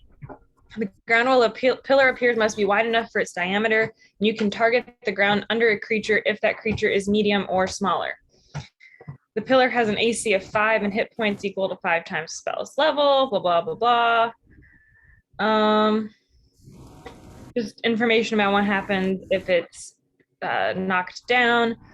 If the pillar is under a creature, that creature must succeed a dex saving throw or be lifted by the pillar. A creature can choose to fail the save. And if the pillar is prevented from reaching its full height because of a ceiling or other obstacle, a creature on the pillar takes, at 3rd level, 3d6 bludgeoning damage and is restrained, pinched between the pillar and the obstacle. The restrained creature can use an action to make a dex or strength check and use against the spell's save DC, and on a success, it's no longer restrained. It must either move off the pillar or fall off of it. Sorry, that was a lot. It is. At 3rd level, you conjured 3 different pillars, and you can place I them thought pretty it was well anywhere one. within range. No, it's 3 different pillars at 3rd level. Oh, and deal for each. Oh, well, okay. Now, I assume you want one of them to be under him. Yes. So we'll put that here. And then I'll Where would you like the throw other 2 to one. go? I'll throw one underneath the guy who just came up to Kala. Okay. And I like the 3rd. I don't know. I'll put the 3rd one. Can you put it like up here in this corner? Why is my thing not letting me I click? kind of hold the left click down for a couple of seconds. There it is. Just throw it up in that Right there? corner because, yeah, no one else is here and I don't want to hurt anyone. Okay. Yeah. All right. So they need So to make because you dex told me the saves. ceiling is like 20 feet and it can go up to 30, they both need to make their dex saves. So the And Ryan, did he make a con save off Kala's hit? On check. he did not. Thank you. That would be A few. 18. Is that what you credit for? Was 36? Just the Yeah. regular damage was 36. Nice. But doesn't it count the total damage? It's half hang the on, total. hang on. I don't know. I mean, that would be 78 halved. Yeah, but I assume the crit damage doesn't count. Oh, so- shit, that's right here. Yeah, and crit damage that's- doesn't I count, so forgot yeah, about it'd that be part. 18. I forgot about that part. And then another one for 10. So what was half of 36? 18. 18. 18. That's pretty intense.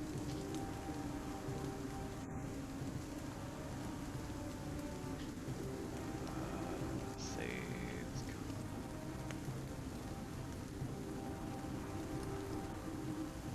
Alright, yes, he does save. Okay, and then he has to make another one. He only has to get 10. Yeah, just space. For what? I hit him twice. The second hit was only 7 damage. he rolled 2. Okay. Oh, Yeah. Damn, he saved on the 18. Ah, it's too that good. was a good fucking hit. The shadowy figure attacking Kala fails its save by 1. So this pillar of stone erupts from the ground and smushes it against the ceiling of this place. It is pinned between them and it takes 12 bludgeoning damage. Oh. There's just Kala just all of a sudden just coming up from the ground, pins it to the roof, and you hear as it's taken up 20 feet above you. Fucking sick. The one up to the north just bursts up and smashes into the ceiling. The one beneath Prince Ellasal bursts out of the ground, hits the bottom of this sphere, and just stops. Like a stepping stone for Bruno. Is that possible? You know, we'll talk about it. Well, it's 15 feet up in the air. well, technically it would be. Hang Or on. a 10. minute. It's How lower big's than the that, sphere? right? I take that back. That it erupts maybe like 2 or 3 feet out of the ground. The orb around him is a 10-foot radius. It doesn't look like that on the thing because I can't make the effect do that. It bends it all weird. But yeah, so if he's 15 feet up, there's about 5 feet. there's like 3 to 5 feet where you can see this pillar formed, but that's about it. Never mind. Oops. Yeah. That was so exciting. Right. Okay, that was my action. I'm not.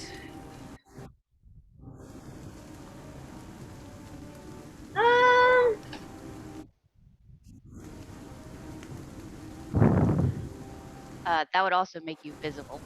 Yes. I was Oh, just yeah, gonna it say would. that's So then one I'm- visibility. Okay. Well, then I'm gonna say fuck it and use my Valiant Wild Shape to bonus action turn into a giant eagle. Hmm. Caw, motherfuckers. That's action, bonus action. And then I'm gonna not take my movement and I'm gonna stay where I'm at. And just be actually put me like equal to his height flying, I guess, like 15 feet up. Okay. Alright, that's my turn. Cool. At the end of your turn, he's not going to forget. He's going to use his legendary action. Let's see. Kala hit him, although he can't really see her well. So He does not now that he from the sees the pillar. giant eagle thing and the pillars of stone, he will try to hit Keecher.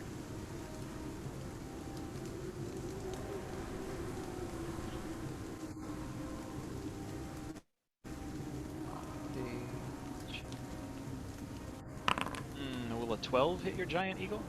It has an AC of 13. Oh shit! You rolled a 2. So yeah, you see this spectral skeletal hand like appear out of the air, but you manage as you're flapping to get away from it. That brings it to Birdie's turn. Okay, Birdie, blinded. He's gonna put his back to this pillar, and just kind of like scrunch up, but he is going to cast slow, and he's gonna put the cube in the center of the room, and he knows he wants to target the Lich Man and whatever ungodly thing is making that noise over by Kala.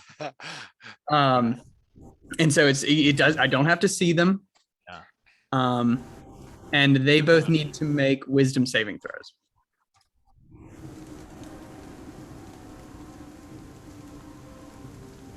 Oh, the wraith creature fails. Okay, good.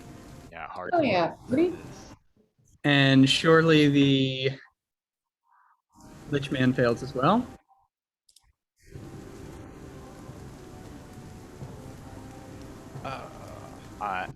You cast the spell, and you can feel it take hold in at least one target. So you are concentrating on Get it. away.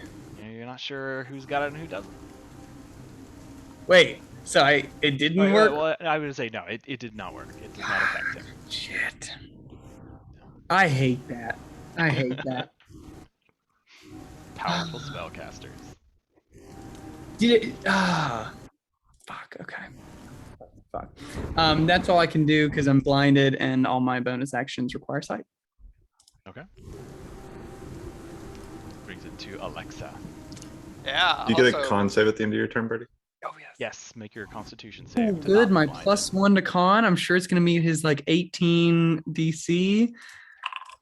2 again. another natural one. Great. Wow. Well, Negative energy. I have found the bard's weakness. oh, bro, the Bard has so many weaknesses. Okay, let's give him a break. Alexa. I am going to blindly stumble back until I can at least feel the railing just to back up, and I can at least hear some pillar of stone smashing something to my right. So I will blindly cast at whatever that was. Firebolt, that is. Okay. 19 with disadvantage. Damn. That hits the creature for sure. So yeah, 26 fire damage. It also has a -2 to AC Oh, thank you. because it's slowed. It's a low AC anyway, but I'll try to remember that -2. But yeah, that's pretty much gonna be it, because I can blind and I can't do anything else. Okay. But then I will make my con save. Yes, make your con save. Still Shit blind. as well. Fuck me. All right, I'm gonna have to. Father Kevin and I gotta get to work here. So that brings it to Galatar. With a mixture of awe and frustration, I am going to cast Dispel Magic again at 6th level on his thing. Fuck. Fuck yeah. 6th level, huh? Yeah. It's as high as I can go, man. I don't want to roll for it if I don't have to. Eat it, I'm eat really it, Fresh sick of it. Prince. This time as you reach out with your magic force, you feel your spell intertwine with the energies of the shield and rip them asunder as the spell is dispelled. It was a 6th level spell. Oh, thank God. I realized that I might be rolling the rest of the game and just using up all my spell slots if I didn't go big. Oh, not great though for me. I'm going to. So, does this thing that I'm next to, does it look ritualistic or important to the spell that he's doing or anything?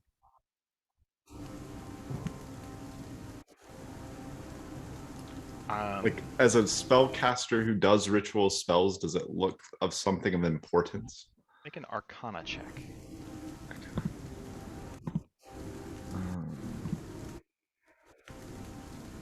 23? He doesn't seem to be actively using it right now. Okay.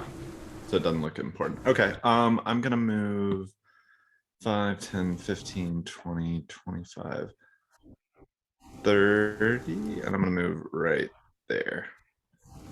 And in my turn. As this shield of invisible force sort of shimmers out of existence, this floating creature just screeches one more time, and he turns. He looks in your direction, but you can see he's trying to locate the source of what did this. He cannot see you. Okay. That's all for me. Okay, that brings it to a second wraith-like creature that descends out of the sky and curls under the lip Brina's gotta have of a this friend. place. It is actually going to attack the giant bird.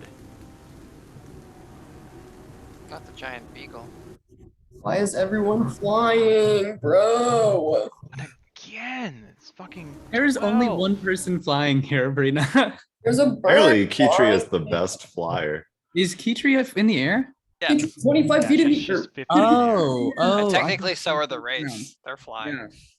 Gotcha. Yes, Well, actually, suck this it, was Brina. Do better. Get some wings. Bird Become Can you learn how to use a That's bow why I'm next downtime? Can you rage shoot a bow?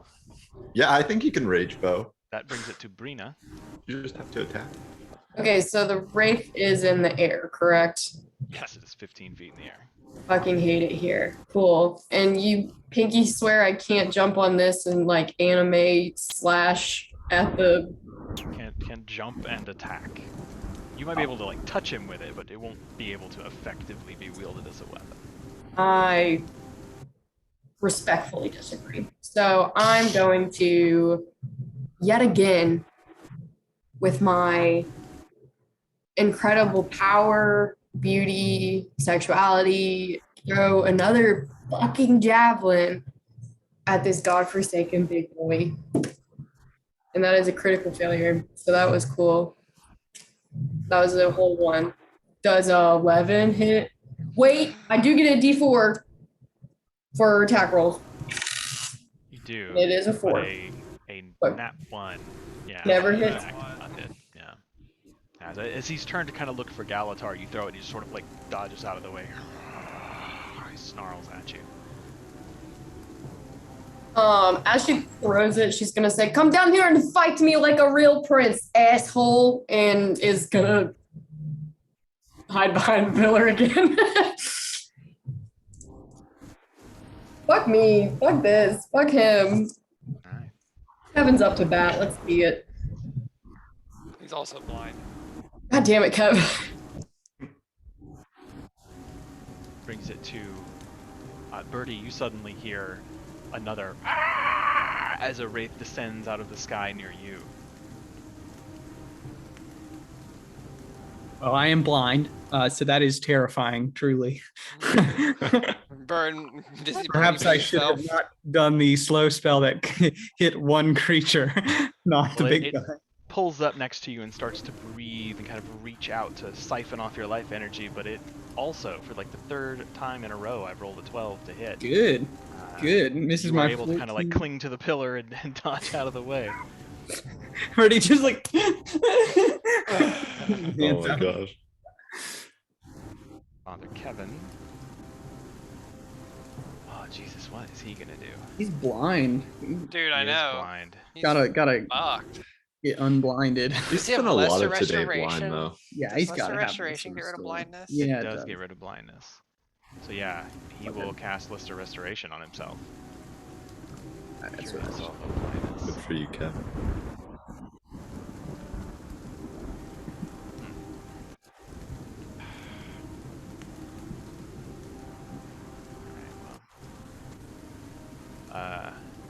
His icon's gonna stay there because his token's misbehaving. I gotta figure that out. But he is no longer blinded. He's used his action to cast a spell, so he can't do much else. But looking around the battlefield and seeing people so assailed, he will make his way 5, 10, 20, 30. He'll make his way over towards Birdie to try to help out next turn. Oh, I'm coming! I'm coming! I can't see. I can't see. Brings it to the final wraith. Comes screeching out of the sky to Brina. And is down on your level. Fucking party. Kick my ass. 8 to hit. Doesn't do Yeah. no ass. You see this guy like pull up. He's got this wavy, like misty, smoky lower half, and just pulls up his death-like visage, covered in like a shadowy, tattered hood, but does not affect you. Oh, And that will bring it to Prince Ellasal. Oh, Oh shit, there's 4 of them now? Damn. Yes. And after that taunting, he is going to turn towards you, Brina, no. and he is going to cast a spell. As this beam of green energy lances out of him towards you, I need you to make a Constitution saving throw. Does he have to see me because? Can I try to counterspell that? Yeah, if you have your I have my reaction. reaction. I'm gonna do it Brina's at 4th behind the level. pillar. Does he see her? Yeah, she's not completely obscured, and she didn't take the hide action. Oh, fair. I'm assuming at 4th Okay, level I've got to cover. roll for it, right? Gives a. What do you mean, assuming 4th level? I'm casting my thing at Oh, you're 4th casting level. at 4th level? Yeah, because I'm out of 3rd Uh, level slots, so I was wondering if I still have to roll for it. Casting it at love 4th level, you do Do not. that. I do not. Okay. Yeah. So if you're casting it at 4th level, Yeah, this- 'cause I've this used up beam all of my energy 3rd starts slots. to lance towards you, Brina, and you watch it just fizzle in the air. Okay, thank Christ, because I rolled a 2. I forgot 2 of his legendary actions that turn, that round. Oh no, the mental. Poor guy. him. I will say he is going to use one of them. He'll just use Okay. up 2 actions, but he will look at Father Kevin. Oh Christ. Leave the man alone. He's a dad. Oh, nope, he can't do that because Father Kevin is not close enough to him. Oh. Phew. true. Yeah. So, yeah, all right, we'll table that for now.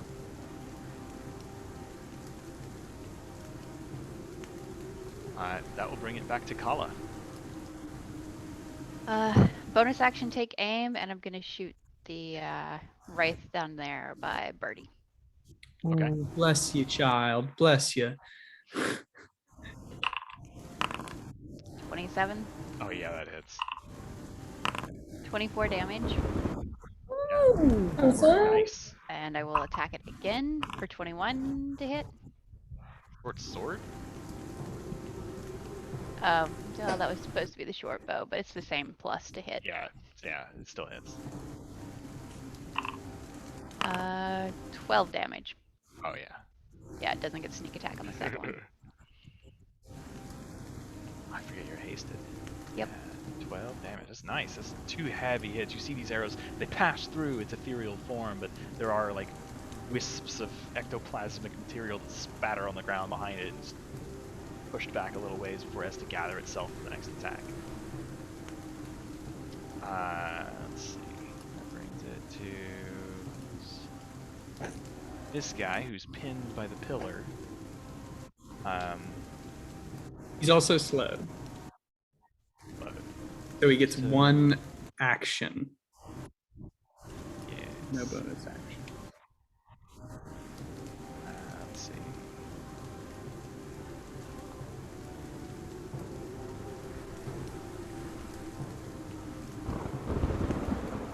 It is restrained by that pillar. Can use an action to try to free itself. This guy have? It does. Okay. It actually has incorporeal movement, so it can use its movement to move through solid objects. So it is going to move out of there. His speed is halved. So it will descend just down the pillar towards Kala, still slowed, and it will use its action to attempt to life drain her. Please don't do that. I'm gonna start rolling real dice because that's a 12 again. Ha. So that does not hit. Yeah, I've rolled 2 natural ones in a row. I know how it feels. Yeah. Founder's being weird. So that brings it to Kitri. Cool. I am an eagle. I would like to attempt to fly over to our lich friend and multi-attack him with my beaky beak and my claws. Pew I pew! will say before you do that, he uses his legendary action. I am remembering this turn. We'll cast this spell. I need Kala to make a wisdom saving throw with advantage.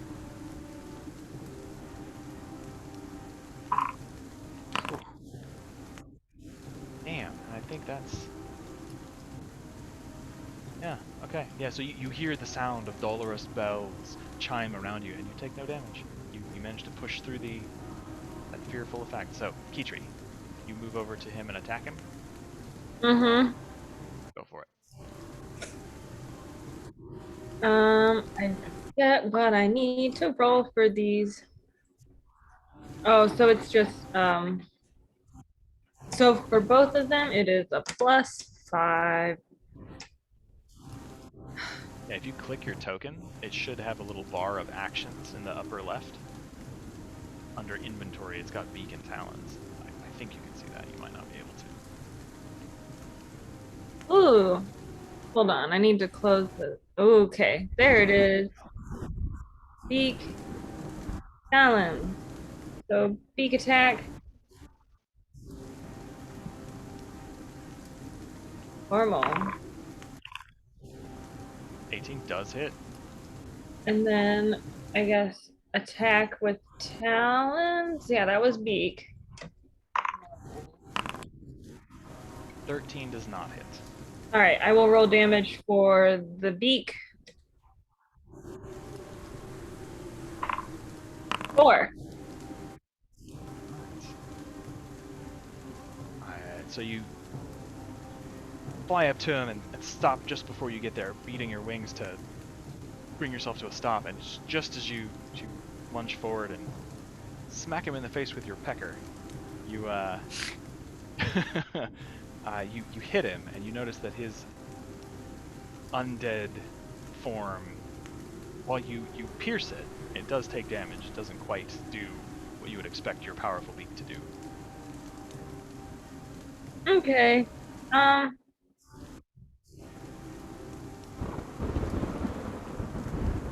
I don't want to provoke an attack of opportunity, so I'm just going to stay there, and that is my turn. Okay. At the end of your turn,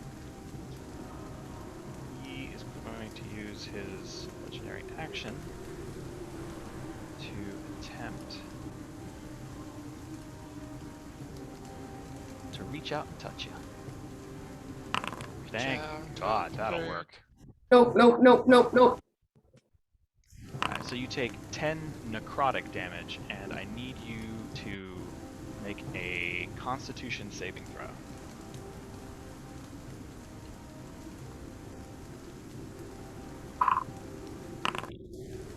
He reaches out and just boops you on the snoot. You feel this drain of energy into his finger, and you go rigid and fall to the ground. You are paralyzed for 1 minute.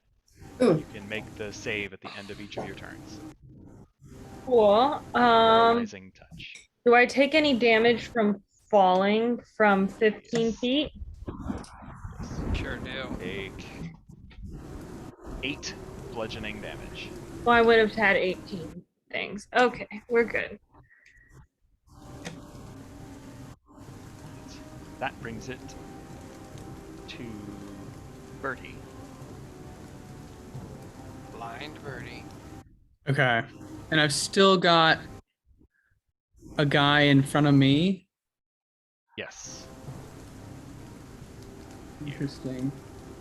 Okay. I think Birdie is blind. Did he see Alexa also get targeted with this? You didn't see Yeah. anything. Okay. I wouldn't know that Alexa's blind as well then. If that's the case, I will go ahead and use a lesser restoration on myself. Okay. And I will no longer be blinded. Alrighty. And then I can see this boy here, yeah. Mm-hmm. I tell Father Pete, Kevin. I'm like, get Alexa. As I kind of open up and look around and take stock, and I can see that Alexa's also like feeling her way around. I'll say, you help Alexa, and I will. Let's see. Who can I see? I'm gonna go ahead and pop off a mantle of inspiration. So let's see here.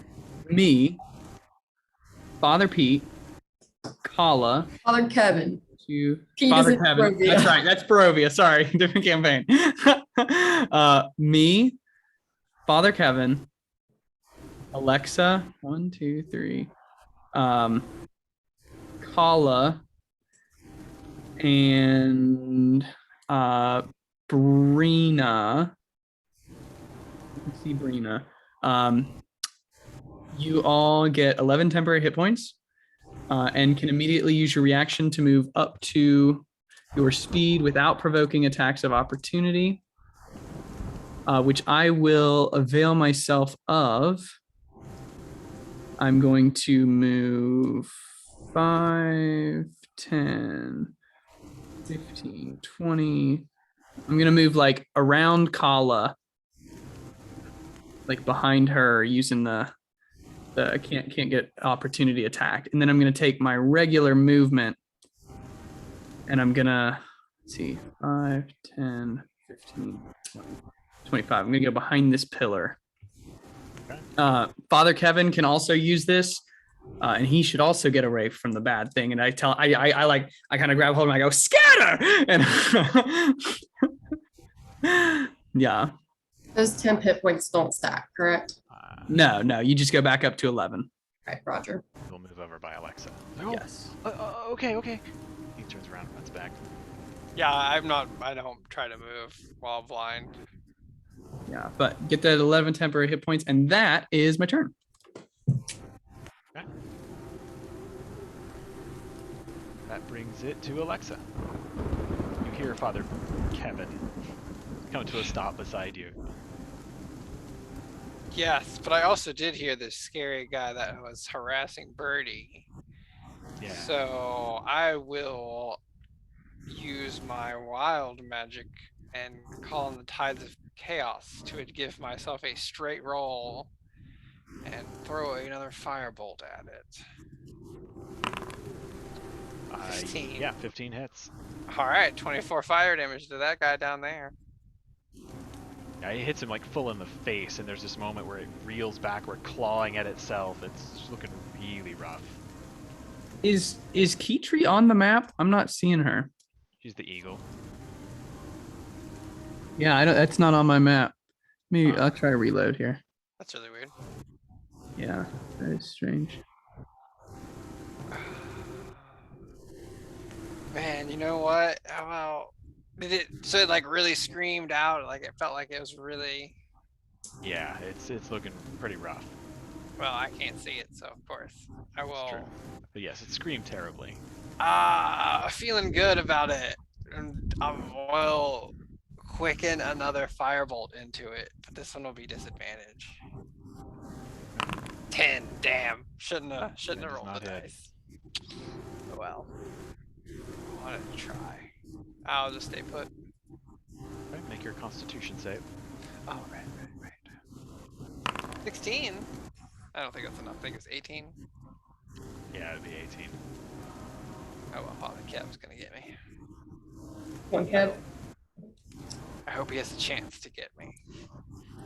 So at the end of your turn, the guy's gonna use his legendary action.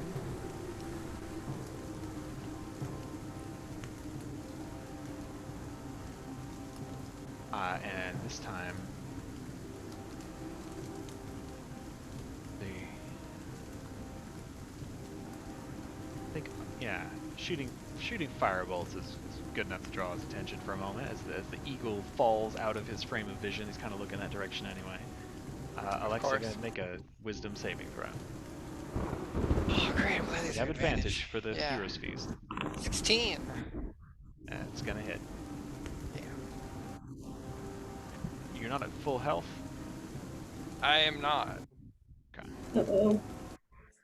Huh, that's not bad. 7 necrotic damage. Oh, that doesn't even shoot through the temp. Yeah, he rolled real low. Okay, so that's that. Brings it to Galatar. All right, seeing that we're getting a little overwhelmed with numbers, I'm going to pull out my new blade that I just got forged and then raise my hand. And all of a sudden, I'm going to teleport 30 feet away to this first guy and make my first attack with Steel Wind Strike. With advantage, because I'm invisible. So that's a 21 to hit. That'll hit. And that's 6d10 force damage.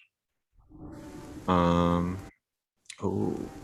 a total of 31 points of force damage. 31? Yeah, you bring that new sword down straight through it, and it just sort of separates for a moment for just evaporates into shadow. And then I'll teleport to the second creature that was within 30 feet when I cast the spell. Oh. It's making me, oh, hold on. It's telling me I'm clouding with a wall, so I think I have to go around this way. There we go. All right, so I'll make an attack against him. That'll be a 16? Well, it's rolled a 19 and a 7 is what it's showing, which would be a 28 on the 19. Because I'm invisible, oh, right, so it 'cause would you're be with invisible. I advantage. forget you're invisible. Yeah. Yeah, 28 will hit for sure. Okay. And then that's again 60, 10 force damage for a total of, oh, that did not go as well.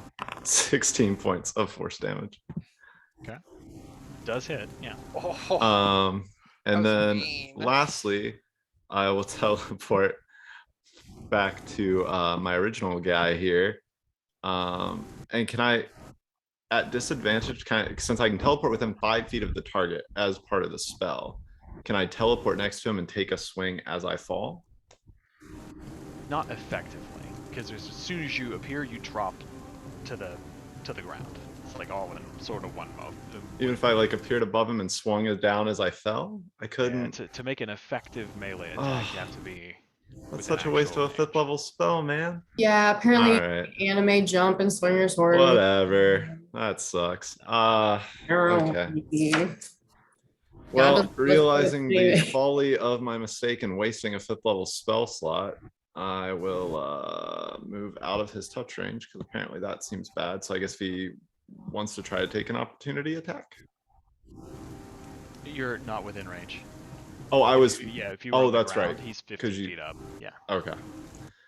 So I'll just move here. Cool. Brings it to this wraith here, who will continue his assault on Keytree with advantage because she is paralyzed. 13 does hit the eagle. Jesus. Even with advantage. And since he is within... Actually, if it looks like Keytree is going to get hit, can I use my reaction to send one of my stars from my wizard robe to help her? Yeah. Because she's within 30 feet. Yeah. Okay. We'll raise her AC, so that will not hit. Brings it to Brina. Okay. I'm gonna look at the wraith who's right in front of me, who's on ground level, and say, all right, somebody wants to play, and say flame on. And my bonus action, I'm gonna light up the flame tongue longsword. Okay. And I'm gonna try and hit him. All right. Oh, 18 hits. I already said it. Never mind.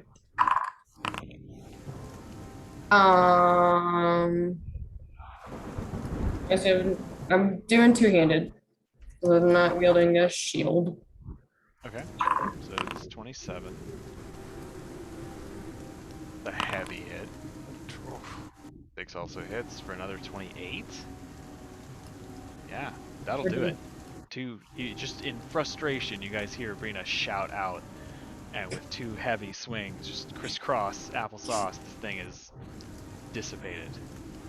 Doesn't even have a chance to scream, it just fades into oblivion. With that, I'm gonna step over his corpse. Point my flaming fucking sword at the lich and say, "You are next. Let's go!" And I want to see if his ass is at least interested in coming back to the ground. Probably not. But As a caster, why would you? listen here, Jimmy. As an intelligent spellcaster. His head sort of turned towards you. He just snarls at you threateningly. He yells back, but yeah, that'll be my turn. This wraith is going to move forward and attack Alexa. Of course it is. Because he can do it with advantage. How does... Or you're still blinded? Yeah, they had a shield word. When you take damage, you can activate it. Yeah, I was gonna say, yeah, when you're targeted by an attack. What's your I don't AC? have to see. It is 17. That does not hit. Okay. These guys roll like dog shit. Okay, which brings it to Father Kevin, who will turn to you and cast Lesser Restoration. Be healed Oh. by the radiance of Dwayna. Thank you so much, Father Gavin. It's nice to see you again. Yeah, there's some issue with the blinded condition marker, and it won't go away. So just note that you guys are both clear. And I think neither of his features are bonus actions. Yeah, that's all as action. Okay. So brings us to Risen Prince. Now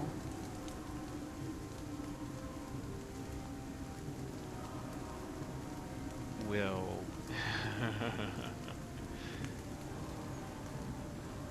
he will glide, puffing his chest out down towards Brina until he's 10 feet in the air, which is adjacent, and he will arch downward and reach forward with his hand and attempt to touch you.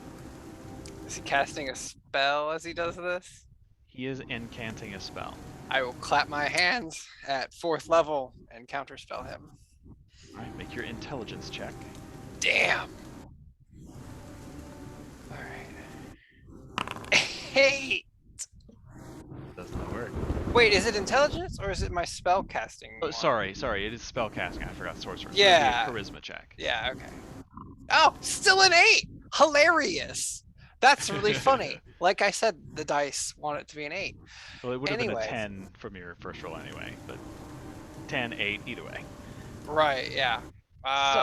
So yeah, never mind. Son of a bitch. That is 12 does not hit, I assume. Brina. What's your You're AC? muted. You're muted. still. 13? Okay. 13. Sorry, I was in a state of disbelief. Yeah, there is this spark of green energy, and you just managed to dodge out of the way. Wow! It screeches, and he goes back to 15 feet. But you do get an attack of opportunity. No, Sentinel his ass, bro. I will. I will. Sentinel. Sentinel. There it Alright. is. 16, and because of Sentinel, he has to stay where he's at. Oh, his ass is yours now. There's Remains nowhere to run. Floating at 10 feet. Fucking party. Okay. It brings it to Kala. Bonus action, take aim. I'm attacking the wraith. Okay. Yeah, that hits. Yeah, he's dead. 23 damage. Yeah, and he's dead. Yeah, he's Yeah, like 7 hit points. And I will also attack the other wraith. Your hasted action. Yeah, haste action. That hits. That's just 12 damage. And that's the end of my turn. Magical piercing damage. Okay, that brings it to Keytree.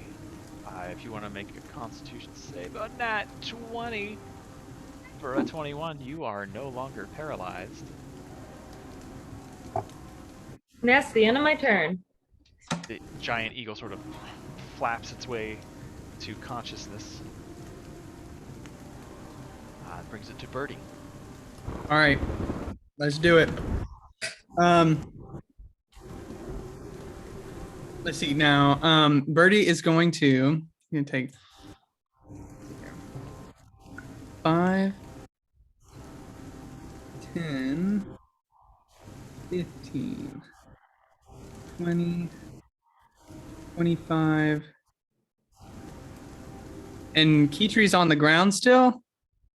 Yeah, she's still prone. But you see her moving now. Okay. That's good enough. Do I see any more wraiths, or are there just 2?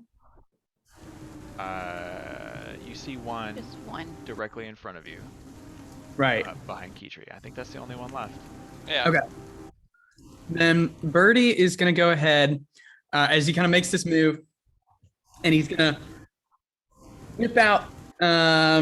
Let's see. Yeah, he's going to whip out his loot from over his back, and he's going to strike that power cord and cast Destructive Wave. And let's see. I need the Wraith and the Lich to make Constitution saves. Jesus.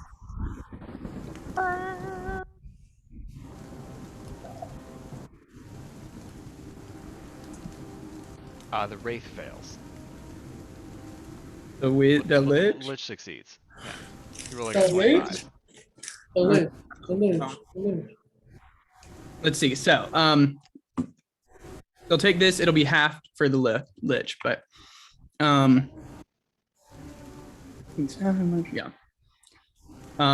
So, ooh, okay, 21 thunder damage, and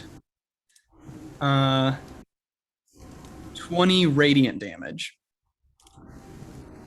Okay. That's sexy. That's a pretty good hit. Yeah. So the radiant, keep in mind for undeads. I don't know if that's doing anything extra juicy. Not by default, unless the spell says otherwise. But yeah, it does hurt them. Okay. So Yeah, it's a heavy hit on the Wraith. It's looking pretty awful. the Wraith is also knocked prone. Okay. And it is down on ground level. At which point, yeah, I'm going to also pop off a Mantle of Inspiration. That'll be myself because I want to move. Who doesn't have temporary? I feel like everybody does. I think we all do. I'm not at max temp, I can say that. Okay, me, Alexa, Galatar, Brina. I'm still invisible. I think Galadar's, yeah. Yeah. Oh, shit. Okay, well, me, Kala, Alexa, Brina, and Keytree. So yeah, 1, 2, 3, 4. You could 5, put it on yes. Kevin and not me if you wanted. Kevin's gonna be fine. So Kevin's got to live to relight the beacon or whatever, but okay. Kevin haven't taken any damage. He's I gonna- don't think he's been touched though. to be yeah, fair. so he's doing his me, job as a healer. Kala, Alexa, Brina, Keytree. Everybody, you get 11 temporary hit points, can immediately use your reaction to move up to your speed without provoking attacks of opportunity, which I will avail myself of. And I'm going to move right here behind. Oh, it told me I hit a wall, but I'm going to move. The brazier has a wall around it, so you don't accidentally step in it. Yes. I think I can move just behind Brina. This guy is prone because of the destructive wave as well. Technically, the Wraith is immune to being prone. It has no feet. Okay. Oh, Hovering in the Ryan, air. how do temporary hit points work when I am in wild shape? They're just kind of sitting Yeah. outside still of your first. hit points. Okay, I need another way to. I'll just add them to this, and I'll know that they're temporary. Because honestly, at this point, it doesn't matter. Okay. Like if the Right. bird goes down, the bird goes down. So I still have enough space. I'm going to get right behind this pillar and Brina. Okay.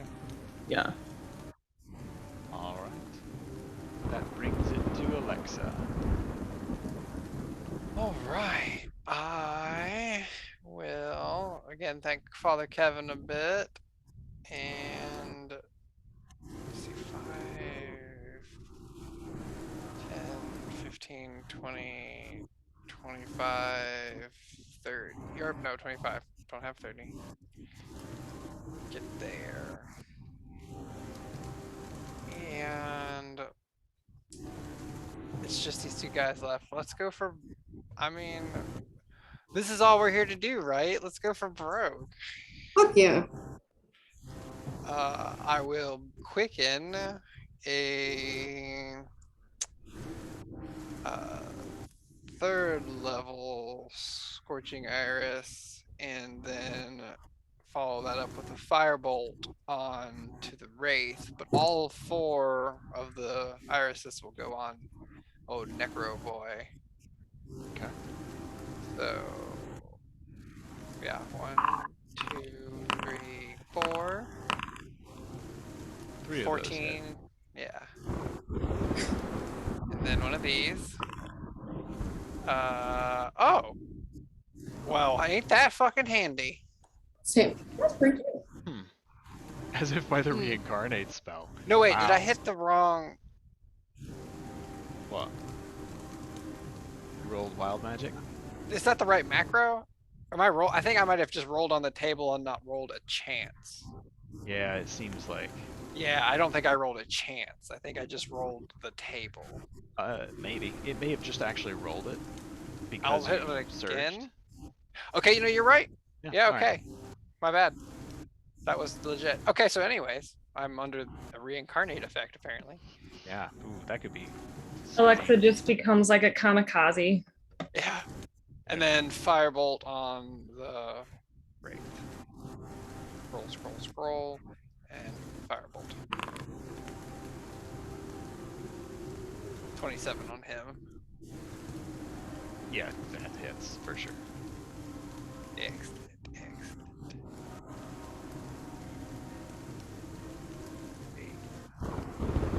21 fire damage. Oh yeah, sorry, I didn't add up all that fire damage from before. It's 22. Yes, 22. And then 21 onto the Wraith. Wraith is blown away by the firebolt. Yeah. And that ends my turn. Right. You see that the Risen Prince is looking hurt. He's got lots of scorch marks. Part of his tattered robes are like smoking and have started to catch. But yeah, he's looking hurt. And at the end of your turn, you use a legendary action. Flinching away from that, he looks down at you, Brina, and in his fury just extends his hand one more time.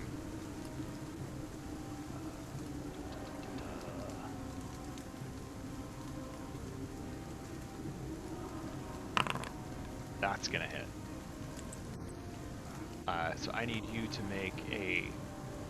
Oh, sorry, no. You don't need to make anything right now.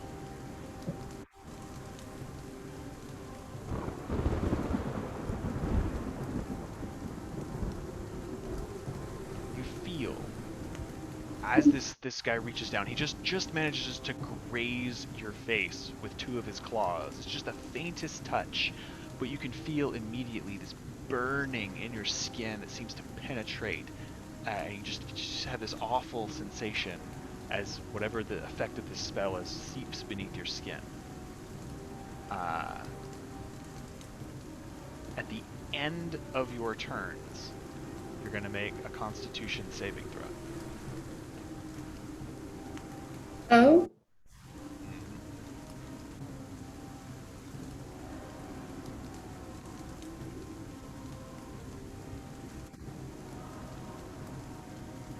Yeah. yeah. Yep. That brings it to Galatar's turn. All right, I'm gonna use half my movement to rush in and get on the other side of Brina from the Lich. And then I want to take 2 attacks with my new sword at him. And the first one, I want to make a booming blade attack. Okay. So that if he tries to go back up, he'll take additional damage. Right. So let me, hold on 1 second, I gotta, does that roll it with it? Oh, it does, okay. It's a lot of dice. Oh, this is a nat 20.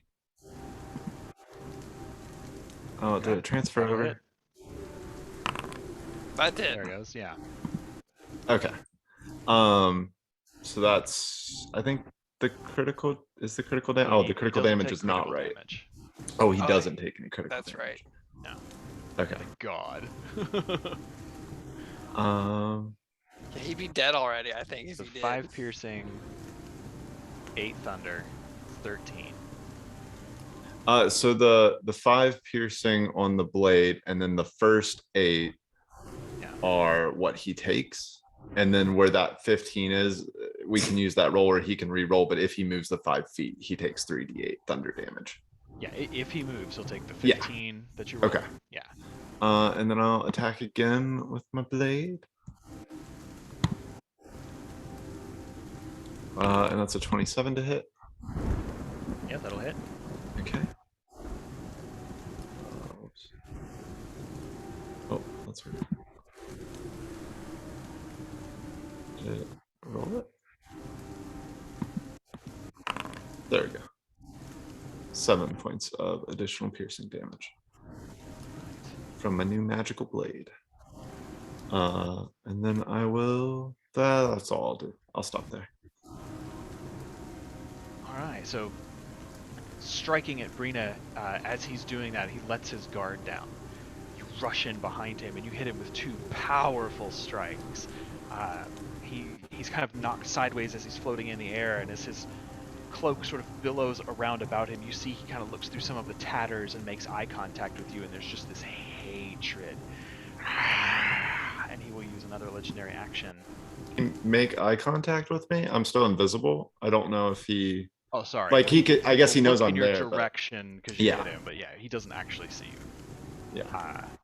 And as you watch, he Mhm. disappears Oh, and then appears 20 feet in the air, a little ways away to the north. Does he do that if I counterspell? You can certainly try. I don't like to certainly try. Okay, never mind. Do you not cast it? You know what? Yeah, I'll cast it. 4th level. Why not? That boy. that a boy. That's all I've got left. That a boy. If it looks like he's casting a Make him spell, I guess earn it. move. Does it look like it's a Misty Step spell? Because I know how to do that. It looks very much like the spell you know. Okay. Then yeah, I'll keep it. Get his ass, Galatar. I'm losing so many spell slots. Alright. And as he begins to incant this very brief spell, you reach out and try to snatch it, and his other hand lashes over. Counter. Alexa. Actually, Yes. Clap. 4th level. hang on a second. Because counterspell, Uh-huh. Is a reaction. And I just is, had my he- turn. He has a reaction. Oh, Yeah. My question is, Uh-huh. I think you have to see the person casting the spell. It may not be. It may be. Oh, Someone is it does say I casting a think spell. one creature you can see. Oh, he can't do shit. Checkmate think- the rules. No, it just You says would a creature Oh, in the process of casting a spell. Yeah, it doesn't say you have to see Gotcha. him. Okay. I think counterspell. Oh no, the counterspell casting is time only says one somatic. reaction when you see a creature within 60 feet of you. That is So true, under the yeah. casting At time, the it does say casting you have time. to see it. Ah, yes, you take when you see a creature because it's somatic only. So Yeah, so he that's why can't I'm see doing the you, so clap he thing can't now. counterspell. So you Oh, get counterspell that, wrecked. and he stays where the hell he is. At the moment. Is he 15 feet up? There's Is the. he- Oh, sorry, no, he's 10. My bad. No, it's okay. I was like, if he moved, but Yeah, no. So you guys watch as he sort of. It's like he's trying to teleport, and it's that weird, it's like a ghost in TV shows where they sort of flicker and phase, but then he Yeah. is trapped. He cannot leave. Well done. That way Brina can wail on him more. Okay. Which brings it to Brina's turn. I'm fucking nervous. Am I technically flanking with Galatar if I can't see Galatar? The creature knows I'm there and that I'm dangerous because I just hit him twice. I mean, Does- You're still think flanking so. with him. Yeah. yeah, I think it counts because he is engaged. Right. It's taking Yeah. blows on both sides. That is a really interesting, like, Yeah. theory, thought process kind of thing. I guess we could just debate after I kick his ass. Right. It's something we talk about in the tavern Before it hits. afterwards. I kick his ass to 14 points. Oh, 15 does not hit. Don't Well, forget your +4 I get a +4 on. Bond, yeah. Attack weapon roll, attacks. 'cause Yeah. You are bonded. Yeah. Yeah. It's a 3. 18. Yeah, that'll hit. Nice. Buddy. 23. Not really use that bonded thing much, but it's nice. Yeah. A couple times we've used it, it's come in handy. I was waiting for somebody to get their ass beat and come in and absorb it like the little dumpster truck I am, but Honestly, Father Kevin's been great. He stayed out of trouble and helped us a little bit. Daddy, he yeah. fucking Hurt saved you our guys much at asses. all. Yeah. At all. Lesser Great. restoration is clutch, though. I mean, come Is that the on. end of your turn? Yeah. Yeah, that's gonna be the end of my turn. I imagine it's time to make a Constitution saving throw. Yes. Okay. Success. Okay. Mark that down as one success. Oh, that's worse.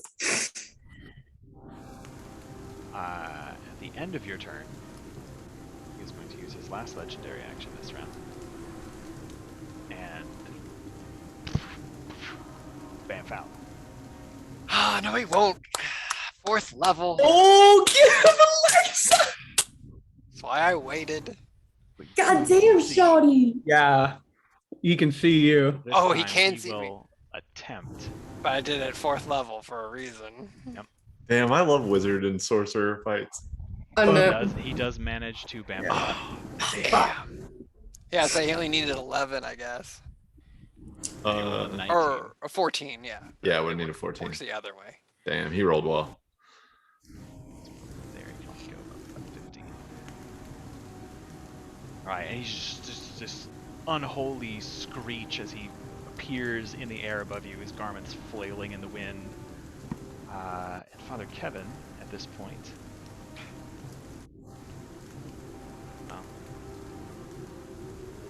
is just gonna sprint underneath him. Oh gosh, oh gosh, oh gosh, oh gosh! And he's gonna get over here. And he will cast Cure Wounds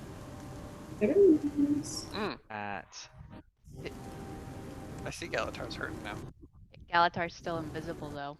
Oh, that's right. Yeah, so he can't even tell Galatar's been hurt. Shit. And none of the rest of you... Also, fuckers have been Galatar hurt is like not at hurt. all. Galatar's not hurt at all. For some Oh. reason, my hit points are 89 on D&D Beyond because I haven't taken any damage this entire time. Okay. But I guess I didn't realize, so you just said that it looks like he's hurt on Foundry. Okay. Well, in that case, he would not have moved because he... Oh, there it goes. Now it's showing up. Yeah, I guess maybe we Well, talking I about fixed it. them manually. Oh, but you I think fixed if it. I think if you remove and add them, it'll resync it.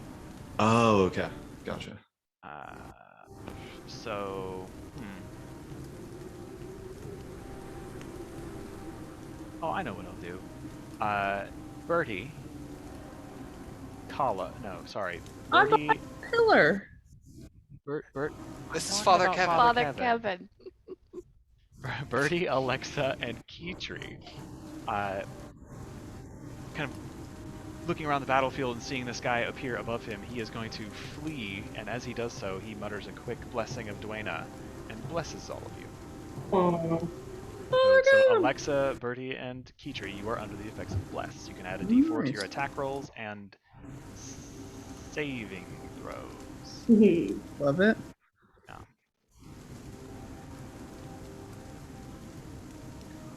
Thanks, Kev. Okay. Just seem like crossing himself and running. Let's see, 5, 10, 15, 20. Then he just goes behind his pillar and hides. Which brings it to the Risen Prince.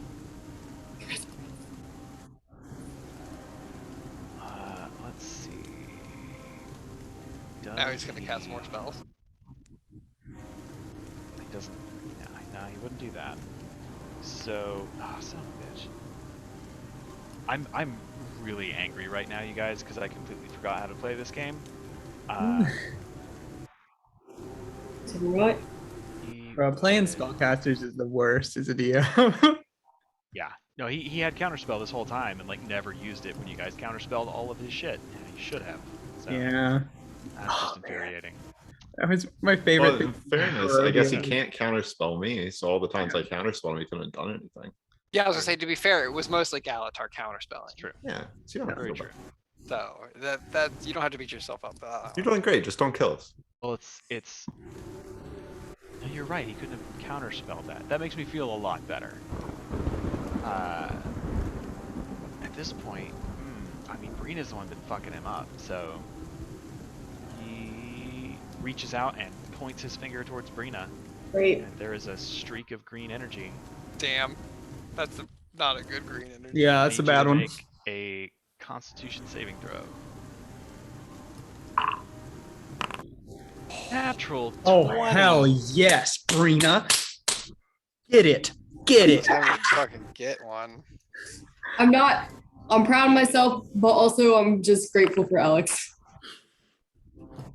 for tooting my horn.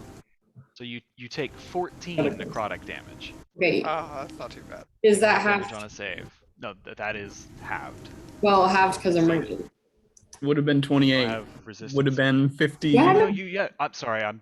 I took the You got other totem. barbarians. Yeah, you took the bear totem. So yes, it is Which halved. realistically Seven. is OP, but It's amazing, and it's why you took it.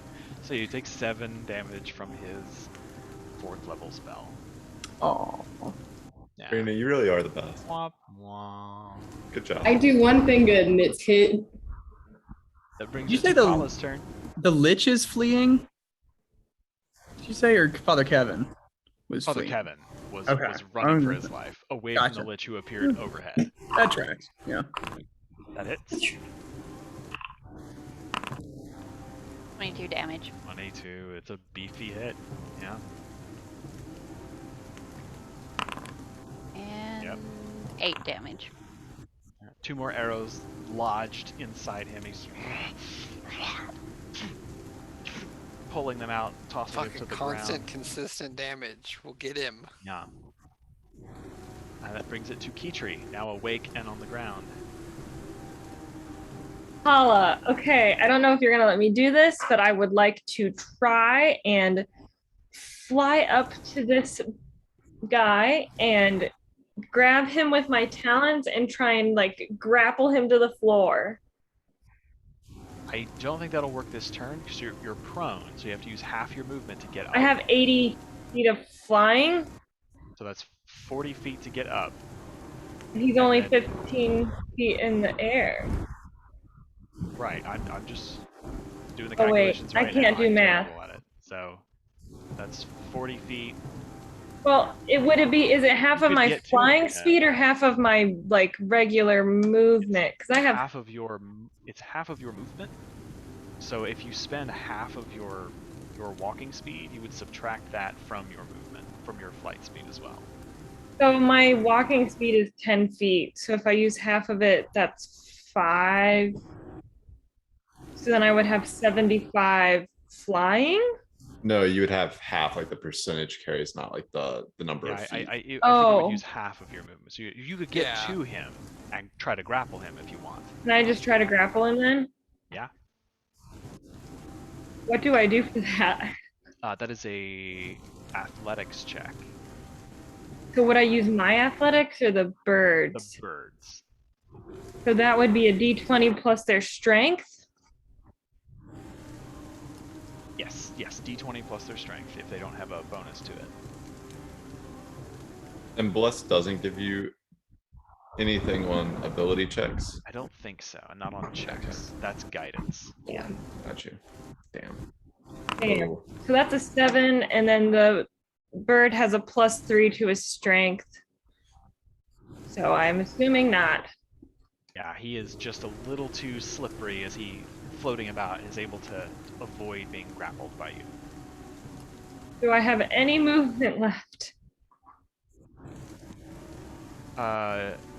Yeah, you probably got like 5 or 10 feet of movement if you want. I would like to move as far away as I can.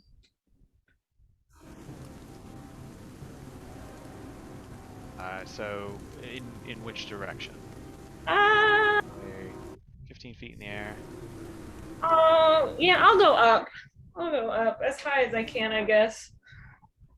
Which isn't much higher, but still.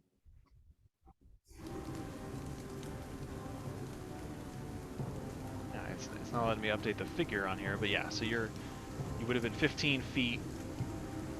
You can go 5 feet higher because it's a 20-foot ceiling. Yep. I will end my turn there. Okay. At the end of your turn, you will reach out and try to touch you. A legendary action. This is round 5.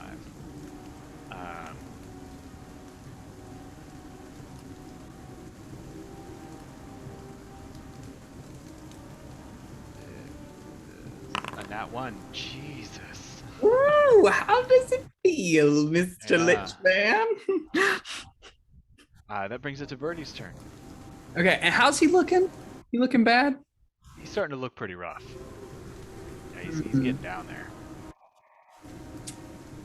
Okay, and everybody's looking okay. Like nobody's on death's door on our side. It doesn't look like. No, you guys are fucking fine. Yeah. All right. Where are all has his hit you. backups? Where's this giant abomination? Then- Like, I'm waiting for shit to come up the tower. He's 4 Dementors he thought would provide a little challenge. Incorrectly, as it turns out.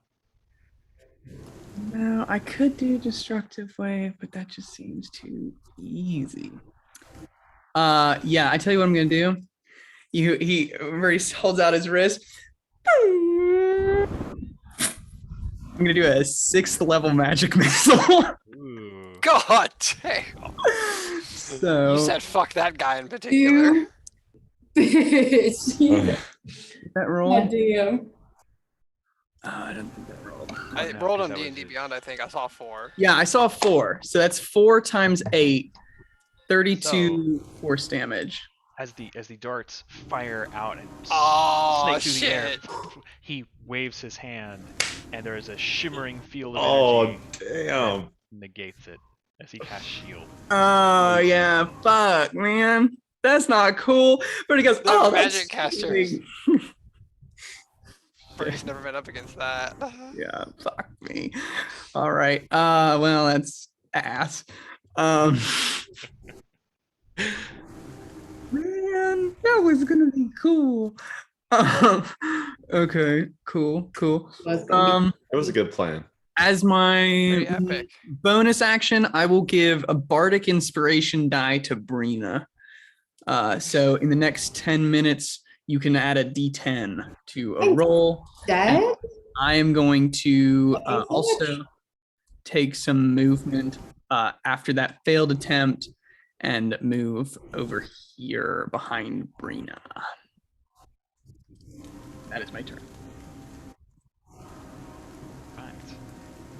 At the end of your turn, you will use another legendary action. As he negates that, you hear him say, "All shall kneel to the power of Zaitan." And he is gonna cast a spell. I don't think any of us have a reaction. No, I I'm know. out of my reaction. Oh, I do have a reaction, actually. I've always got a reaction. So, Birdie, as the sound of dolorous bells fill the air around you, I need you to make a wisdom saving throw. With advantage because of Fancy Beast. Advantage. Oh, it's a 7. Wow. 7. Heaven. Yeah, 24 necrotic damage. Ow. Stings a little bit. Yeah. Oh, I also need to. Oh no, it's on slow, which is already done. Oh, The creature's yeah. dead. Go. Okay. That brings it to Alexa. All right. I am gonna do something just a little bit different, but I will quicken a dissonant whispers and begin to just invade his mind, just saying, you know, the dragons will fall, mankind will be victorious, we will continue on. And I will do it at 3rd level, but I don't have a button for that because it's a feat and not a spell, so I'm gonna have to manually roll it. Okay. And I think it's 1d6 for every slot above second. So it'll be 5d6. If he makes the wisdom save, he makes a DC 16 wisdom save. Where 12. All right. So I'll roll that. So he takes. Plus, I'll just roll 2 more d6. R 2d6. 18 psychic damage, and he gets. I must immediately use his reaction to move as far away from me as he can. He just used his reaction. That's right. All right. See him put his hands to his head. In pain, shouts out. As he's doing that, I will attempt to finish him off with a firebolt. 26 and 16 fire damage. Heavy hit. He is looking bad, guys. And I'll just run some more 5, 10, 15 over here, just to continue spacing out. That will end my turn. Okay. At the end of your turn, you will use legendary action. Turn and point to you. And I need you to make a Constitution saving throw. I mean, I think we will go ahead and just 5th level clap this one out with a counter spell. Yeah? Owie. Slap it I out. don't want any sort of this constitution crap. He does not have a reaction to use, so you cancel his spell. 5th level is probably a little excessive, but I got mana to burn. Alright. That brings it to Galatar.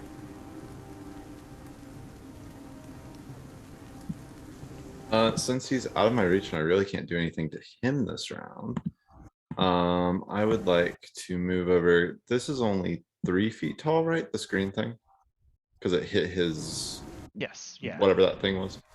Okay. Could I grab that black book, toss it in the air, and just try to cut through it when as it falls? I figure if I anger him, maybe it'll come down.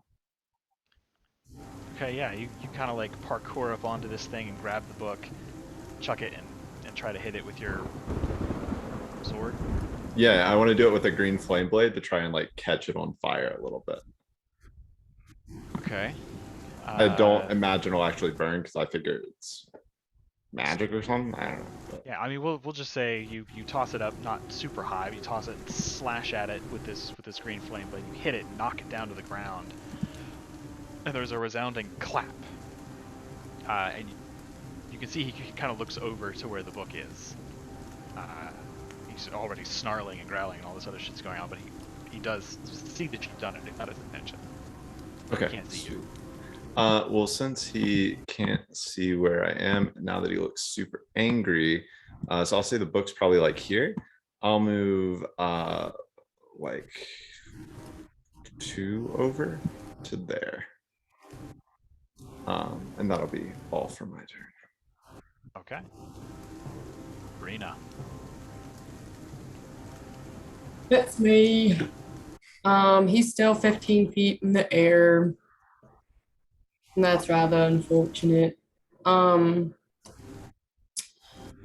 far as mechanics go, am I able to? I'd have to drop my sword, correct, in order to throw a javelin.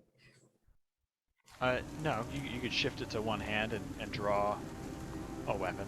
All right. Yeah, you could throw a javelin. Then If yeah. you're not wielding a shield, you've got a free hand to draw a weapon and throw it. I do have a fucking kill. I'm gonna reckless attack. Oh, yeah, there you go. Doesn't matter. 29 to hit. And it's 1d6 plus 6.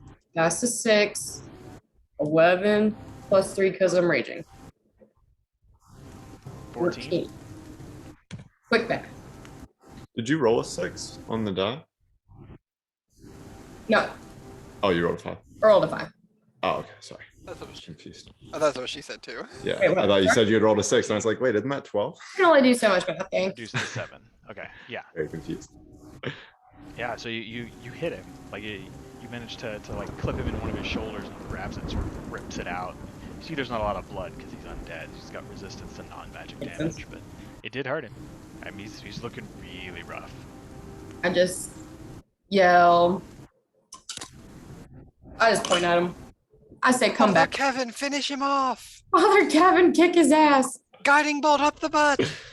Up the butt. I'll make that con save. Oh, Mark 1 failure. I do have a D4 to saves. You have also you have a D4 to saves. You also have a D10 you can add. Bardic Inspiration. Bardic Inspiration. So I'm gonna try this fucking D4 first and see what here. Well, it's at least a 1, and 18 is what you need. So Exactly a 1. So, successes. okay. Oh god. I don't know what this fucking spell is, dude. you still got the two. D10. So hold on to it. I think I have an idea. Move back I behind feel like here. I've seen it before, but I don't remember what it is. I think I know what it is. I'm not gonna say. See what happens. And that'll be my turn. Okay. Give Kev whisk us away here. Get him, Daddy. Come Get on. him, Dad. Come on, Daddy. Come on, Dad. Come on, Daddy. Daddy K. Come on, Daddy. Big Dad. Daddy K bucks. Woo! Do you hate that? Dig deep. Come on. Dig deep. Dig deep, Daddy. Come on. Fuck, I don't want to play anymore. Yeah, man, I don't know what he would do. Because you guys are fine. He really doesn't need to do anything. That's why we Yeah, yell at him. We tell him to He'll kill him. cast some Sacred Flame. He doesn't have guiding bolt.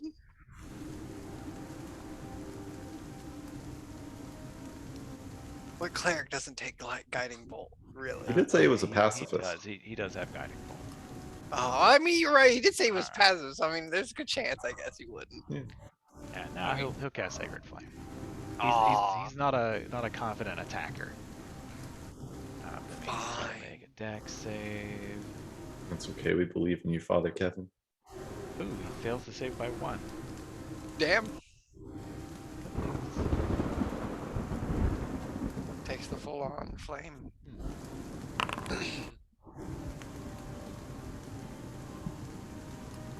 Alright, so yeah, 10 radiant damage as this radiant flame kind of encompasses the lich. It's not quite enough, but he is getting there. He gets one more turn to fuck our day up. He gets one more. Does he have like summon abomination swarm? Like a Fortunately for meteor you guys, swarm. no, he does not.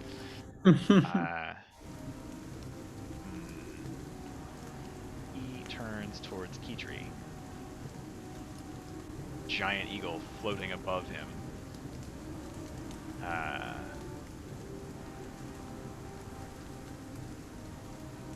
And I need Kitri to make a Constitution saving throw. Is he casting a spell? Yes, he is. I would like to counterspell at 5th level with my last slot of Okay. upper level spells. I pop. Level will render that null and void. Oh, Yeah, baby, you Lich counterspell. did not Actually, plan no, on- he has a reaction now because it's his turn. So He's will Yeah, use invisible. his he can't action. see me though. He's Oh, invisible. son of a bitch. That's a dirty combo. is that Greater it's invisibility has more uses. invisible Yeah, I know. counter spell. Yeah. It works out well. So it Yeah, just that's apparently more screams deadly. in frustration. And Ugh. yeah, and in his frustration, he turns around and starts to fly out towards the parapet. Do I get an attack of opportunity? Yes, you do. Okay. Kill him. Yeah. Okay.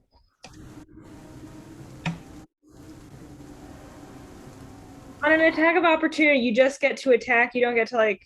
Well, I guess he's there. Can I That's try to like? one melee attack? I don't know if you'll let me do this. It's just one melee attack, then you wouldn't let me do this. Okay, What would I not yeah. let you do? If I tried to like fly at him and then bonus action get out of wild shape and like jump onto Yeah, him. you only have an action. You can't use your Exactly. bonus That's what I was like, okay. action. I guess I will just use my multi-attack then.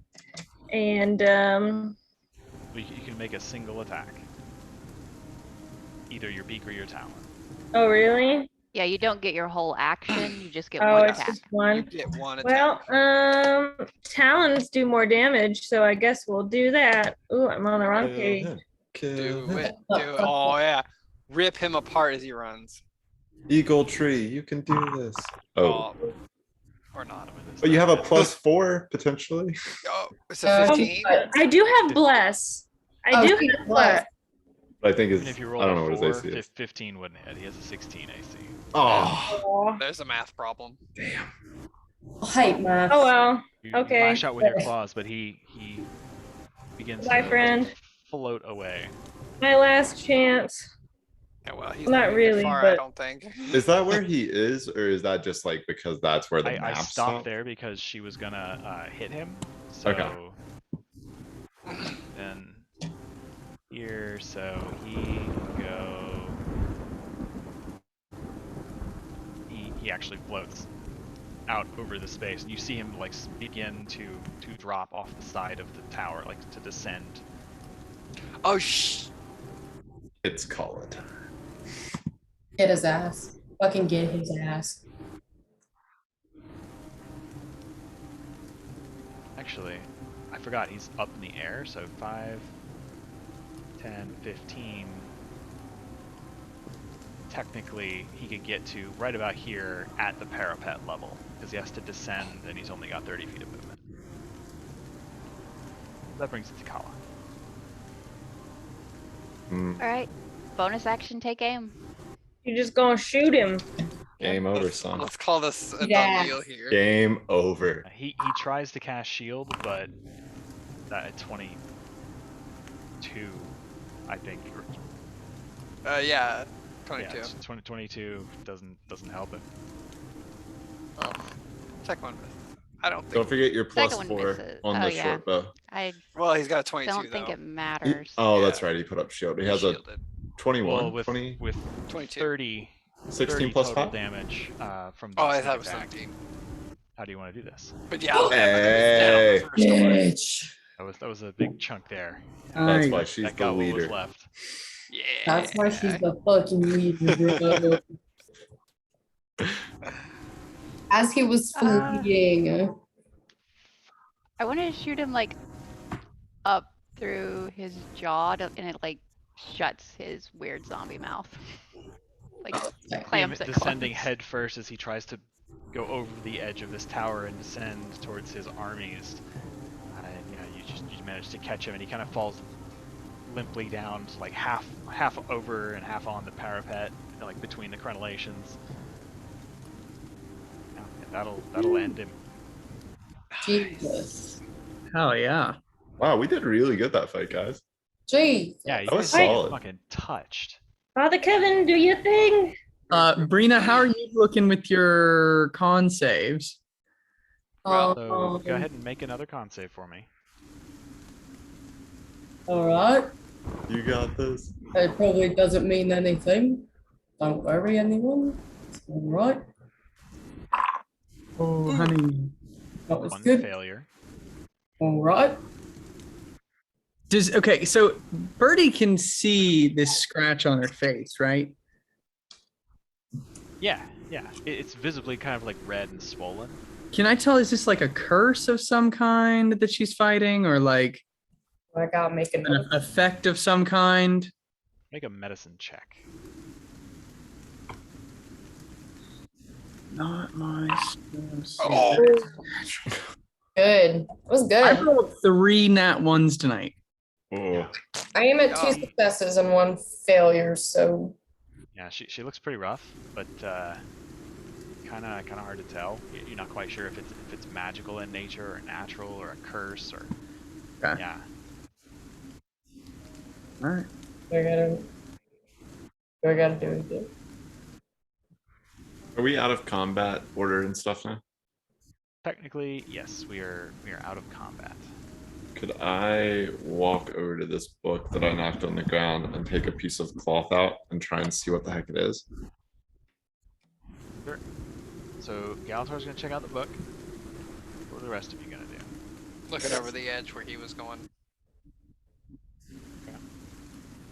Petrie will tippy tap over to Father Kevin and be like, okay, she's still in bird form, and be like, okay, I guess you should probably start in case things go south again. And you said it takes about 10 minutes. Yeah. I'll stand here on this little weird pedestal. It'll just take me a little bit of time. Weird pedestal. That was my pillar. That's weird. That Oh, is no. that's funny. Oh, How's it go? Yeah. So this will. He sets down some a bit of holy water. There's like a little cup with some powdered silver and what look like flecks of Really glad we used all that holy water. black metal. And it's a fairly sizable bowl full of this stuff. And then he unrolls a scroll. And he's like, "Oh, okay, just keep an eye out. This will just take about 10 minutes, and then we should be okay." Petrie will then, I guess, keep an eye out. Like, other people can do stuff, but she's gonna watch. Right. So he begins to chant and cast this. He's making very precise motions with his hands. You guys watch as the little glyphs on the parchment start to light up as he goes through the motions. So Kitri's with him. What's Kala doing? How big is this dragon statue? Does that look like I could fit it in the bag of holding? Call It's us fucking like- old, man. Is it more than 2 feet in In every direction. direction? It's like right on I the just cusp, need to, but it's not a like- cube, so you can probably like Probably. waggle it in there. It's not very good. It's very crudely carved, but yeah, I mean it's like a little bit bigger than like a basketball. You know, it's fairly Oh, large, but that'll fit. it's got Yeah. hollows where the wings, underneath. You can probably jigger it in there sideways. All right, I'm gonna put that in the bag of holding and just kind of hang out. It's fairly Wait for heavy trouble. as well, so just be aware. I think I have like a total of 500 pounds I can put in the bag of holding. I don't think I'm there You yet. have an entire weapon rack that you took, plus whatever everyone else has thrown in there. Just be aware. I'm just saying. We'll sort through. I think it. Byaku got to like 300 before the end, so I mean, it takes a while to get there. If you want to put a custom item in there, you can just say like dragon statuette. All right, it's gonna end up in the bar. Okay. Oh hell yes. We need a tchotchke from this location. So Ooh, Alexa's maybe we looking over can the wall. make it a shot dispenser. What's Birdie doing? Birdie's keeping a close eye on Brina here with this gnarly looking gash on her face. Kind of standing by, might he's kind of making sure he's got his pouches in the right spots in terms of like if he's got to pull out material quickly for something. Yeah. Okay. I don't like the look of this. Pouches in them. Brina, go ahead and make a Constitution save. Rita's just looking at Come on. Birdie like, do I have something in my face? That's Ooh, two I don't like saves, two this. fails, and yeah, Oh, you what? feel it, and there's a sting as you run your fingers across it.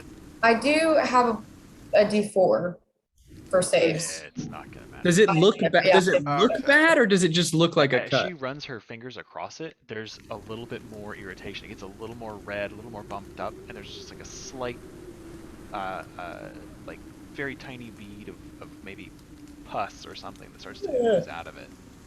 Artie, don't look. Okay, so in this round where she makes that check, can I hit her with? I'll hit her with a lesser restoration. See if it's some kind of poison. So poison, blind, deaf, paralyze, any Or condition, one disease, I think. or one disease. Yes, one disease. Kirby. If it's a disease, if it's a poison, You got some herbs. yeah. Yeah. That's I the did this knowledge. spell wrong too. Anyway, you should Yeah. have been poisoned that entire time. Oh. So she is poisoned. Oh yeah. But also Where it is a disease. So you do manage with lesser restoration to reach out, and as you feel this magic wash over you, Brina. Well, she should have been immune to poison from Hero's Feast. Oh, true. Yeah. Okay, well then you wouldn't have been Oops. poisoned. I think you still would have had the disease. Right. Yeah. They are different things. Yeah. I don't think Hero's Feast prevents disease, just poison. it No. cures disease when you Oh. eat it, but it doesn't like make you immune to disease. Yeah. I'll have to look at this spell later on because it may not have worked that way. But in any case, now you are clear of it. We've got it all fixed post Woohoo. here. Yeah. Yeah. Oh. Thanks, Barty. Yeah, that Served its was purpose of terrifying us. You should do something with that. Feeling a lot better now, but Okay. So you guys are doing that. Kala. Oh yeah, right. You're taking the statue. Galthar's looking at the book. Keytree is hanging out with Father Kevin. Alexa, as Keeping you an look eye over out. the chronolation. Yes, what's going on out there? On the side where you currently are, you would see the western beaches. You can see several Lion Guard ships have now pulled up close and anchored, within rowing distance of the coast, and there don't appear to be any risen ships on this side looking out. Periodically you do hear the thunder of a cannon, and you see a little flash of light. The fortress below you is to your south, so in order to clearly see that, you would have to move over to the other side of the tower. Yeah, I'll go and do just walk around and get a full picture of what's going on. Okay. Basically, I'm going to make sure that no one's busting down the doors, that we aren't supposed to be expecting any backup zombies coming. So as everyone is accomplishing all of this, Alexa, you kind of take a tour around the crenellations and take a look. You can see that down in the courtyards there is a furious battle going on. How high up are we? You're like probably 80 feet up. I mean, that's in range. Well, this is the situation. You are in the beacon tower, which is up on a hill, overlooking the fort. And they're in the So- fort. Yeah, so like you're if you look Gotcha. That's directly probably down 200-ish. on the south More than. crenellation. Like you look down to the foot of your Gotcha. tower, you actually don't see any creatures anymore. They appear to have all descended the zigzagging stairs that go down into the small courtyard that kind of annexes onto the larger main courtyard of the fortress below. But you do see just scads of risen creatures battling it out.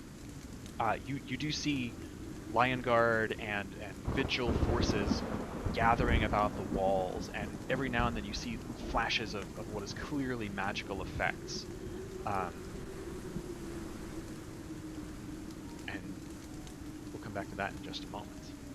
Oh, Galatar, yes. real quick, do I know if liches, because they're undead creatures to begin with, do you have to do anything special when they die? Make an Arcana check. Oh, I forgot about their secret. That is a 28. So you know that when a wizard bargains to prolong its life and receive some sort of eldritch knowledge on how to transform itself and persist after death, you've read in some pretty obscure tomes that those creatures tend to house their souls in protective objects, and after you kill them, they are reformed near those objects, wherever they store them, usually in some sort of safe place. Like any dragon. Creatures raised by draconic magic? You're not sure. It may or may not be the same thing. Okay. Would a 30 potentially have helped me more on that if I had used my thing from Father Kevin? Well, I would say that with the intelligence behind this, Yeah.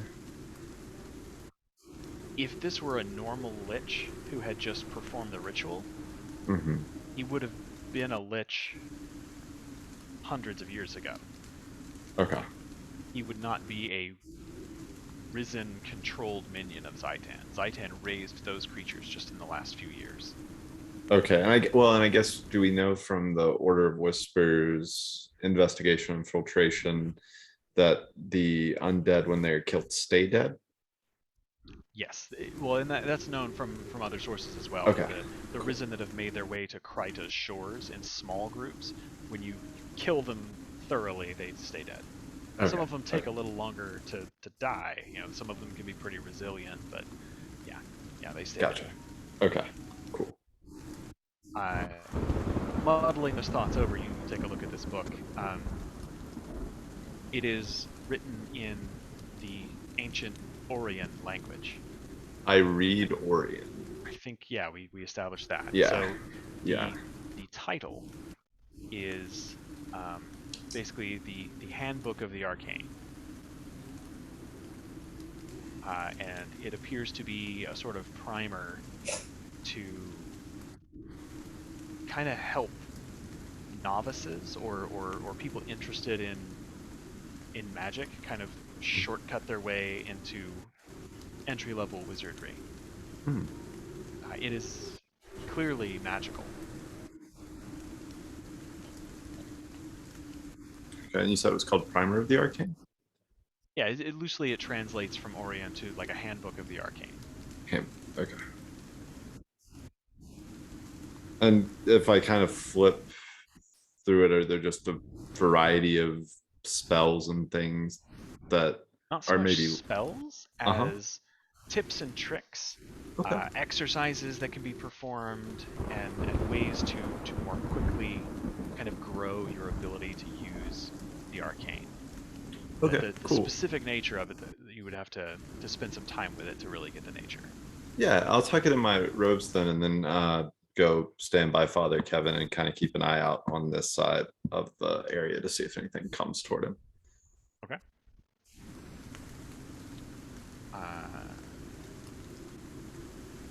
The rest of you kind of hang out, do your thing, keeping watch.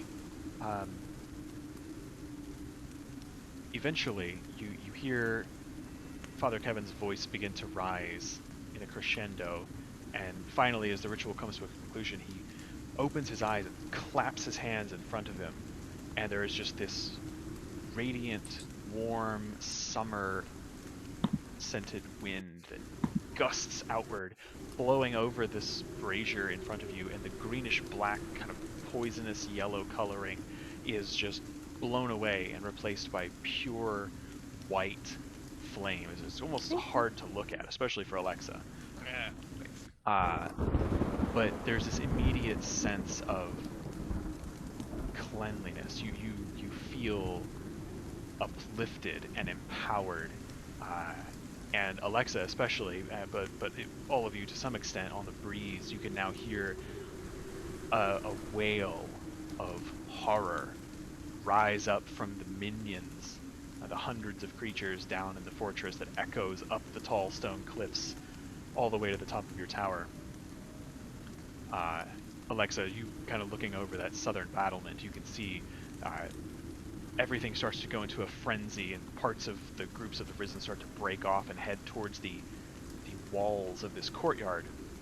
You can see that there are a couple of gates that lead into the court, and the main gate that leads north to the docks is now broken, and there are vigil soldiers rushing in.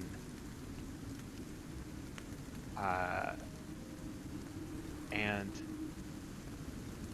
all at once there is an ear-splitting roar. Oh, Do I have one? as descending from the Why do low we think that clouds wasn't gonna piss off the dragon? is the rotted form of what looks like an undead, partially skeletal, draconic form that smashes itself, almost like it's having difficulty staying aloft, crashes into one of the walls of the courtyard, stones exploding around it as it kind of leaves a little track in the dirt behind it. And you see, Alexa, make a perception check. You've got pretty good vision. I do. Here's the other shoe. No Okay. shit, right? You see a small group of Lion Guard soldiers make their way up onto one of the walls of the courtyard. And it looks like they are fumbling around with a large ballista and trying to turn it and get it prepared. And standing among them is a slender man in long white and blue robes. And as you watch, he holds a staff up into the air, and there's a brilliant flash of white light that illuminates all of the area around him. At that point, Father Kevin just goes, "Oh, okay. Well, that didn't sound good, but I think we're all good here. This should help. We've done good things here today. What do we do got now?" more dude down there, I think. I think they could use our help The if we can. dragon. Dragon. I would What? say maybe we escape while we can. I mean, how are we going to escape? We are the way we got here is gone. Well, I want to go look at what Alexa was looking at. Yeah. we can all. Everyone just goes and stares out the window. Yeah. So is this Are you dragon still like- giant owl Oh, form, it's on or the giant cell. eagle? What? Are you still giant eagle form? Yep. Is this dragon like wreaking havoc down there?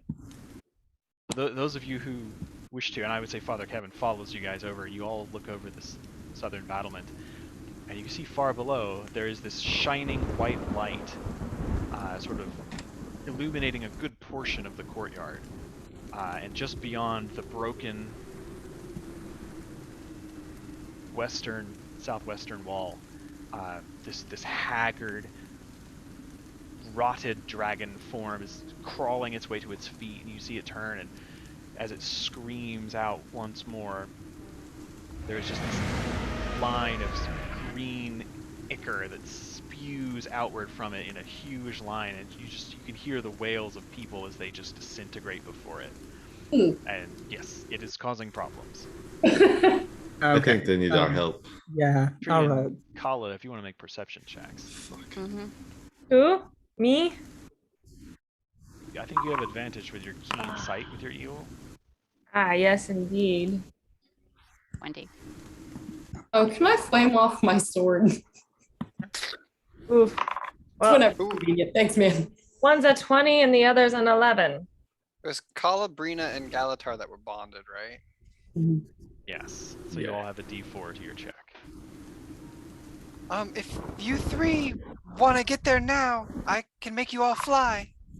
23. Oh, hell Yeah, yeah. if you want I to mean, they send us. kind of, they need help now. I can also fly someone down. I'm Oh. at full health, so I mean, could you get both Birdie and I? I mean, we're both pretty light. Yeah, probably. poor Father Kevin. Are you just? Oh going to shit, I stay forgot here, about Kevin. or- Damn it. Kevin, we're not used to Father the Kevin odd could, numbers. Honestly, somebody like Kevin should stay here and guard this flame, right? Yeah, do That's you a need good to point. go? Want to Do you leave wanna him stay here by behind? himself, though? We don't really have a lot of time to decide either. Yeah, just Then if the you could last get us there one. fast, Father Alexa. Kevin just says, I think it'll be okay. I can stay. The flames of my goddess will protect me. Don't worry And about keep me. an eye on. If we start losing, then come give us help, and then I'll cast Fly on those three. Okay. No man Um, left behind, though? You take off. One man left behind. Well, I mean, he knows. He's volunteering to stay behind. I'm not going to force him, but So Keytree can carry both Birdie and Alexa. yeah. Like, can I ride on Keytree and she If you're carries Birdie? flying, like if you have fly, the spell, you can carry someone, right? I guess that's true. Can. Yeah. Brina could As long like as you're not carry beyond your carry weight. yeah. either of us. Oh, I got you, motherfucker. Yeah, I could probably carry Birdie or Alexa. I'm pretty light. I love the idea of us coming to the rescue while somebody's in like the fireman's carry. No, it's the princess one. It's Oh, I will be casting even spells better, the yeah. whole time while we're coming I'll too. princess carry Birdie in a heartbeat. I can cast any spells while flying. So then Yeah, I I'm could, already taken off. If Alexa's cast fly, I'm ready to go. That's 60 feet of movement, and yeah, however you want to rule that with them. then am I carrying. carrying? Are we bringing Father Kevin? I think I he's think staying. Kev's hanging out. If he wants to come. Yeah, we have room if you want to come. You don't have to stay here by Now that we yourself. figured out of arms. I We figured. think I'll stay and ensure that the beacon stays lit. Good idea. Yeah, we are going to Let's fight go. the dragon. Okay. Probably smart. Goodbye. Love you, Kev. Good luck. Bye, Daddy. Thanks. Kev, He Kev. will re-up his casting of Bless. Okay, so just a minute. Yeah, actually, let me... Does let that me bonding double-check thing the only sheet. last a minute? I think, I think it it's lasts 10. 10. Okay. Let me check. Holding bond. It lasts This, 10 I minutes. think that will. Okay. But he can use it concentrate. again. So he will bond the three of you melee, Brina, Kala, and Galtar. Hey. And then he will bless the other three of you. Cool. Yeah.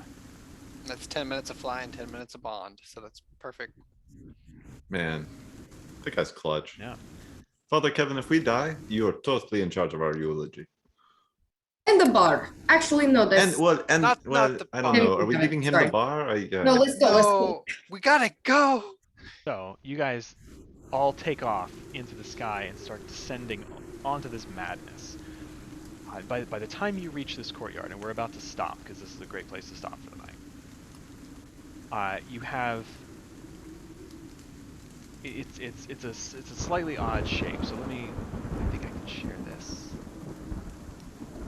Let's see. The map of Claw Island. Yes. You guys are at the beacon tower. Mm-hmm. And you can see there's like the crooked stairs that go down to there's this little like side courtyard. Mhm. The third set of stairs is kind of hard to see because it's in the corner of the courtyard. Wait, where's the side courtyard? It's where the G is, kind of out in the middle of nowhere. Oh, okay, You gotcha. know, like that whole area is a little ancillary courtyard, but that's where you access the stairs to go up to the beacon tower. So it's a Okay. good hike. Like it's the tower itself is 70 feet at its base above sea level, about above the ground. So you fly 70 feet downward. Most of the battle is taking place in the courtyard proper, where the words Fort Stalwart are written. You have two big round towers, the two T's, and then between them is a square gatehouse where the big main gate is housed. It is currently it's a little lower than the tower tops. So what you're seeing is a kind of like a U-shaped courtyard, and on the eastern side, kind of northeastern, the map is square instead of angled, but you'll have two high circular towers, a lower rectangular gatehouse between them, and then this big open courtyard, and all of the walls are, I think, 10 feet wide, and you can see the little hook markers there for where the stairs are to take you up onto the walls. The far end of the courtyard, there's a little bump. That used to be where a round protrusion was with a ballista, and that is now rubble. It's just this big open gate in the wall, and there is a massive undead dragon like clawing its way towards the courtyard in through there. Right. So you get to decide where you want to land. As we get closer to everything that's going on, do we recognize the person with the staff casting the light spell? As you get about to the point where you're over top of the northern tower, it is very clearly Kolinar. The staff that he had been crafting for you, or for with you. Oh yeah. He is What a currently badass. standing on the south wall. There's also another little bump. You'll see on the map there. That is where a ballista is held. There are 3 or 4 Lion Guard there, like trying to angle it. Oh, that's. Oh, sorry. There are 4 Lion Guard on that bump with a ballista. On the north wall, next to the letter G, there's another bump. There's another ballista there, and there you have 5 Lion Guard and Kolinar. And currently there are like... That's the nearest bump. Yes, the nearest bump. Okay. Yeah.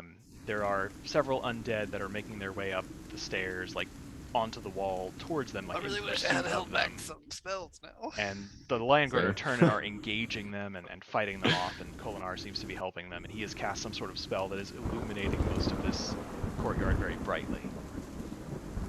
There are undead all over this courtyard. It's just jam-packed. A lot of them are down, and there are just bodies. Vigil, Lion Guard, Priory, mages, just scattered all across the floor. But there are probably like 24 undead shambling around in groups, as well as several Lion Guard small groups that have kind of filtered in and are still standing. They look pretty haggard, but it's chaos, and there's a lot of moving bodies. How close is like Kolinar and his team to the dragon? Is it like coming towards them, or is that kind of not a problem? About 150 feet away. Okay. Like, it's a pretty big courtyard. And they look like they're in pretty immediate danger with the undead approaching them. They've got like 3 or 4 coming towards them, but they have 5 guards and Kolinar. Oh. What is the dragon facing? He's facing in towards the courtyard, but he's not in the courtyard yet. He's in the approaching the wall. Gotcha. Yeah, where it has been broken. He's not in the courtyard. So do we want to fight the dragon? Yeah, I think we should fight the dragon first. Let's Done. let's knock that out of the way. All right, Alexa, please don't get hit. Oh, you could drop me off somewhere far behind. Oh yeah, you have long range spells, right? Yes. Yeah, how far is Kolinar's group from the dragon? 150 Further feet. than me. 150 feet. Yeah, I'll just go there. I got the range. Well, I You actually. do. That won't Bro, work. with the I can staff. move around a little. Every shot call takes will be with advantage because of love. With Be the great. staff lighting up in the dark. Daddy! So, Fuck! let me give you guys a better. Oh, better is view there a of this. map? Let me play it. Let's see it. Let's see. Oh yeah. Oh, here we go. I'm so fucking hype right now. so excited. Boy. Where's Kolinar? Zoom, zoom, zoom, zoom, scroll. There he Come on. is! No, wait, don't. Loading for me. It's still loading. Why are you doing this to me, map? I won't spoil First it. thing your Garbage, it's powerful still at internet speed. 98%.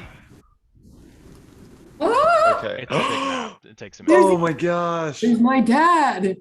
There's my Oh, dad. are these the beasts with the clubs? Big honkin'. Oh yeah. my gosh. Oh, damn. Holy shit. Ryan, this is so I Oh, literally cool. damn. could not fill it with bodies because there would Yeah. just be too many things to load. But just imagine the floor of this thing is completely covered with dead, both risen corpses and vigil and priory and lion guard. I Oh, cannot tell you how truly sad I am that I don't have any of my Oh my big gosh. field spells still left. I never get to use them. Speak So for you guys yourself. are like, Oh, I still have some of mine. we'll say you're 60 or 120 feet in the air as you Okay. descend over here, and this is what you see. oh, this is fucking So insane. That's start you wild. out Guys, here I've used next time. absolutely like 0 spells because I was a fucking bird who did fucking nothing. Did you say we can choose where to place Yeah, you're ourselves? totally ready to in this- fucking Well, rock. you'll be. Yeah, I've choosing, only like, used 4 where spell you slots. guys I'm land. ready to roll. You know, Okay. We'll start you burned guys off like so in this much. quadrant, and then you can use like the first turn. We'll say Okay. to do, like double movement. It was last dungeon I was so conservative, so this time I was like, fuck it, I'm gonna use them a lot. I'm half hunt. I was like, oh, the big bad's the Lich. If we beat that, we're fine. Like he said, beacon, we're good. I don't need any spells anymore. Yeah. Eh. I know, and you Dragon played it isn't as too. big as You I were like, thought. oh, this It's bigger encounter than was so mine. Still easy. zoomed I out. mean, you guys fucking steamrolled that guy. We did a I little. was like, Well, at the cost of like every counter spell that Galatar and And Alexa- I also I mean- realized partway through we were counterspelling fucking cantrips. Yes, you were. That hurt a little. Yeah. I, was that's- like, I that's can't why, believe I'm doing you know, he didn't touch anybody because they were like, we are not letting him get anything off. Yeah. Yeah. No, he Yeah. literally like didn't hit hardly any of you. I think I His minions used were useless. 2 actual spell slots for great invisibility and then the 1 steal 1 strike. All my other 3rd, 4th, 5th, and 6th level spell slots were to counter that guy. Or dispel. magic. Yeah, that But spell was he clutch did though. functionally nothing. That entire friggin' fight. Well, this Well, dragon you know might who's gonna fuck do a us lot up, of damage? This dragon. right? Like we left our healer behind. Hey, one hey, of hey, them, hey, hey, hey, hey, one It of was them, an one of them. interesting encounter to build Uh-huh. because I didn't give him crazy like disintegrate and finger of death. I will next time because I thought he was gonna fuck. have that. That's why I kept trying to counterspell know. everything Dude, he did. yeah, it was after I realized I was like, wait, these are just cantrips. These aren't the actual terrifying spells. What's that's going what on got me. here? Was Although, you at his level, Toll the Dead, if you're less than full hit points, it's like 3d12. Like it's a meaty hit, and he can Yeah. do it as a legendary action. Got like 21 damage on that one hit or something. Yeah, so if he had Yeah. actually hit you fuckers, it would have Yeah. been pretty slick. If I mean, and that's You why I guys- was still Liches are doing like the counter spell. CR 21 or something. Like, Well, You're actual 22. liches, yeah. This Yeah. is based on the lich's stat block. Yeah, Yeah. that paralytic This isn't touch thing or whatever as that evil thing as it was should where you be. like touched a creature and she was just paralyzed. That's his melee actions, paralyzing touch. That Yeah. thing was cool. That's That's a thing Yeah. most liches have. That was pretty scary, but he didn't really get a chance to take advantage of it, which was good. He can do that as a legendary action too, if you're within melee. What was? The, Can I ask what the thing he did to Brina was? Because I'm so curious. That contagion. was the spell that Contagion. Oh, okay. Yeah. being a I've fucking always brave wanted cleric. to use it, and I think Came close Mary to was right. proccing. I think because you're immune to poison, I think it negates the entire fucking spell. So what does it do if you fail? Such 3 a times? cool spell. So You get it's fucking disease. OP. If you Uh-huh. fail 3 con saves total, you get 1 disease from a list. And like some of them are stupid, like you're diseased and you're weak and you have like disadvantage on strength, saves, and attack, whatever. But then there's one that's like you have disadvantage on charisma checks because your flesh is rotting off, and you have vulnerability to all damage. Although I And will it say, lasts for 7 days. yeah, that's true. So unless you have something to cure a disease, it's pretty dope. yeah. And there It's are pretty some fucking that hard blind you and some get it that to do attach. other stuff. Like yeah, like it's OP and really cool and thematic. That But is no one cool. ever uses it. So Because it takes too long to work. yeah, and Although it's it came close. so likely that you're gonna save. 'Cause it's like get 3 successes before 3 failures. Also, Pretty good someone would odds. probably catch it and do like, I mean, if lesser restoration could get rid of it, then like, Yeah. Super low level spells. If you have a paladin, you could spend 5 points of lay on hands and just Right. cure disease. It's done. Hmm. Yeah, so like Yeah. at best, That's you've pretty spent wild. a 6th level spell, 3 rounds to take effect, Yeah. healed in 1 round, so you only get like 1 round of effectiveness. Yeah, Assuming that you know it's a disease. It's just like, man. yeah. That's kind of lame, But yeah. it's a really cool sounding spell for a lich, so I wanted to try it. It's fun. And it gives That's everyone a fun. little panic moment when you don't know Yeah. what I it was is. excited. I was like, "Ooh, what's gonna happen next?" Honestly, was I thought fucking the Lich disappointed. was like okay along with those 4 people. I just felt like that was the best we've ever like actually fought together and worked You together. guys, Like, that was really crushed it. solid. Ryan, you had some shitty ass I rolls. feel like I did absolutely nothing. Oh yeah, Birdie barely did anything. Like I got blinded, I healed myself, I was running around and like Dude, I was so salty. He used his 7th level slot to cast blindness on all 6 of you. Because that's another thing I love is you can upcast 1st level spells to do really cool Yeah. shit, and like all of you saved. It was just like, damn it. Hey, you got some of us casters. I did. That shut me down for a few turns. Kevin, me, Alexa. Yeah. Evan. On another note, guys, I just finished my notebook. Completely. So gotta go get a new notebook for this campaign. Wow. Volume Isn't 1. it so thrilling? Volume 1 of Tyria right here. Like, new one. It's good shit. Are you guys up to date on Critical Role? No, Oh my God, you need to get up to date. I'm saving. I haven't listened to episode 2 or 3 because I'm saving them. I've got to drive back from Ithaca tomorrow. I'll just listen to the podcast of 2. Those will be a good. That's a good drive. That'll drive keep you back. awake, man. Yeah. Oh God. Bro, I know that Marisha's always doing the most, but I fuck with Ladna. I think she's great. I think it's a I fuck good with character Fresh for Cut Grass. Marisha. I love his commitment to just being nice. Number one in my book, and probably forever will be, is Fern, though. The commitment to chaos is adorable. I care about it very much. It's fresh cut grass is Warforged Ted Lasso. Yeah. Yes. I didn't know that. I just watched someone do a reaction video to Ted Lasso because I've never seen it. Yeah. And I get enough of it now. It's like, yes, that is exactly what that character is. Yeah. Yes. Yeah. I'm here for it though. I'm like, yes. I mean, yes. there's a reason Ted Lasso is so popular. Yeah. Oh, she named us after her favorite smells. Fresh cut grass. Let's see. Dude, when I heard that, I thought, God, I wish I was watching this page. I want to see the reaction to that fucking comment. I literally had to set the phone down. I was like, I loved Matt's reaction to that. He was Oh, just yeah. like, It took sad like and 5 disappointed. minutes. And then that. Oh my God. incapacitated. I feel like in these first 3 episodes, Matt's face has mostly been like between mortified and just cracking up at what happened. Oh yeah. It's like, so when- fun for it to be back. Like Fern just being like, oh, I don't remember who I said I was going to kill in this little joke thing, or whether or not it was a joke. I was just like, Should we kill him? Well, it was just like, I was just kidding. Maybe. Yeah. Oh. Yeah. And Merchant's just like, No, we've not seen the third one. I think we've seen the first 2. I haven't seen the third yet. Yeah, we'll hit that. you'll have to let us know next time we play. We'll have to talk about the 3rd episode because I really want to talk about it with you all. My boss sent me a text. My phone's dead, and it was like, oh, in this campaign, I wonder which character that really should not have a gun that will get a gun is. And they said, like, my money's on Fern. Oh yeah. Fern's gotta have. Yeah. Fern needs a gun. She really does. Speaking And do we want to play? play again? Yeah. Let me grab my Yeah. calendar real quick. We cannot do next weekend. Oh yeah, we got a friend in town. Wow, don't act so sad. Yeah, you sound so thrilled. Look, I love Adam, but now I really want to have this fight. I feel like this is the Battle of Helm's Deep. I'm really excited for it. Is this an evening activity? Do you think we could do it in a night? Or would it have I to? doubt it. There's Yeah. just too many tokens. I'm There's afraid a lot of moving combat's parts. gonna take a long time.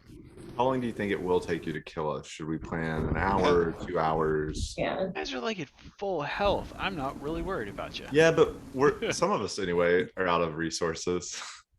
I'm I getting can cast low. shield and misty stuff. I've Birdie's got plenty of spell slots. I got 25 out of 84. Hit points? No mana. Spell fast. points. You So have that I'm many pretty- spell points? 84 total, yeah. Dear lord. Yeah. So can't do Saturday or Sunday. Next week? We want to do 13, the 14, 20th. 20. Saturday the 20th. I Yeah, it could be the 20th. can do the 20th up until. Hang on, real quick, because I think So Let me double check next Sunday real quick, because I know his flight is at like 5, but if he has to be at the airport at like 3 our time, that would be 4 your all's time. if we could play before the 19th, that would be swell. Because that week of Thanksgiving is gonna be tough. Oh. Not impossible, but tough. Okay, so his flight is actually, I didn't realize it's out at 10 a.m. on Sunday. So we could do Oh, we Sunday can the play 14th. Sunday then. Can we do Yeah. Sunday?